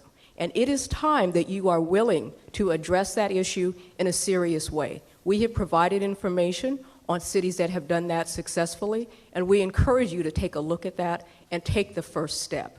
But initially, delay the plan so that people can read it. Thank you. Thank you, Venice. Thank you. My name is Leticia Corona. I'm policy advocate for Leadership Council for Justice and Accountability. I don't come on behalf of my constituency, I come on behalf of our residents that we work with on a daily basis. I recently came back to my own communities, working for the United Nations and the Foundation, the Waiter Peace and Development, seeing these issues and working in Tijuana, in Mexico, seeing these great disparities and the lack of government accountability, and seeing that we are not listened by our government. We are asking for a little delay on the general plan. We know residents have been working diligently, but I ask you, City Council mayors, Mayor, have you gone back, City Council, to your own residents and explained the updates to the general plan? Have you discussed it with your families? Have you engaged them? We work on empowerment. According to the World Bank, the #1 indicator for economic development is education. A lot of us who come from these low-income minority communities, we're tired of living in infested cockroach and rat-infested apartments. We deserve better. It doesn't matter about the color that you are or the language you speak or where you come from. It's about dignity and respect. We empowered ourselves. We went to school. We educated ourselves. We learned about the system. And now we ask to be part of the system. We demand that our representatives listen to our citizens that are here today. Doesn't matter what language you speak, you should be included in that table of decision making. I know a lot of residents have worked, and I respect the mayor and I respect our city council for including us. This has been a very inclusive process. A strong state is built upon a strong society. We're just asking a little bit of more time for us as advocates to digest, to analyze those documents that were released at 7:30 on Friday. Those comments were from citizens, from residents, from our constituencies we work with on a daily basis. They deserve the respect. We want to go back now to our communities. We haven't done so. We are tired, and I know you are too. So we're just asking for a little bit more time, 4 weeks, as respect for our communities to be engaged. It's not about busing residents here. It's about making sure they can stand up today and speak from their heart and their experiences, because they have been involved from day one. So I thank you. And you all know our work that we have been doing with building healthy communities. And we'll continue to work with you hand on hand, but making sure there's a task force as well for our citizens who work on a daily basis and who work and live in these communities. I thank you, and I look forward to working with you. Thank you, Letitia. Hello, my name is Matthew Jindian. I'm a professor of sociology at Fresno State. Spend much of my time on campus at 5340 North Campus Drive. I'm a fourth generation Fresno resident. I want to thank you, Council President, thank the Council and Mayor for presiding over tonight's forum. I want to thank all of those who are still present, those of you especially who spoke earlier and stayed to listen to the concerns of your fellow residents and neighbors. This is what democracy looks like. Long evenings of public input, public discussion, and public dialogue. And it's this level of public engagement that it's going to take to reverse the tale of two cities, which has been produced by decades of plans that had little public input and served private interests over the public good. We didn't arrive where we are today by accident. As I was recently reminded, which takes longer, messing up your room or cleaning it up? This will be a long process and a long journey, and we begin that with this first step. And so I encourage support of the plan, despite its imperfections, many of which have been mentioned tonight. Some, for example, are linguistic like my own. I have concerns about the overuse of should in the plan rather than shall. Shall is a much more strong word, more directive, more intentional. I encourage support of the plan because a plan will never be perfect. As I tell my students, knowledge and ideas are wonderful. I teach at a university. Knowledge and ideas are wonderful. We even have a saying, knowledge is power. But I don't agree with that. Knowledge is potential power. Knowledge becomes powerful when they're acted upon. Ideas become powerful when they're acted upon. And so my bigger concern is a concern about action, about adherence, about implementation of the plan. And so, while I support the plan and encourage you to do so, I would like to see a more detailed description of the city's plan for public participation in the regular review of the implementation of the general plan. As we all well know and have heard, pathways built on good intentions don't necessarily lead to the desired destinations. And I think we've got a people and a populace that's ready to walk with you as leaders of our community to make a plan that works to create one Fresno. Thank you. Thank you, Matthew.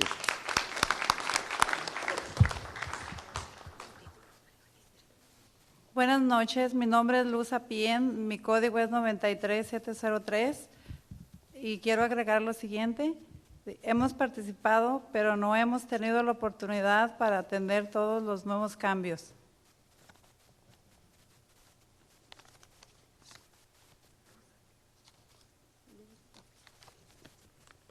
Hello, my name is Luz Apien. We have participated, but we have not had the opportunity to understand the new changes. Nos dieron una semana y eso no es justo. Por favor, es poco tiempo. Voten en enero, por favor. Gracias. They gave us a week. It's not fair. Please, we ask for the vote in January. Thank you.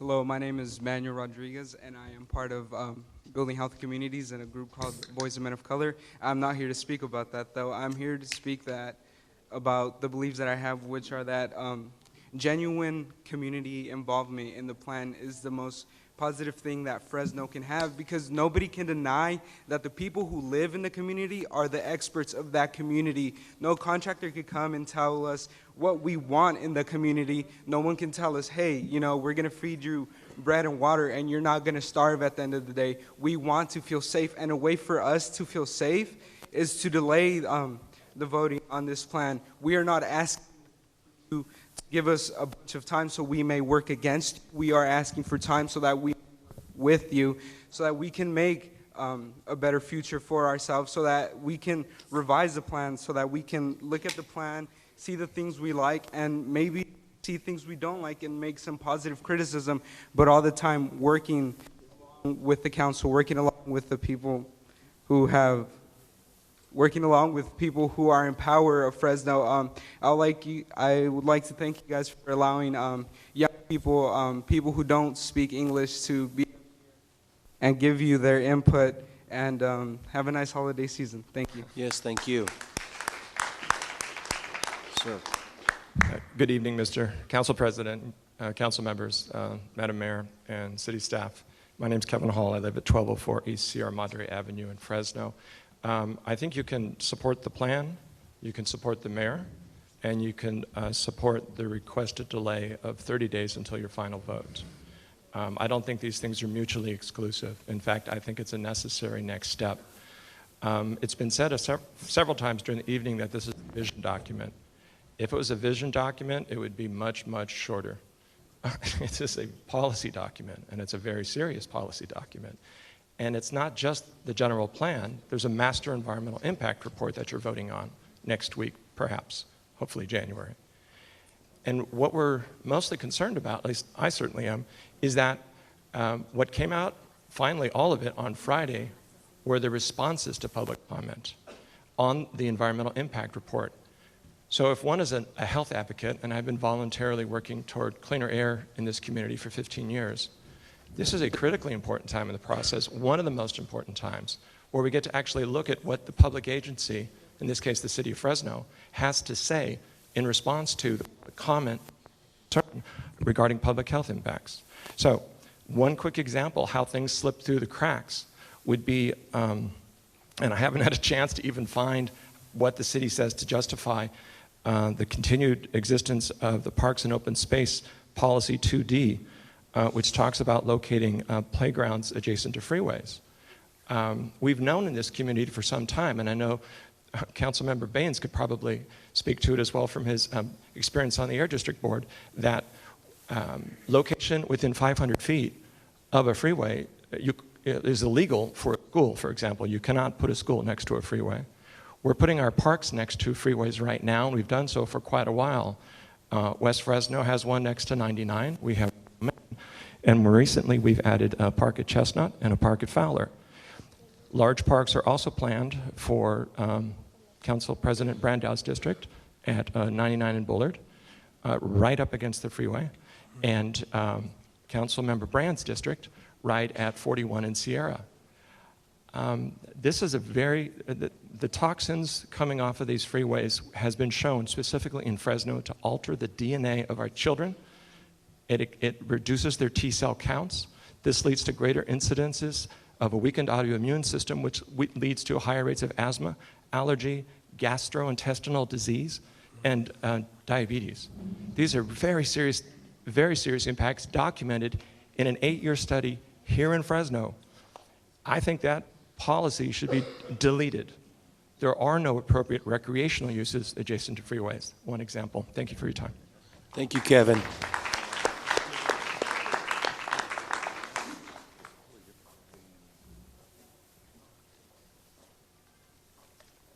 Buenas noches, mi nombre es Gabriela, mi código postal es 9373. Tengo 10 años viviendo en Fresno y nada ha cambiado. Estoy empezando a formar familia. Tengo 2 hijos que quiero lo mejor para ellos. My name is Gabriela. My zip code is 93703. I have 10 years living in Fresno, and nothing has changed. I'm starting to form a family. I have 2 sons, and I want the best for them. and I want them to be better. Y parte de ello es mejorar su seguridad. Por eso ocupamos un mejor Fresno, mejores escuelas, parques, banquetas, luces y muchas cosas más.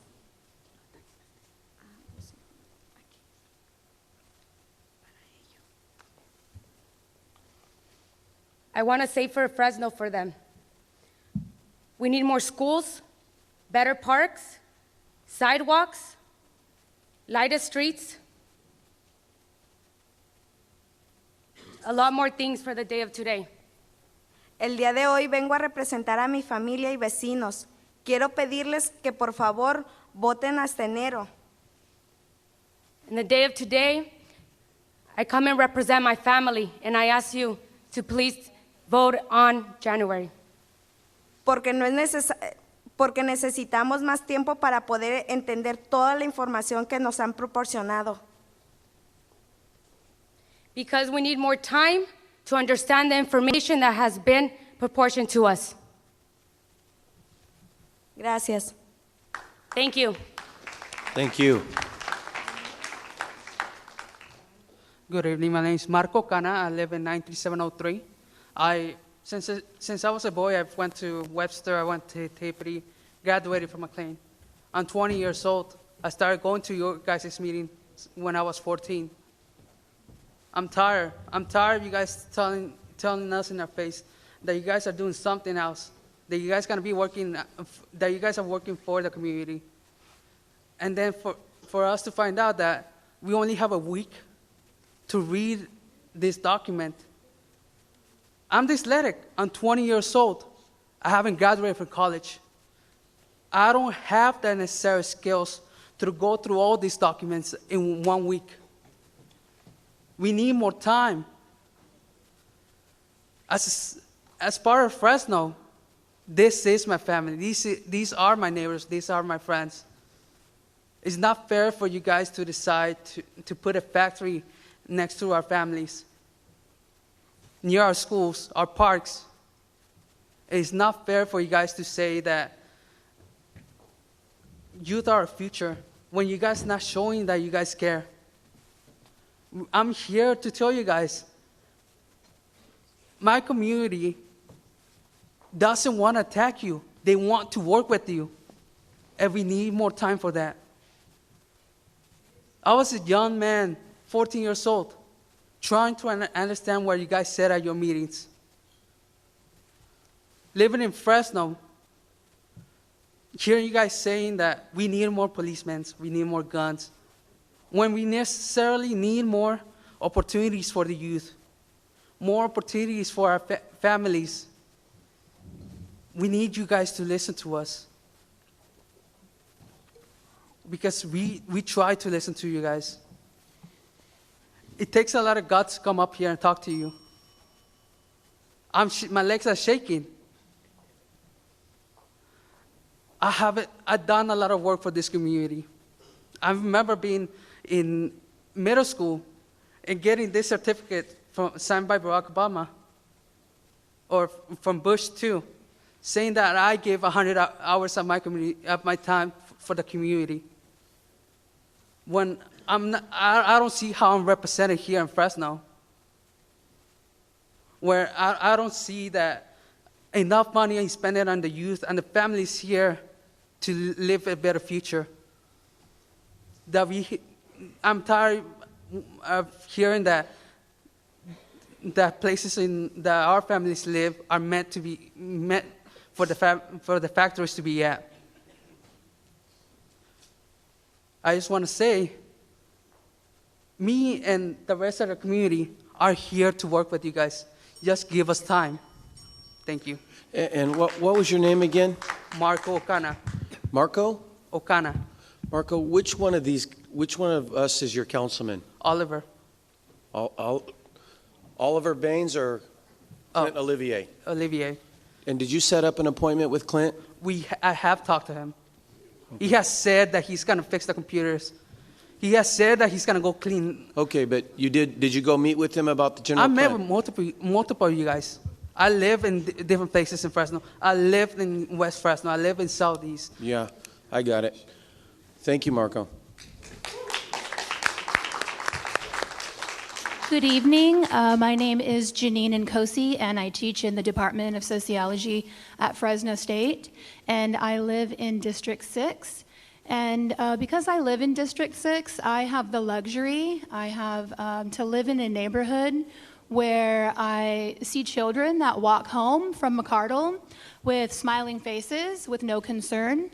I live in a neighborhood where I have left my garage open and nothing has been taken out of my garage. I live in a neighborhood where families are able to walk the streets.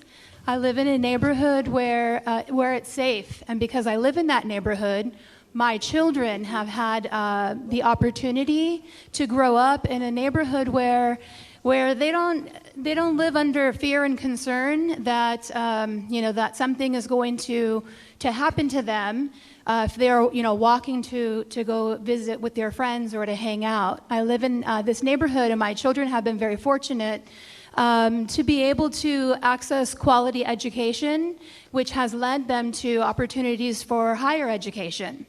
And at the same time, I work in Southwest, I work in Southeast, and I work in Central Fresno. And there, we've heard tonight, I will be 1002. We've heard this evening that there are these disparities, and I have seen them firsthand. I canvass the neighborhood, I walk the neighborhood with my students, and what I see in these neighborhoods are children that are not so lucky as my children that walk home around boarded up properties.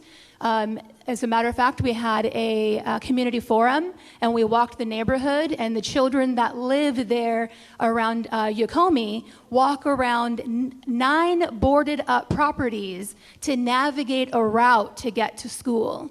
And so I've talked with folks, and I hear that we say we need to pass the plan, and we can't please everyone, but I'm here to ask for a guarantee. I heard someone say earlier that we have language in there that says should, but we need language in there that says shall. So I'm here on behalf of the children that live in Yokomi, that live in Lowell, that live around Kirk, that live in the neighborhoods that have not been so fortunate as my own children. I really hope that each one of you can see the children that live in these neighborhoods as your own children, see the seniors that live in these neighborhoods as your own mothers and fathers. And I ask that that we have stronger language in the general plan that guarantees that we are going to do right by the people who have been ignored and who have been left out and who have been left behind, so that we can have one healthy Fresno. Thank you. Thank you, Janine. Mike. Good evening. My name is Mike Wells. I live at 1305 East Princeton Avenue in District 7. And on my way in tonight, I picked up one of each of the T-shirts because, and I hope to pick up some more on the way out too. They hopefully make good Christmas presents. But so I picked up a blue one because I'm really, for the most part, happy with the plan and look forward to seeing it passed. Whether it's tonight, next week, or next month. We've been working on it for a long time. I was really happy to be a member of the Citizens Committee that we met lots and lots of times going over pretty much all of the aspects of the plan. I also worked with a lot of the people with the gray shirts, and I have a gray shirt also because I really care about the process. And over the last 4 years, it's probably the most rewarding thing I've ever done, professionally, is to be able to work with community members in 4 different languages going over this plan as it was being developed. So the things I like about the plan, and it's an improvement on the existing one. I think it makes it easy and inexpensive to do some of the things to develop in the way that the community has decided that we want to develop. And hopefully it'll make it more expensive and more difficult to do some of the things that the city has been doing for generations, the continued urban sprawl. I think the plan could be better. I think that I liked the ratios of infill to growth area development a couple years ago, more than I like them now. And I agree that there should be some shalls instead of shoulds in the plan. But I think all of us who have spoken tonight look forward to working with the planning department, with the city council over the next several years as we implement the plan. And whether it's passed tonight or next week or next month, I hope that there can be some improvements. I think that the public process, we set the bar really high over the last couple of years, and probably because we had a community organizer running the planning department for a while. And it does feel kind of rushed right now. And so, you know, I hope that we can continue to work with the people in the community who are you know, requesting some more changes. I think there's been some really good changes in the last couple of weeks. But I think all of us need to, and I hope that we will continue to come out and work with you on the implementation of the plan. I remember 2 years ago when we got the Alternative A selected, we were told, well, you know, it doesn't really matter because the plan is just going to be amended and changed over the years. And I hope that all of us keep coming out and making sure that the changes are in the right direction. Thank you very much. Good night. Thank you, Mike. Sir. My name is Luffy Bailey. I live right next door to Dickey Park downtown. I formerly was the choir director at Madison, Teagan, Polk Elementaries in Central Unified. I'm currently the choir director at Central East, Central West, El Capitan, and Rio Vista in Central Unified, and also at Westminster Presbyterian, which is up in the Fig Garden area. So I have quite a broad range of travel that I make in the course of my work. And I wish I could be wearing 2 shirts. I'm wearing multiple at the moment, and it's a little bit too hot. And also the blue brings out the color of my eyes. But I really do identify with some of the needs of the people in the gray shirts, and I really love the plan that is supported by the people in the blue. But there are a lot of things that have been spoken about tonight that are specifics I think will be addressed as they come along. I believe there's a draft of the development code out already. You can be looking at it now because maybe that'll be rushed too. If we do have to vote on this soon, man, I'd love this to go. It's wonderful because it addresses a few things that are really important to me. One is that there's kind of a myth that if we let developers choose where to build, that people will have a choice of where to live. But developers don't really develop according to the choice of the people. It's to the choice of their wallets. And something like 30-40% of people in America want to live somebody that's urban and walkable and healthy. But that's not where the development's been. Not here, not historically. The other thing is that the code has not been enforced. It's been enforced horribly. If you walk around my neighborhood, if you walk around West Fresno, there's so many boarded up places, so many totally uninhabitable places that are still being rented. And they have these nice yellow and red signs with a company that I think you know.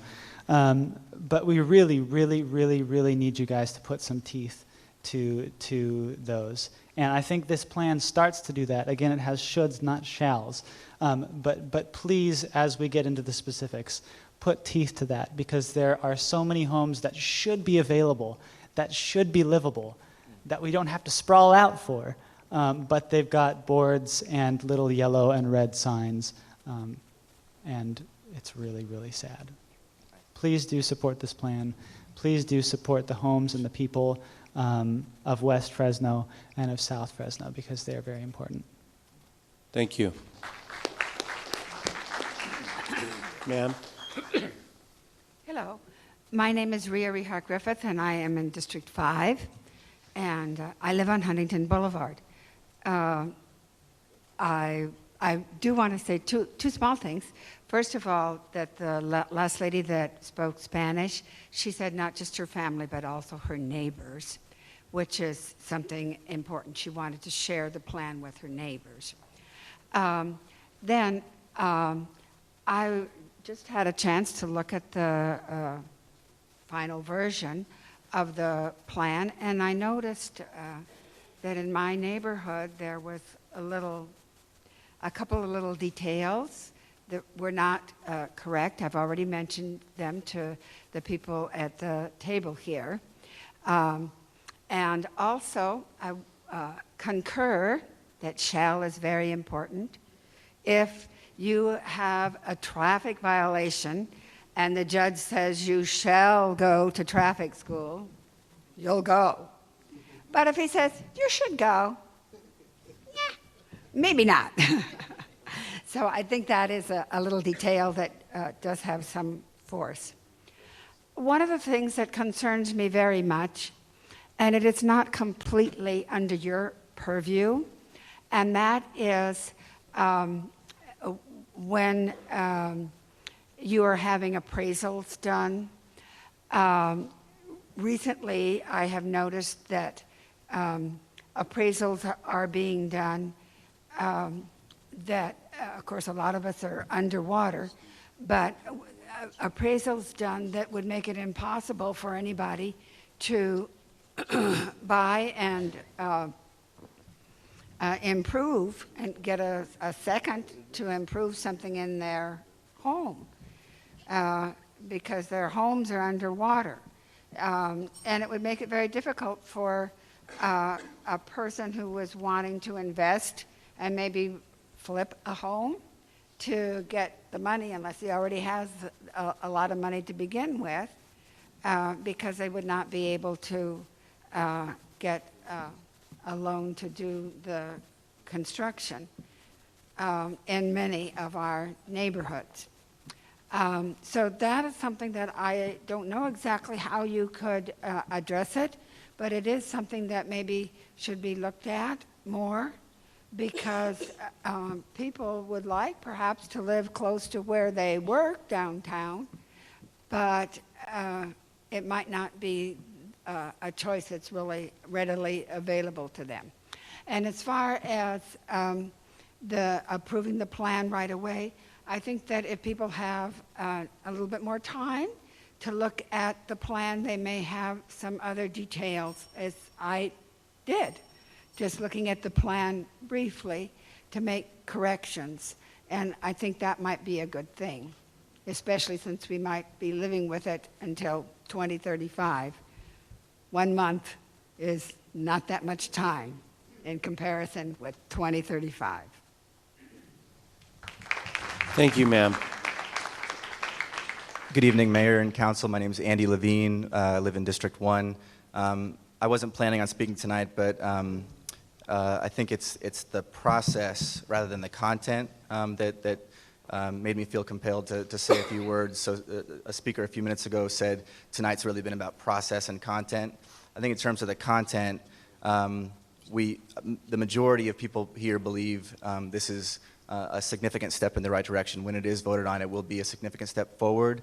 And people have talked about the tale of two cities in Fresno and the economic divide between North and South Fresno. I do believe this plan can go further, much further, and it actually already has had some improvements that residents have asked for and have been included.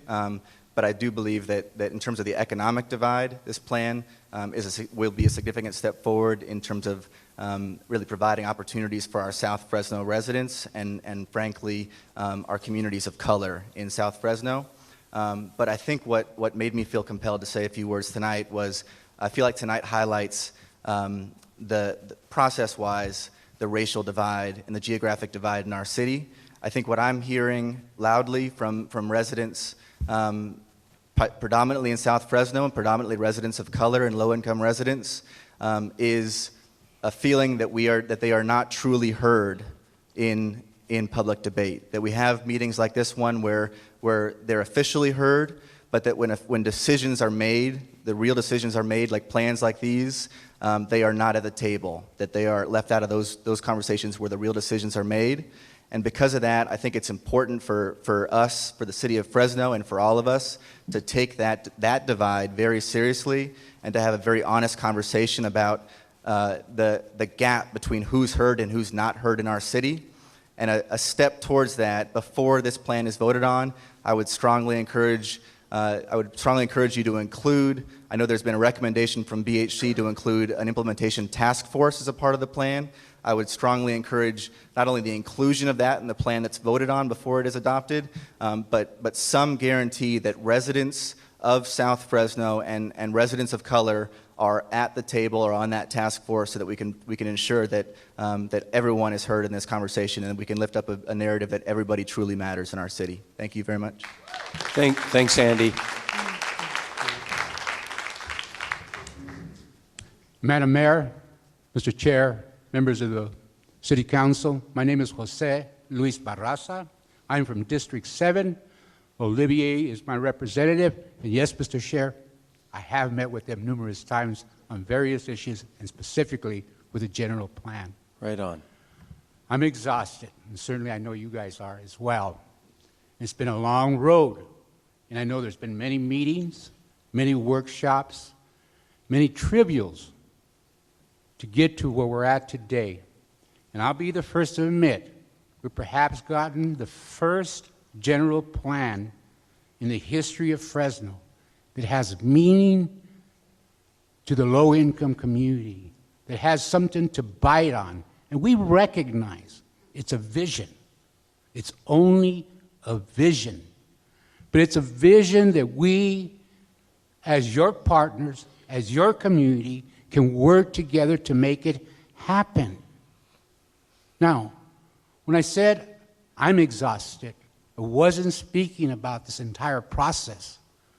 I was speaking about that 20-year-old youth who came before this city council back in 1972, dealing with this kind of specific issues that we're dealing today, mainly on eminent domain, thrashing down our homes, our buildings in southeast Fresno, in southwest Fresno.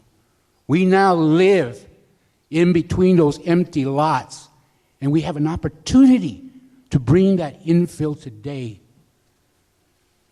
When I did that in 1972, I did that with Chris Peterson, the late Chris Peterson, a city council member who knew very well what he was talking about because everything he said did occur.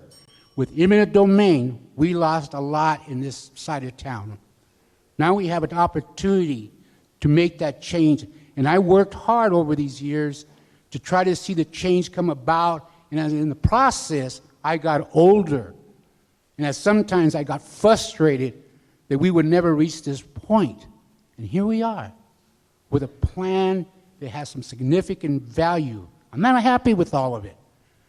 But I'm more happy with this plan and past plans because every time I seen those past plans, they just whittled away by the time we got to this point.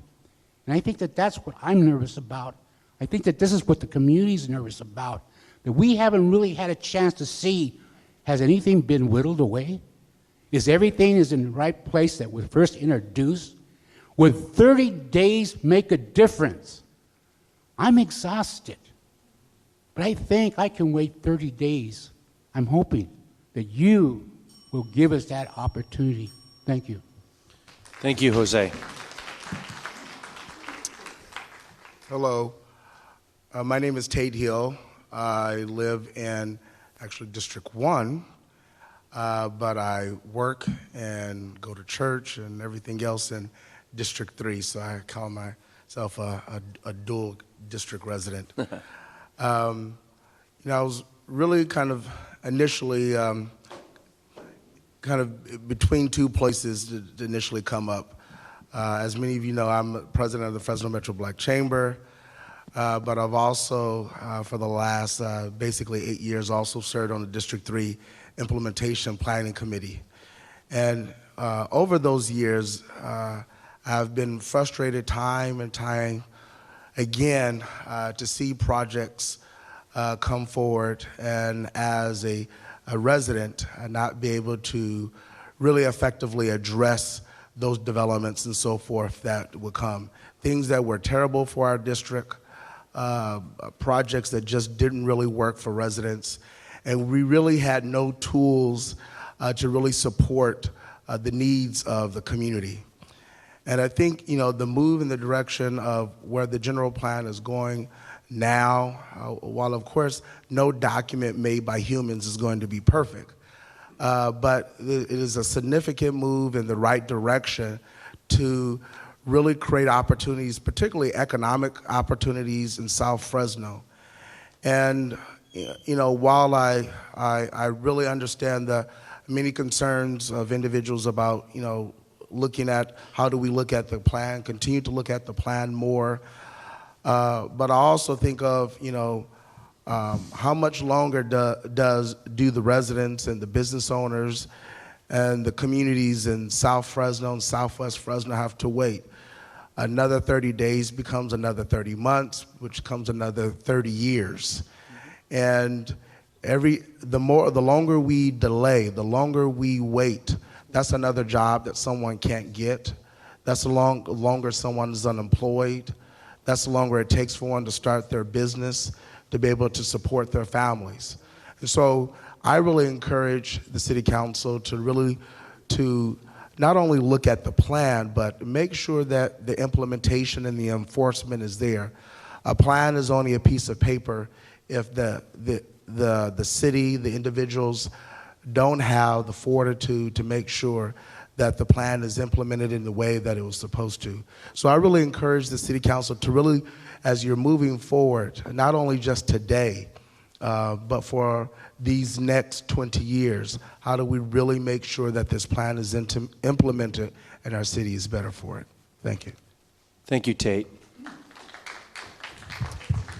Good evening.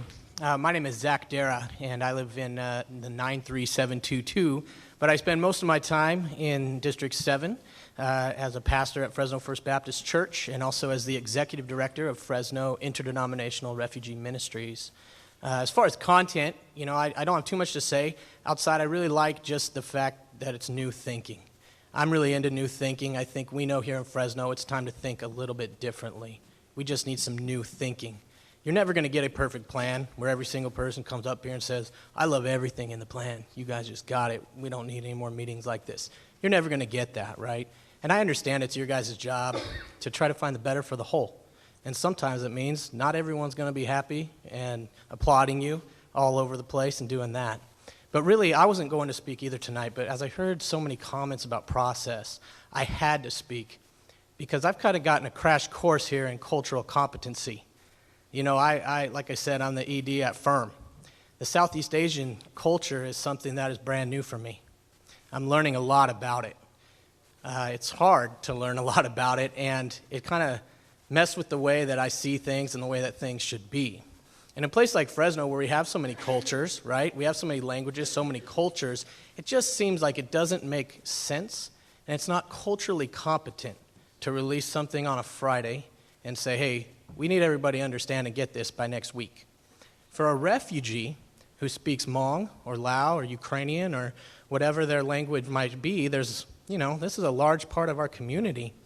I think there just wasn't enough thought in cultural competency to say, well, what about the refugees? I'm not talking about 5,000 residents. That's still a significant number. One resident is a significant number, right? We're talking about 60,000 refugees. It's a lot of people. And it's hard because access to this type of stuff is something that I deal with every single day.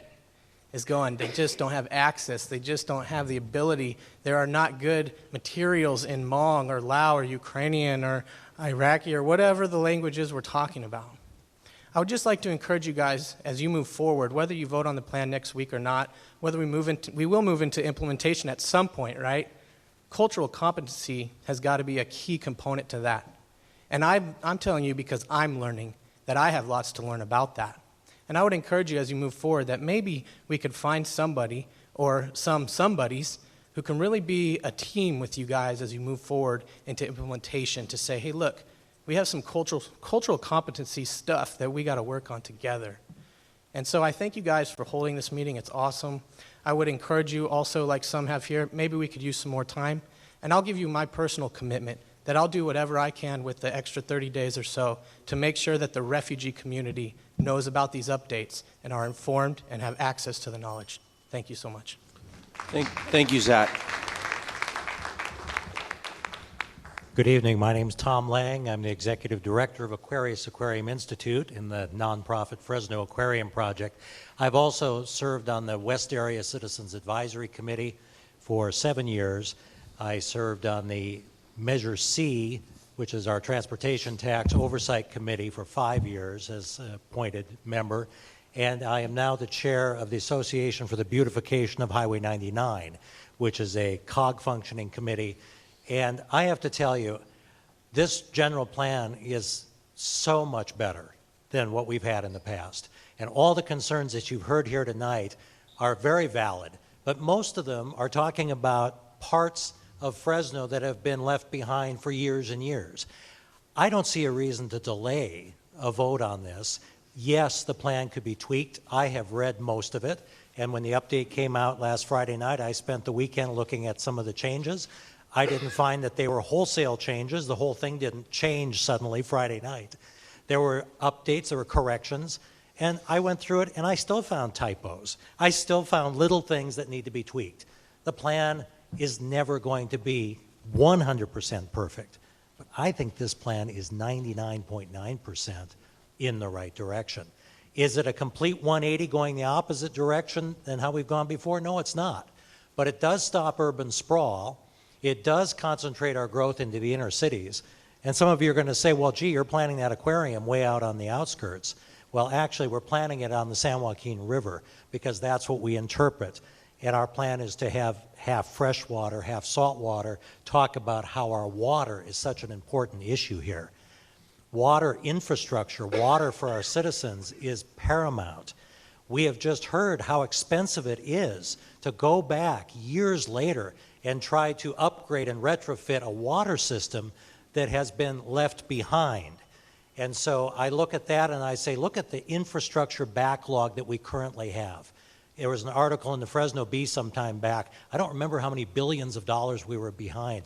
But if we keep sprawling out, that's going to get worse. It's going to get more expensive. It's going to be more problematic for city services to extend that far. So we need to keep our housing and our density inward. And that's what this plan does. It's marvelous. I would urge you to adopt it, to vote for it next week immediately, and then start the implementation process and this tweaking that everyone has talked about tonight to make it more perfect as it goes on. But you know, plans come before you, development plans come before you, and it is the implementation and your votes and your future city council members who are going to be voting on these as they come before them. We can fix it as we go. Thank you so much. Thank you, Tom. Good evening. My name is Maria Eraña. I live in the Tower District and I work in Southeast Fresno. I lived in Fresno for 20 years plus. And I understand that an unprecedented number of residents have participated in the development of this general plan, and that's great. I think it has resulted in lots of good changes, positive change. However, it is important to allow the residents that participated in this process to fully understand how the amended plan, the final plan, incorporated or not their feedback. It's not a matter of tweaking. We understand that the city employees, the commissioner, planning commissioners maybe read already the 2,000 pages of the amended plan and fully understand it. We're talking about the residents that participated in this process, and you as elected officials should respect these residents. You are expected to respect us as residents. So it's very important that you allow residents the time to fully understand how their feedback was incorporated or not in the final version of this general plan. It's not about us being against it. We understand it has a lot of good positive stuff in there, but it needs to be understood by these residents. So I'm asking you to honor the request of the General Plan Citizens Advisory Committee, the request of the League of Women Voters, the Fresno Building Healthy Communities ally organizations, and many other residents and businesses that have come before you and before the Planning Commission last Monday to request not a delay to tweak or to, we understand that there's going to be an implementation phase, but there needs to be respect to the residents. And there is nothing for you to lose by allowing 4 more weeks for residents to digest and understand the changes that were made. And there's a lot for you to lose, mainly the respect and the trust, the goodwill of the residents that you invited to participate in the process. And I live in the District 3.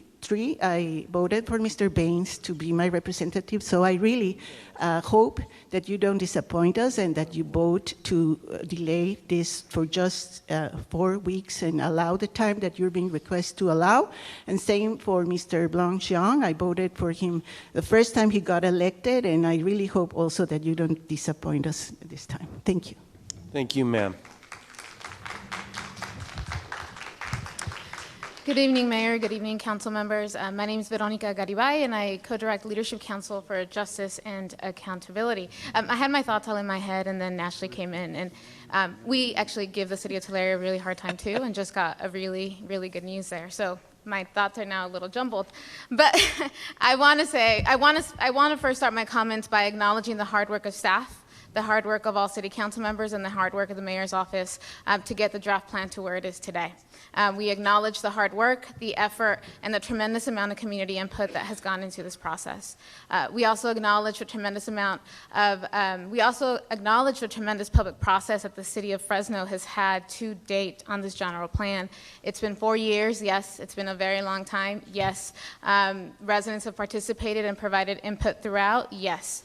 We are also a partner to building healthy communities. We acknowledge that there are good changes in the plan, in the revised version of the plan. There are good policies, many of which we have discussed with the mayor, many of which we have discussed with city council members. And we are very happy to see those changes in the plan and are very pleased to see that in that plan. So we acknowledge that, and we acknowledge those efforts and commend the city for listening to some of the community's concerns on those issues. With respect to the process, we want to support a good plan. We want to support this plan. Believe me when we say we want to support a good plan. But a good plan comes with a good public process. You have had a tremendous public process to date. Yes, the draft plan was out many months ago. Yes, we had a 45-day public comment period, and that 45-day public comment period got extended due to a technical error in your legal notice in the Fresno Bee. And then we all submitted all of our final comments to the environmental impact report on October 9th. Staff began to release revised changes, red-lined revised changes to this plan the day before Thanksgiving, and all of the responses to the general plan and the environmental impact report were released last Friday night. That's a tremendous amount of information to understand and to go back to our community residents and tell them, hey, you know what? The city listened to you. They listened to what you had to say. There's some good changes out of the input that you provided, and they'd like to share that with their neighbors, with their friends, and with their communities. And we'd like the opportunity to do that because we want to support this plan. We want to be here in 4 weeks, and we want to say that the city of Fresno had a good public process through the very end of this, through the tail end. You didn't rush this, that we want to be able to understand the analysis in the environmental impact report. We submitted a significant amount of comments to that, and there's a lot of mitigations, there's a lot of more than significant impacts where we feel that all mitigation measures weren't meaningfully addressed, and we'd like an opportunity to really analyze that. Finally, I'd like to say that we want to work with you. We're not asking for a 3-month delay. We are not asking for a 6-month delay. We are definitely not asking for a 1-year delay. We are ready to roll up our sleeves. We want to work with you. We have offered our support and our resources to every single one of you on that dais to help implement this plan. We also have a strong presence in Sacramento where we can help work and draw down resources to make this plan a reality, because the hardest part of this plan will be implementing and making that a reality, and it's that much more difficult to implement when you don't have full community buy-in into that process. So we ask that you delay 4 more weeks so that we can have an opportunity to go back to the communities that have been involved for so long in this process. Thank you. Thank you, ma'am. Good evening. My name is Sandra Celedon Castro. I'm the hub manager for Fresno Building Healthy Communities, and I'm here to echo a lot of the comments that you've already heard, so I won't repeat them. But I do want to talk about the process and the fact that we definitely want to support a good plan, and I echo Veronica's comments in that a good plan requires a good process, a good, inclusive public process from start to finish, and that it's not enough to say we met with residents, we talked to residents in the beginning, and now residents need to step aside and let us get to work. Let the experts handle it now, because nobody can tell you about your neighborhood but yourself. You know what streets work, what street lights work. You know what way you can walk through your neighborhood. You know what's good in your neighborhood, and you know what's not so good in your neighborhood. And I think it's completely disrespectful to residents to expect them to take time out of their holidays to understand a massive document in a matter of a weekend and be ready to make a decision and stand behind the city and say, we trust you and we thank you for being inclusive and really listening to all Fresnans. And today I came across a quote that I think really speaks to what we're talking about today, and it says that democracy must be built through open societies that share information, that we know that information is power, and when there is no sharing of power, no accountability, there is abuse, corruption, subjugation, and indignation. We've talked about extensively tonight about the tale of two cities, about the built environment and how South Fresno looks completely different from North Fresno. But we also want to talk about the tale of two cities in a city that listens to some people, that includes some people throughout the process, and that doesn't include some people sometimes or at all. And so we definitely have to change what Fresno looks like for the next 20 years. We need to make sure that everyone lives in a neighborhood that supports their health, but we also need to make sure that we live in a community where everyone matters, where democracy is not just for a few, but it's for everyone. That even if you have a different opinion from the opinion that I hold, that I respect your right to participate in the process, and I respect your right to enjoy democracy. And it shouldn't matter what you look like, where you come from, or who you are. The democracy does not see that. The democracy sees you for the person that you are, and that you have value, and that you are the expert, and you don't need anyone else to speak on your behalf, because you can speak on your own behalf. And you've seen that today with residents. You've seen that in the last 4 years with residents. And Fresno Building Healthy Communities is here. Fresno is in a very unique position to have an initiative that brings thousands of resources to its community to do exactly what we say we're going to do, and that's build healthy communities. And that includes through the environment, through the neighborhoods, and also through their democratic process. Thank you. Thank you. Sir. Good evening, Council President Brandow and members of the City Council, along with Mayor Swearingen and her staff. My name is Gary McDonald, and I live at 2097 East Queens Gateway here in Fresno.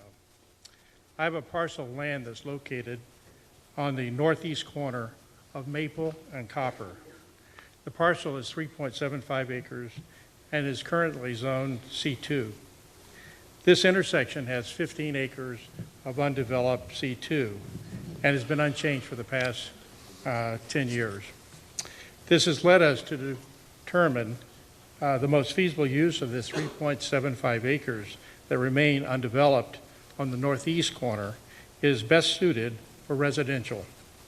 We proposed our plan to the planning staff in September. They unanimously supported our plan, and Jennifer Clark today said they continue to support our plan.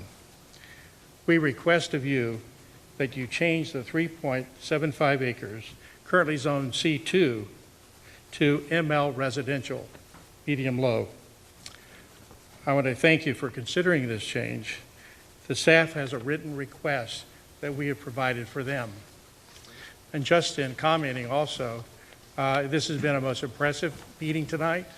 I see the amount of time the staff has put into this, the patience of the City Council and the other staff members, and I'm really impressed with this audience, how articulate they have been to express their thoughts.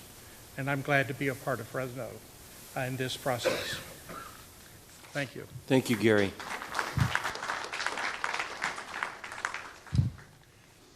Good evening, Madam Mayor, city staff, and members of the council. I'm Dirk Puschel, and my business address is 923 Van Ness here in Fresno. I've been in business at that location for about 25 years and been a resident of Fresno since 1974.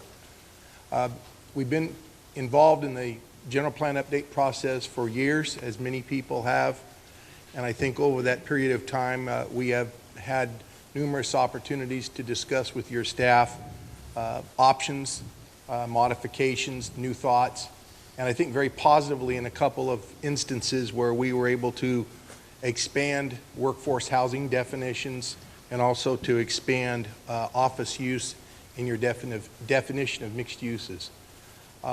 3 issues remain, 3 different clients, 3 different issues. My firm represents Vidal Company, who owns the old Fruhoff property north of Bullard on Golden State. They have concerns about the adequacy of the environmental assessment that has been done for the rerouting of Golden State. We presented testimony to your Planning Commission about those concerns, and I have a letter that is similar to the letter that we presented to your Planning Commission, and rather than take up more time this evening, I'm going to hand the package of letters to Ms. Herr, and I'm sure that she'll hand it through the clerk and ultimately to the council members. So we thank you for your consideration of those issues. The second matter has to do with our client, Fresno Pacific University, that owns the northwest corner of Butler and Winery. And early on in the process, we began communication with your planning staff about a plan to have a mixed-use development on that site. Our intent is to have student housing, teachers, offices, and parking to supplement the main campus that you're very familiar with. The designation that was developed was corridor mixed use, which would have required a minimum of 16 units to the acre, and we've asked the staff to change it to neighborhood mixed use, which is a much less intensified use, to 12 to 16 units per acre. We seem to think that that makes a lot of sense, and yet still allows us to have a mixed use opportunity. The second is I'm here on behalf of Sierra Nut House, who has operated a property at 3034 East Sierra since 1974. The property is zoned agricultural, but it's still in the city of Fresno. We would ask that that property be designated for office. We think it's a better use. It's in a regularly shaped property. It has significant off-site costs. We think we would generate somewhere around 8 offices versus the 34 apartments that would likely be developed on the site. We admit that we got into the process very late. Ms. Sorrenti is a business lady, but we appreciate your consideration of this request and staff's assistance in getting us there. And thank you so much for your time this evening. Thank you, Dirk.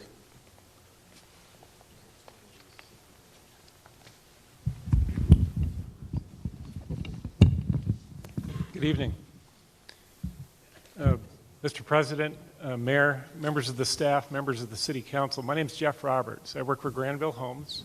Our business address is 1396 West Herndon Avenue. We would like to ask your indulgence to make a presentation here this evening, and we have either multiple speakers could do it, or I could make the presentation in probably a few less minutes. So it's your pleasure. We would take the latter option. So, yeah, go ahead. Okay. Go ahead, Mr. Roberts. Thank you very much. We really appreciate the opportunity to speak here tonight.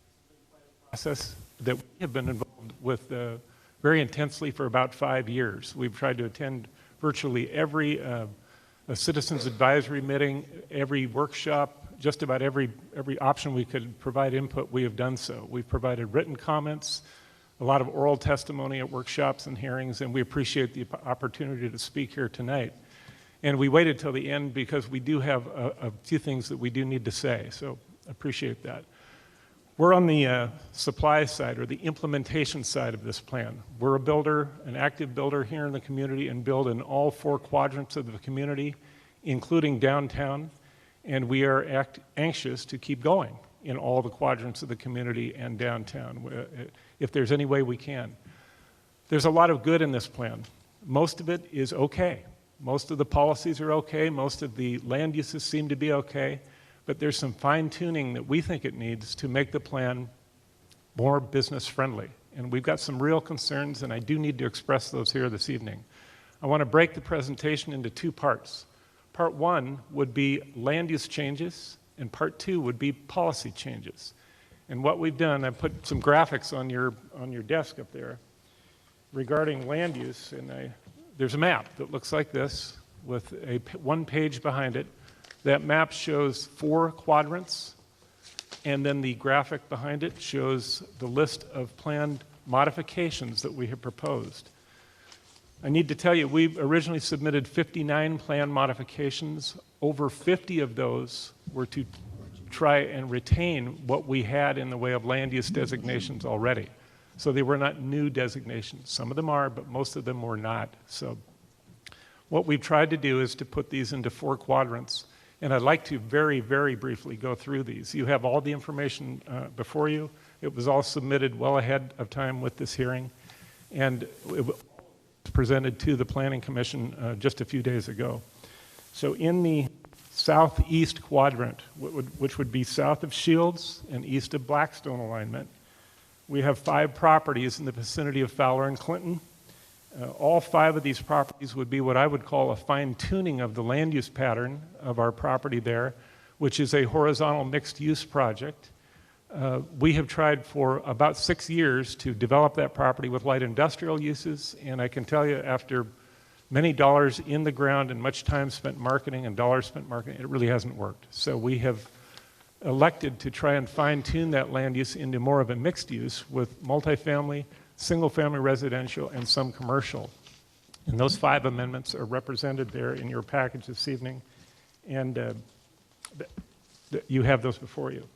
In the northeast part of town, we have some selected amendments in the Copper River area. Mr. McDonald had already talked about one in the Copper River area, and we are partners with Mr. McDonald on a lot of property there, but there are a total of 11 properties, and these, again, are a fine-tuning. Copper River is a little bit different. It has a very finite number of sewer capacity, or amount of sewer capacity, and we cannot exceed that, and we have a master conditional use permit that makes everything fit, and we can't move beyond that. So we have proposed a fine-tuning of this. Staff had actually proposed some high-density designation in there that just won't work. We don't have enough sewer capacity. In the southwest part of town, we have actually 17 properties totaling about 380 acres in the area that we call Mission Ranch, formerly called Running Horse. We had proposed a land use designation change to medium-low density, and we have seen anything ranging from very high density to a very low density designation. And I just want to state for the record that we are in favor of medium-low density, that it will allow us to implement the existing R1 zoning that's in place, and we want to kind of eliminate all the golf conditions that were there and start with a clean slate and master plan that property with the assistance of the neighboring property owners. We've been in close contact with them for the last year or so, and we continue our work. In the northwest part of town, the last quadrant, we have a total of 10 properties that we're trying to retain some of the uses on. We have a property at the corner of Riverside and Herndon that is designated high density. We would prefer to see that come down to an urban neighborhood, which is actually a drop in density. We think it'll be a more buildable property. It's in between the El Paseo Shopping Center and an elementary school. We think it's a much better fit in that different density. I do need to mention one property that we're concerned about. It's at the corner of Grantland and Barstow. It's on the northeast corner, and it's about 3.5 acres, and that property is planned, zoned, and has an existing entitlement, conditional use permit for a neighborhood shopping center, C1 shopping center. Staff has proposed to change that designation to an urban neighborhood.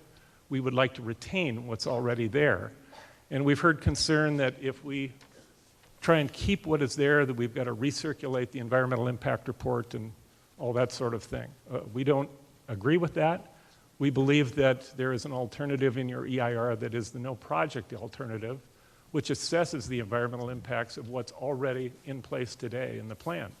And that's what we have today, and we'd like to retain that. The other portion of the request has to do with policy. And excuse me for 1 second. There's another document in front of you. This is kind of the cover sheet. It has 4 different policies we'd like to touch on, and I'll go through these very briefly if I could. Policy 2A, which I refer to on this document, has to do with the need for some kind of way to implement the general plan in between today and when you adopt a brand new zoning ordinance, which is going to be several months away.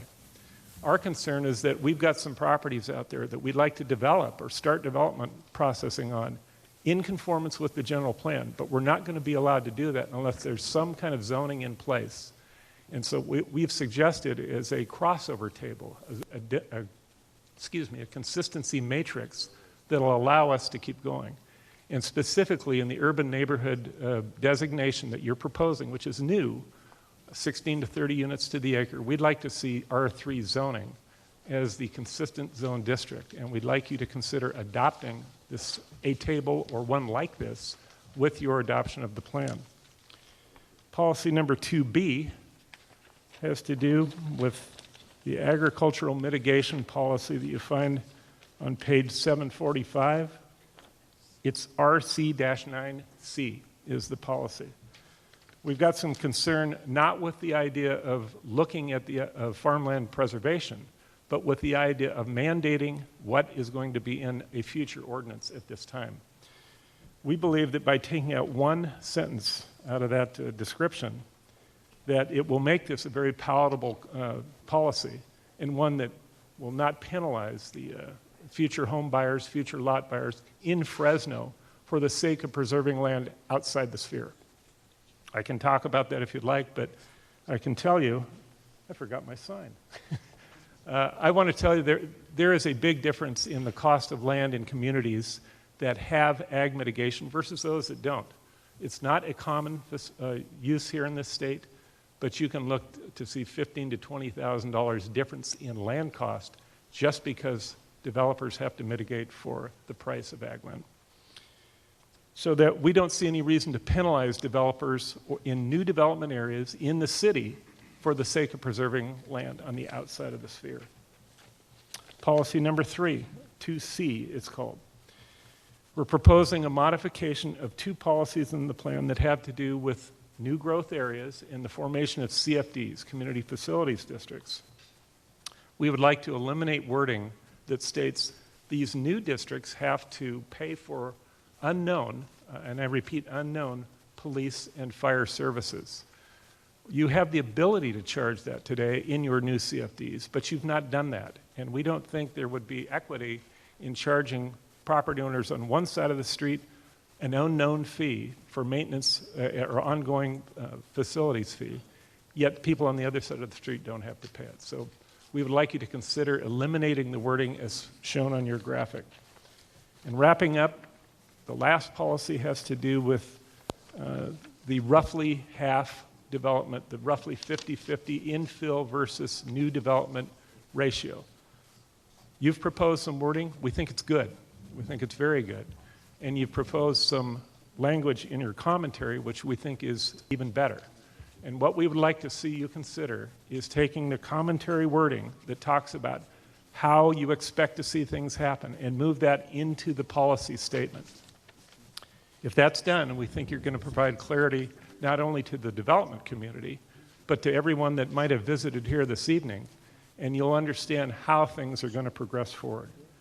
So in summary, Mayor, members of the council, Mr. President, we do want to help implement this new plan, this new vision for the city, but we need the right tools to do so. And we think with some fine-tuning of this document before you today, we can get there. And so we're anxious to help, and thank you very much.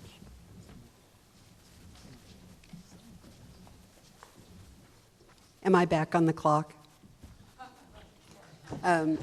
My name is Claire Statham. I'm a resident of Mr. Olivier's district. I live at 3977 North Mariposa.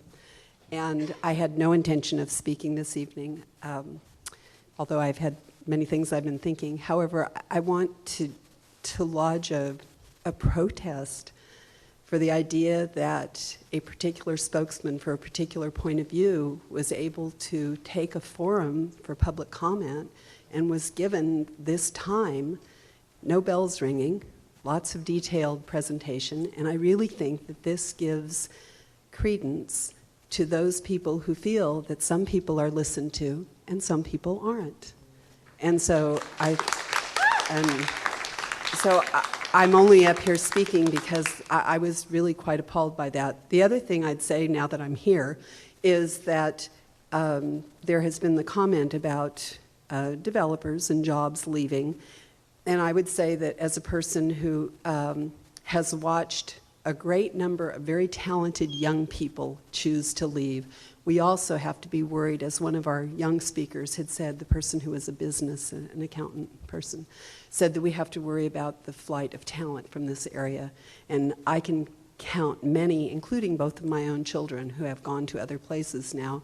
At first it was a personal thing. I thought, oh, how sad this is, but I'm beginning to think that it's a sad thing for Fresno overall when I see the numbers that are leaving. And part of it is because of the kind of faceless sprawl, the inland empire mentality that we seem to have embraced. And I hope that that will change.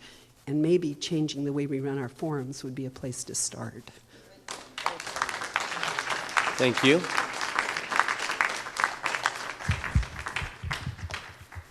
Good evening. My name is Sandra Brock. I live in zip code 93675. I'm basically affiliated with the city as hired help, and I wanted, out of respect, to let all the citizens have a chance to have their say, and all the people who put capital into the city for development to have their say. And I'm not trying to get the last word, but out of respect, I let them go ahead. I got up at 1:30 this morning, and I worked on my PowerPoint, and I'd like to show it to you all. Okay. I'm here to address one of the plan modifications filed by Granville as a professional planner of 27 years' experience, not necessarily as a city employee. And this is with regard to the Running Horse property. It's a joke, Running Horse is dead. Well, Running Horse isn't really dead. It's not dead in the sense that Ruffian, the racehorse, is dead. It's more dead in the sense that Seattle Slew, the racehorse, is dead, in that Seattle Slew has descendants that still live today. The Running Horse plan amendment and rezone are still in force today. The whole project isn't dead. There's not much difference between that project and a developer who went out and did a plan amendment rezone tract map and sold it, except the sale of the Running Horse property was not voluntary. But the EIR done for it still pertains to the zoning. And I'm concerned that the dwelling unit yield not be increased so greatly by replanting it medium-low and taking away 219 acres of open space that you would have to do a supplemental EIR because you would have another, roughly 800 dwelling units that weren't covered in the original EIR. I'm here to support the staff's alternative. They actually did a brilliant job when they assigned the low-density designation to it, because the project will build out at about the same density of units per acre. It'll still be a quality project. There is open space shown in it. It's owned by Fresno Irrigation District. Unlike the flood control district, they don't usually share their facilities for recreation, but I'm sure we could talk to them. And if not, we could probably add some open space as development there is implemented, because we'll have new subdivision design standards and new rules about walkable, accessible, complete communities. I would not like to see property approved for 3/4 of a square mile of a featureless, faceless, medium-low use with no amenities. That's going to reduce walkability. It's not going to give people the parks and public facilities that they need. So I think the staff's alternative is greatly preferable. The staff's alternative also recognizes the veterans' home is there, which the plan modification request by Granville does not respect. All it shows is 3/4 of a square mile of yellow, medium-low. So I don't have a corporation. Nobody can give me extra time to talk, so I'll end my talk here, and I'll thank you very much for your your patience, and I hope you don't think I was too snarky. Thank you, Sandra. Good evening. I'm Ashley Warner with Leadership Council for Justice and Accountability. I wasn't going to make any comments because I believe that our co-director, Veronica Garibay, and my other colleagues and residents that have been here tonight have totally got that all covered, but I did just want to give a short response to Mr. Roberts' comments, just a couple of them. One, he made several requests to lower densities that are in the plan documents. We would definitely be opposed to that. We presented a very large amount of comments in the Master Environmental Impact Report. We don't believe that the city gave a sufficient response to them. We, in fact, thought it was really cursory, and especially with regards to significant and unavoidable impacts. The city identified, or in the MEIR, that there would be significant unavoidable impacts to air quality. Density is a way to mitigate air quality impacts. It's shown to reduce vehicle miles traveled. If you further reduce your density, that's going to further contribute to air quality impacts. So we think it's going to further harm your compliance with standards of CEQA, and we already don't think that you're doing enough, given the fact that such air quality impacts are identified. So I would propose that you do not further lower densities. And in fact, we've made various suggestions where you increase them that were not responded to. So we would propose that you, in fact, actually do incorporate those suggestions that are in our letters that you have. And another reason to do that is that, you're not in compliance with your housing element right now. You have Program 2.16A, which we've let the city know. We've been in correspondence with you that you're under a commitment through your own housing element to rezone more than 500 acres of land to higher densities. And this is a way to make sure that you meet your affordable housing requirements. You guys are over 4 years late on this. So now is not the time to further regress on that. So let's keep our densities at least at what we're proposing.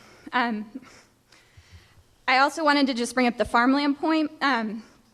As we noted in our EIR comments, the plan actually was proposing to do nothing to address the fact that this plan will result in the loss of 15,000 acres of farmland. So this one policy that Mr. Roberts is proposing be eliminated is the one policy that now will do anything about addressing the loss of farmland as a result of this plan. So I also suggest that you don't eliminate that policy or modify it. And finally, I think we all know and recognize that it's critical that development pay their fair share now. That's part of the reason we're in the hole we're in with the city for a lot of reasons. So please stay strong and keep that policy in there. Thank you.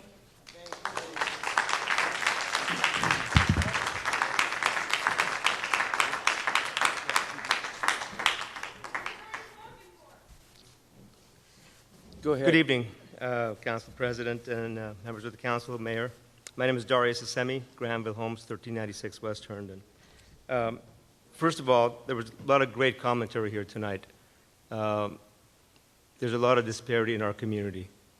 There's poverty, there's unemployment, there's underemployment. Those are issues, a lot of those issues addressed here tonight, a lot of the issues that are very important to me, my family, and my company. And many of you know that we have invested our own resources to address some of these issues. Early childhood education in our community, whether it's K through 12 or higher education. We know that education is transformative for our community, and we will continue to invest more dollars in those arenas. We want to be part of the solution for the poverty and the unemployment and underemployment in our community. I love this community. And we will extend resources, put in the time, put in the effort, work with you, work with the community to make this a better place to live, work, and play. Having said that, I want to echo some of the words that Jeff Roberts talked about. We build in 4 parts of this community, including downtown, and we have done several infill projects. If our projects and what you approve are not market-driven, we will not be able to get those built. We will not create the jobs, the property tax, the sales tax that goes along with it. Each new home built creates 3 jobs, according to the state of California, whether it's low density, whether it's high density. And density is something that the entire community needs to have feedback on, recognizing that the higher density we have, the smaller the backyard gets. And at some point, there is no backyard. So we want to create opportunities for all Fresnans, recognizing that the majority of Fresnans, again, we are market-driven. We've been in this community for 37 years, and we understand the market demands.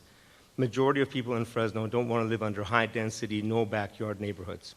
So it's our job to work together in a collaborative effort with government, with the public sector, with the nonprofits to come up with a plan, what you have in front of you, that makes this a more vibrant place to live, work, and play. If you are to adopt this plan next week, I urge you to bring back the development code, which is a driving engine to make this program work within 90 days. That's the tools that we all need in the development community to make this plan a reality. Whether it's cul-de-sacs, sidewalks, setbacks, zoning ordinance, I urge you to bring that plan back in 90 days so we can work together and help execute this vision. This is a policy document. Without financing and without a development code, it's just lines on the piece of paper. Thank you for your time. Thank you.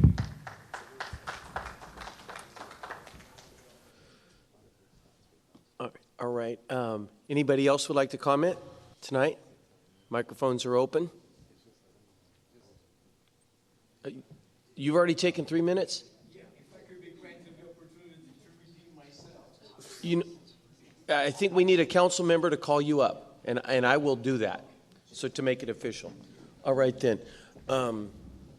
So it looks like the public is done speaking. We made it through. That was our main goal, is to let the public, everybody in the public that wanted to talk.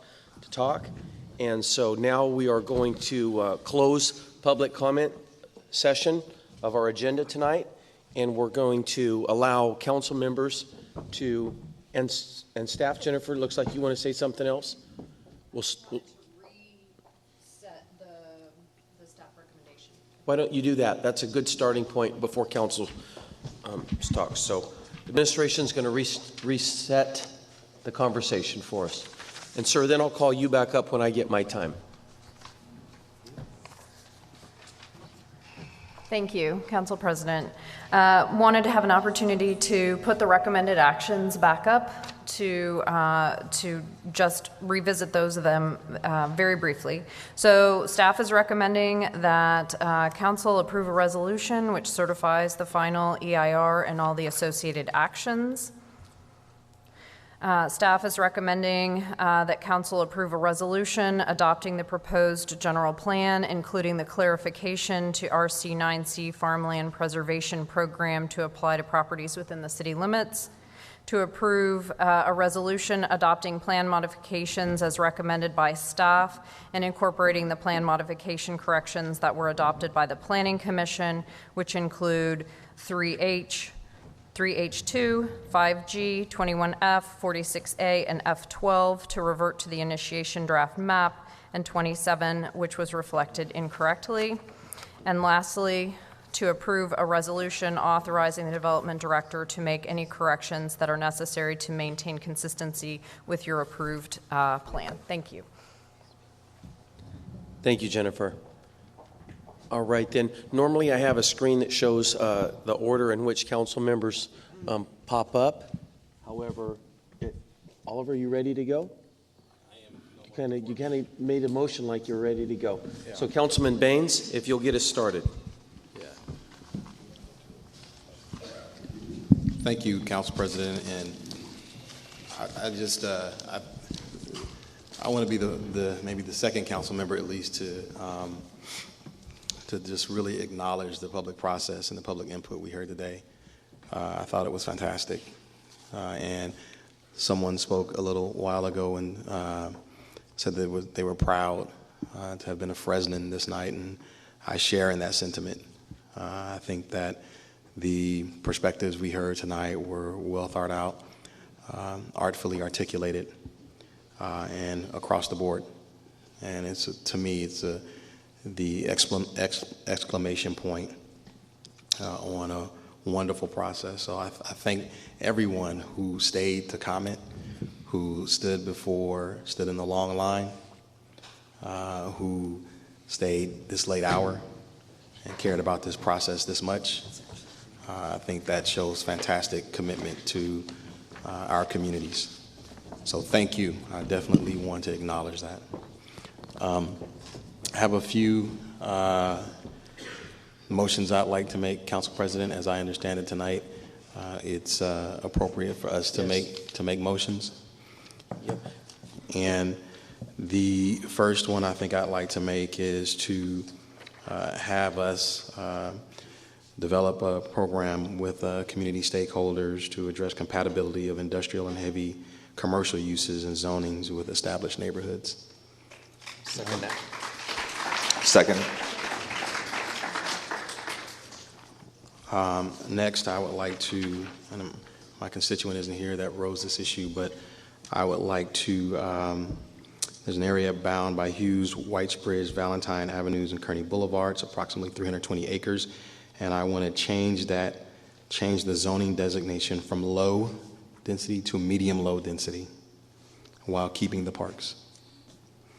I also, Councilmember Zhang is my second. I also want to, and my constituent again, this is another one of his issues, but I wanted to, the area north of North Avenue between Walnut and West, again, approximately 320 acres. It is currently designated at medium low density. I would like to change that to medium density while keeping the parks as well. Second as well. I have a series of parcels in the northwest corner of Cedar and North. I don't know, I had a stakeholder speak about that, but I don't see them here. They mentioned several APN numbers that will be affected by high-speed rail. And it is right now zoned as heavy industrial. They would like to change this to light industrial or highway commercial. I don't know, Planning Director, can it be an or do we have to choose one? Okay. Okay. We want to certainly change it from heavy industrial to either light or highway commercial. Those APN numbers are 487-18-03, 04, 05, 06, 10, and 11. Second. You might want to read that again for her. Madam Clerk, do you need me to read that again? Okay. The APNs that they include are APN number 487-18-03. And I think the easiest way to say it is 03 through 06, and then 10 and 11.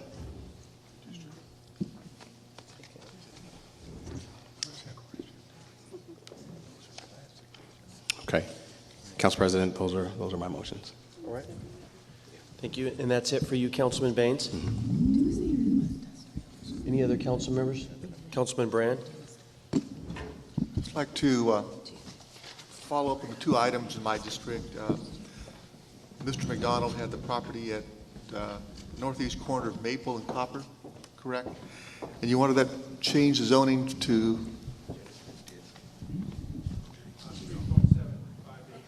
Right. Okay. All right. So I'd like to have that put in as a amendment on that property. Is that the right way to do that, City Manager? Is that correct? Okay. And the second one would be Mr. Puschel had the property, and I've been by there many times. Dirk, you want to get it come up? This is at Sierra and Chestnut, and this is currently kind of just vacant with the Sierra Nut House there, and the zoning would currently be for multifamily.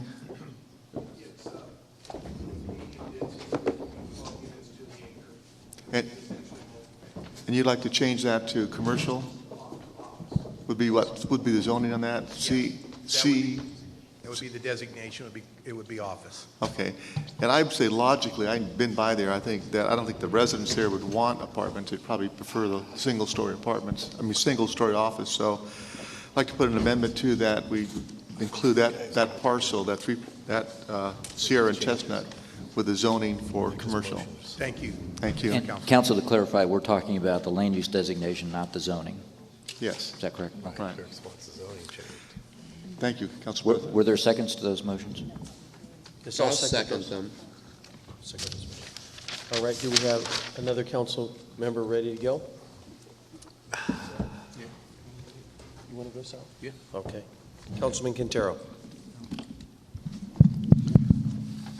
Thank you, Mr. President. First of all, I want to thank all of you for attending this evening, and most important, those of you that stayed. And Marco, I want to thank you for your comments. They were very good comments. And Mr. 1,001 times, I didn't get your first name, but thank you also. Both of you really had some good comments with regards to your feelings and what you've seen in living in Fresno and the different parts of the city. And I totally understand what you're telling me. You know, I really do. There's sometimes, you know, one of the big concerns that you had was asking for a delay, and there are times that it's important to have a delay, and there are times that we can agree to that. Sometimes we can't.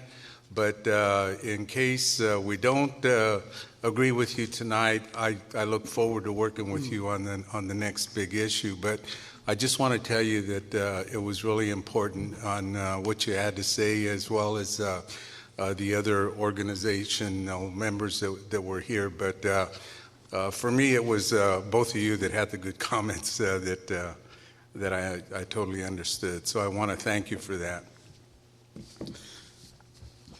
And Jennifer, I may need some help on the clarification. I wanted to thank the staff for responding to some of the questions and concerns I have.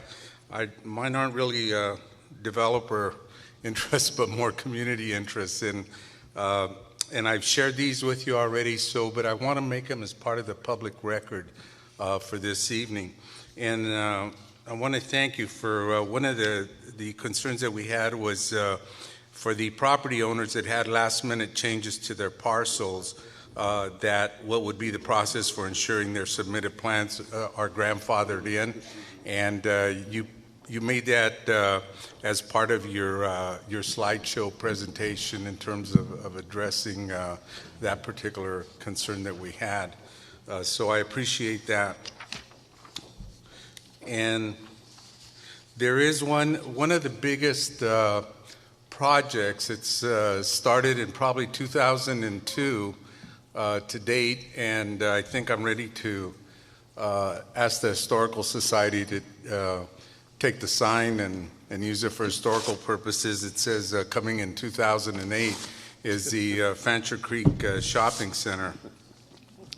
And they did share some of the comments that they had. 3 items requested for consideration. And Arnaldo, I think you saw some of those concerns, and it was just clarification, I believe, that they had on that, and that was the northeast corner of Fowler Avenue and Fancher Creek Drive should be shown as C for commercial.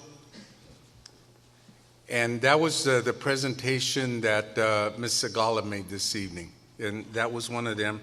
The other clarification was requested the Parkway and Trail throughout the Fancher Creek community from Clovis to Temperance be designated as park in 2012, and it is not noted in either Exhibit A or Exhibit B.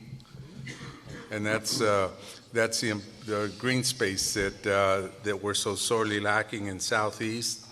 Number 3, the water recharge basin shown on the property adjacent to Clovis Avenue requested that the planned recharge basin for Fancher Creek Town Center be shown as a water recharge basin. And that isn't noted in there yet, in their plan. So request that be shown as a water recharge on that. Then Jennifer, also on the presentation that you made on this, and this is one of the comments that we heard over and over from the different organizations, as well as some of the Southeast residents, was that, and you put it in here, you said that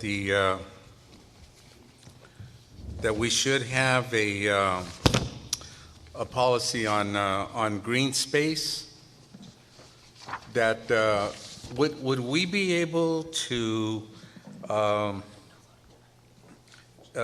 you're changing, you're making a change that says update the parks master plan.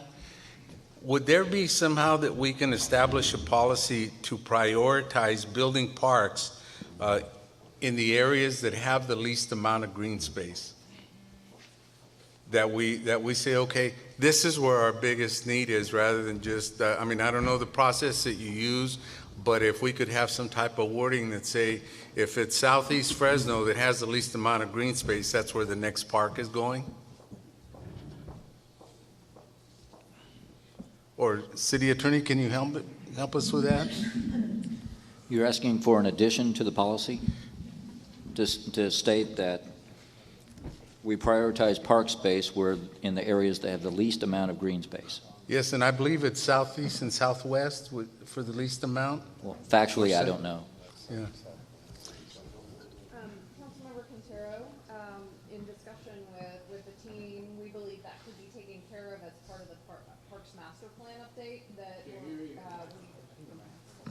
they turn it? Says it's on. I think you just have to speak closer. Take it off of the thing. You good? It's on. It's on now, Jennifer. You're on, Jen. Okay, so the intent is to, or our recommendation is to make that as part of the Parks Master Plan update. That would be a great place to prioritize which parks would need to be identified and constructed, and how the funding and financing would take place for each of those as they came online. Yes, if there's some type of a process or priority that we can identify that we can follow, but it's still that it becomes a priority, and we get that into the general plan, you know, as a part of a document or policy, and we'll be happy to work with you on that. I just wanted to offer a comment, if you'll let me. I'll call you up. No, I'm calling you up. Now, okay. I know you're shocked. I know you're shocked. Yes, okay. And one of our proposals had been, I believe it's policy POOS1B. I could be wrong, it could be 2B, but I think it's 1B. And our proposal for a long time has been to change the language from emphasize addressing park deficiencies, and I believe it's something like the areas that have the least park space, to change it to prioritize, because that actually has a more concrete meaning under the plan. So that's an area where you could address the concern you're raising. We can work on that one. Okay, we'll work with you. Thank you. Thank you. Okay, moving right along.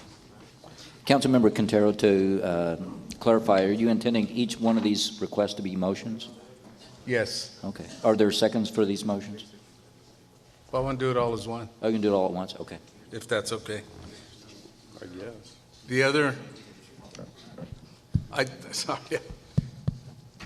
Well, okay. What's the timetable for the master plan for the parks?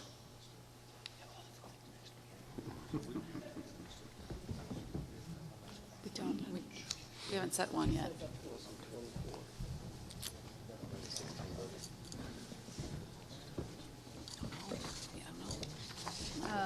The Parks Master Plan would be updated after the adoption of the general plan. We would begin that update process. I can't give you a definite term as to how long it's going to take to do that, but obviously that, depending on the council action, would determine the priority of that plan. Okay, well, hopefully it's approved, and we will, like, as I stated earlier, our office will be happy to work with you on that.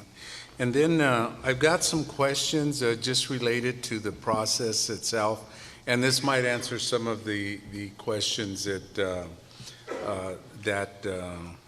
you asked Mr. Barraza. What is with the general plan, if it would, if it's voted on tonight and it's passed, would that become effective now or after the community and specific plans are repealed? We had talked about that at the first community meeting that we had. So upon adoption, so the general plan, if the council votes in a week and the council approves the general plan, it becomes effective 30 days after it's adopted.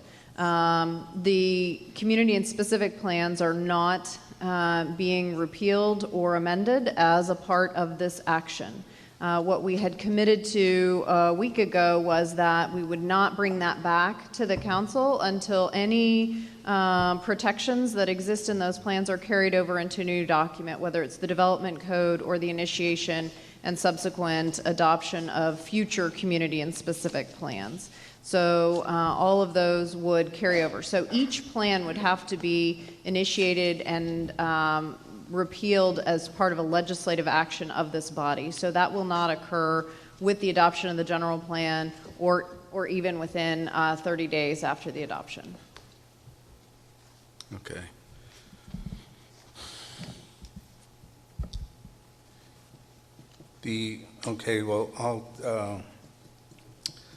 Second question that I have is, were the implementation committees notified of the plan repeals or amendments, and would they be included in future actions? The initiation of the general plan occurred in 2012. It is my understanding that at the time that they were initiated, that there was not a specific outreach to those groups. However, it is our intent to go to those groups now and to make sure that we have all of those items that are the protections that we want to carry over into future plans. Okay. And Council, just as I stated earlier, these questions that I'm asking are more for the process. It's not any motions or anything. It's just clarification for me. And also, I think we talked about this one a little bit earlier. For the property owners that had last moment changes on their properties, and how would they ask staff how can they ask for what the staff originally supported? So, for grandfathered in or? Right, so the land use designations that were reflected on the 2012 initiation map have all been environmentally assessed and have all been evaluated as part of this general plan. There were a few that staff was recommending to change those original designations. If the property owner wishes to revert to the original initiation designation, they would just need to let our office know. We will begin that process of correcting that land use designation. Okay. The other concern that we received from constituents, and I shared that with you and the city attorney as well, was the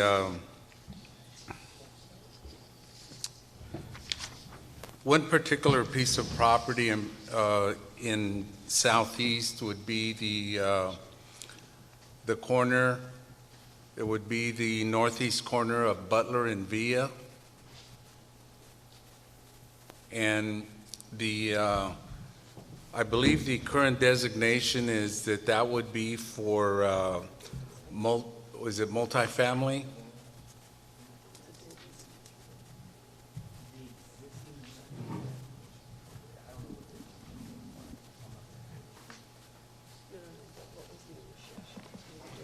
Well, I know it's for multifamily, okay?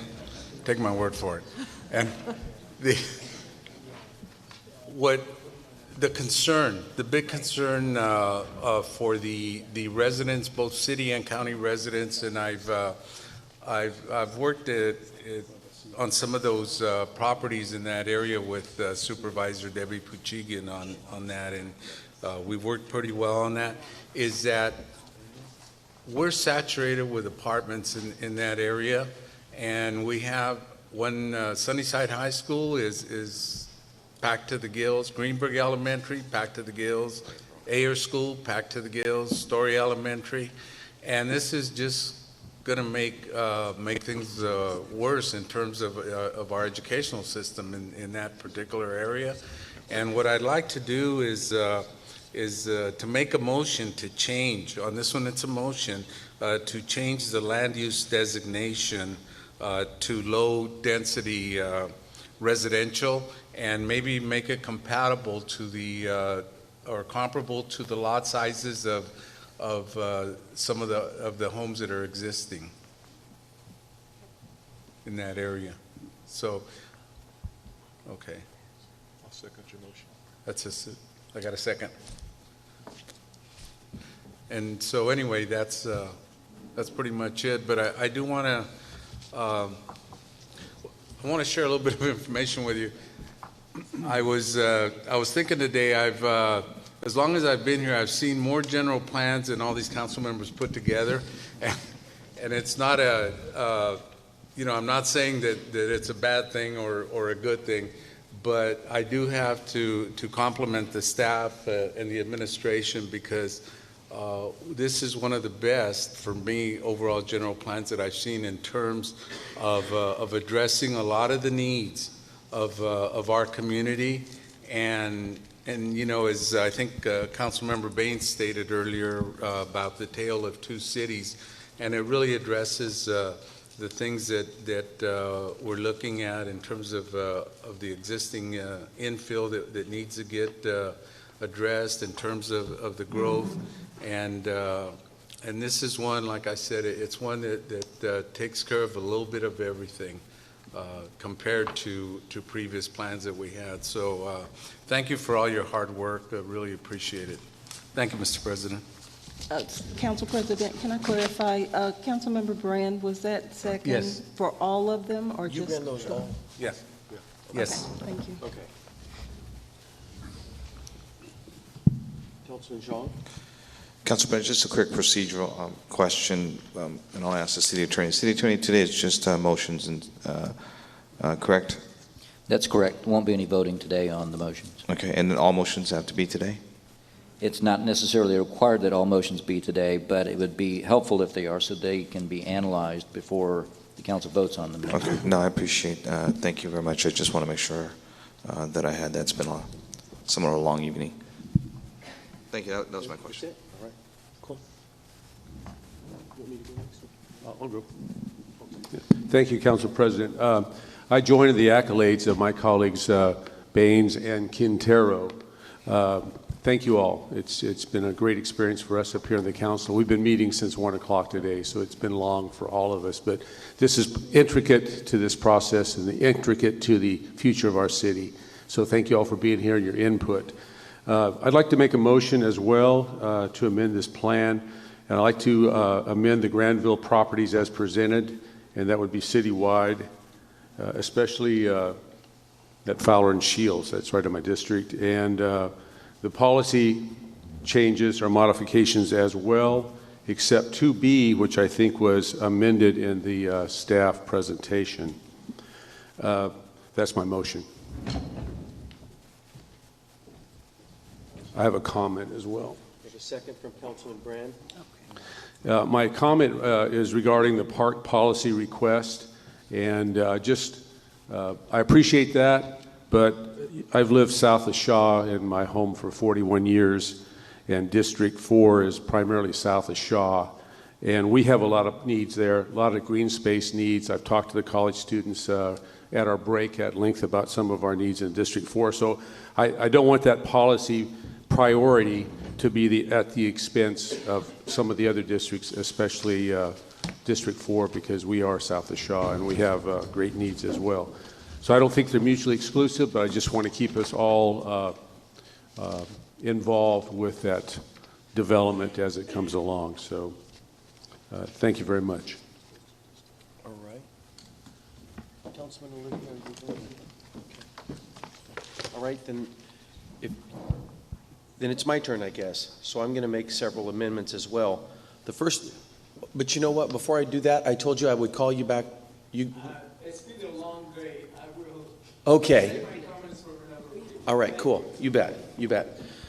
So my very first amendment is I would like to amend the general plan to include this language concerning the Forestier underground gardens. And it is simply this paragraph. In the event that the Highway City specific plan is repealed, those goals and implementation policies in the Highway City specific plan that are pertinent to the Forestier underground gardens shall be incorporated in their entirety into this general plan and will remain in effect. All right, so I would like to include that language in the general plan. And Councilman Zhang, who shares that with me right on the border of Districts 1 and 2, is seconding that motion. Next, I would like to, and Jennifer, you might have to help me as you did with Councilman Quintero, because throughout the evening I must not have written down my notes as well as I thought I did. When Mr. Rittenauer came forward from Daryl's Mini Storage, he had a designation change that he needed to make. And I don't remember from what designation to what. Do you recall exactly what he wanted to change from what to what? He had 3 of them. Low density residential.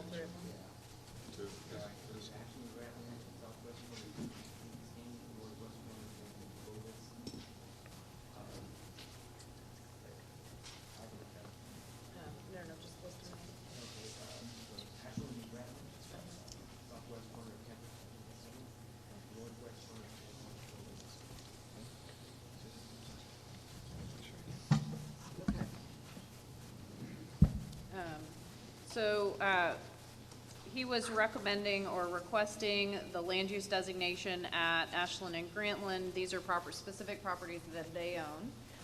At Ashland and Grantland, southwest corner of Temperance and Kings Canyon, and at the corner of Jensen and Clovis.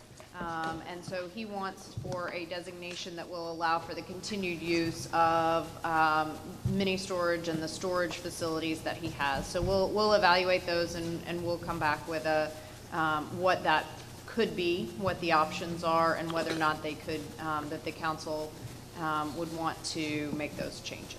Right.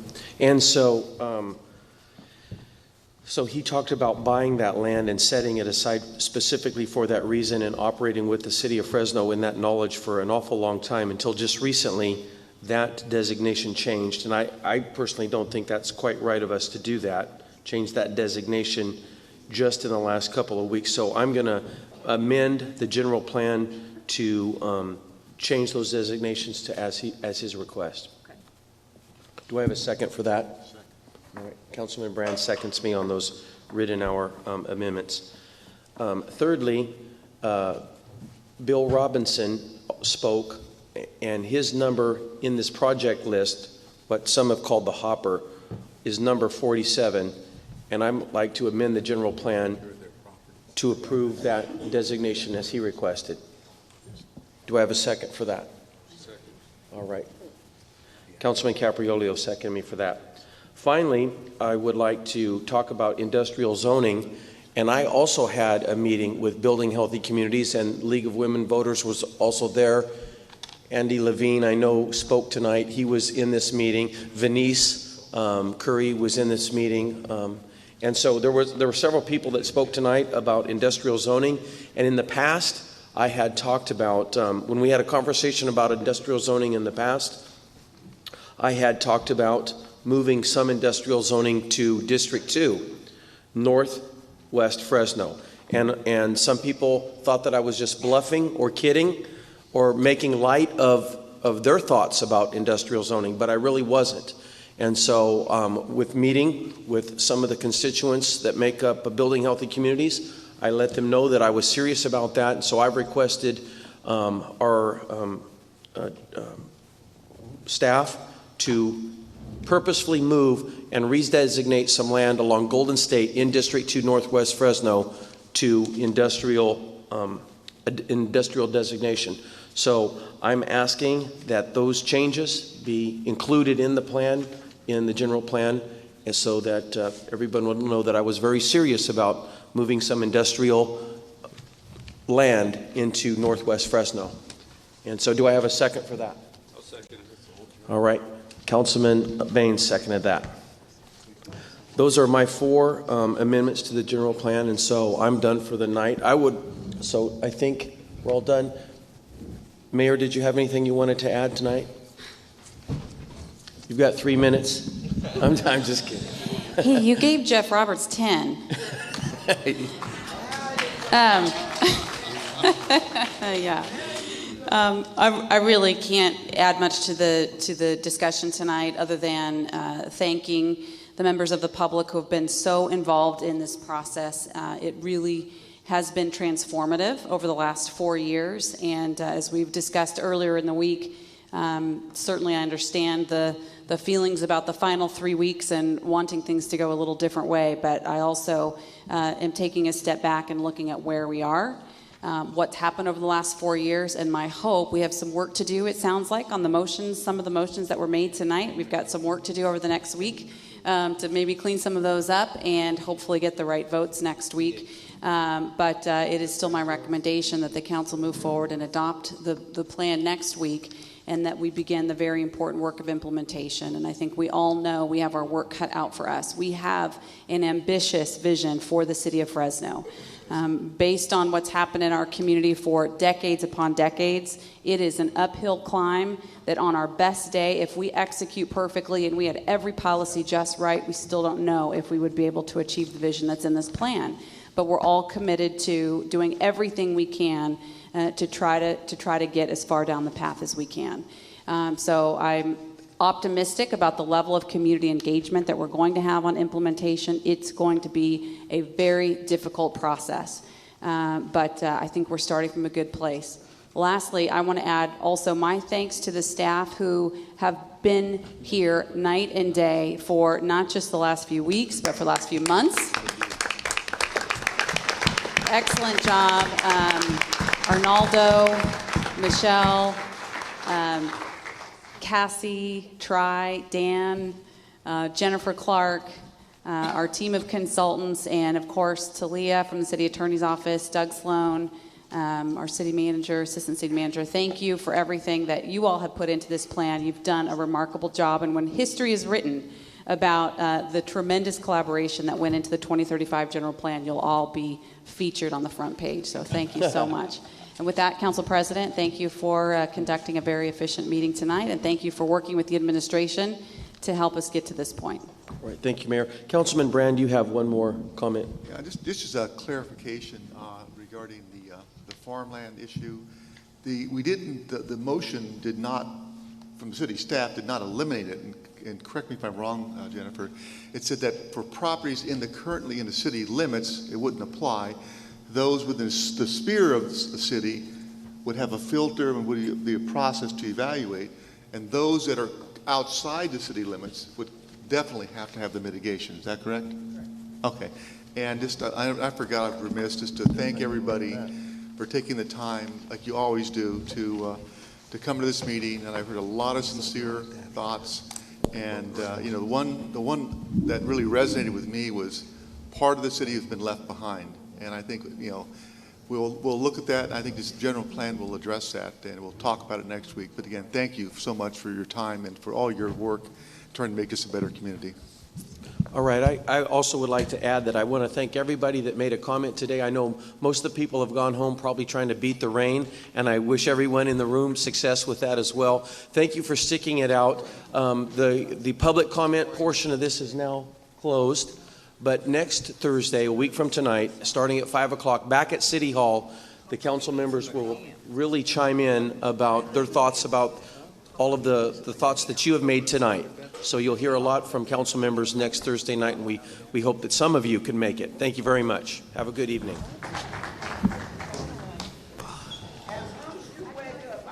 I'm wide awake, girl. Don't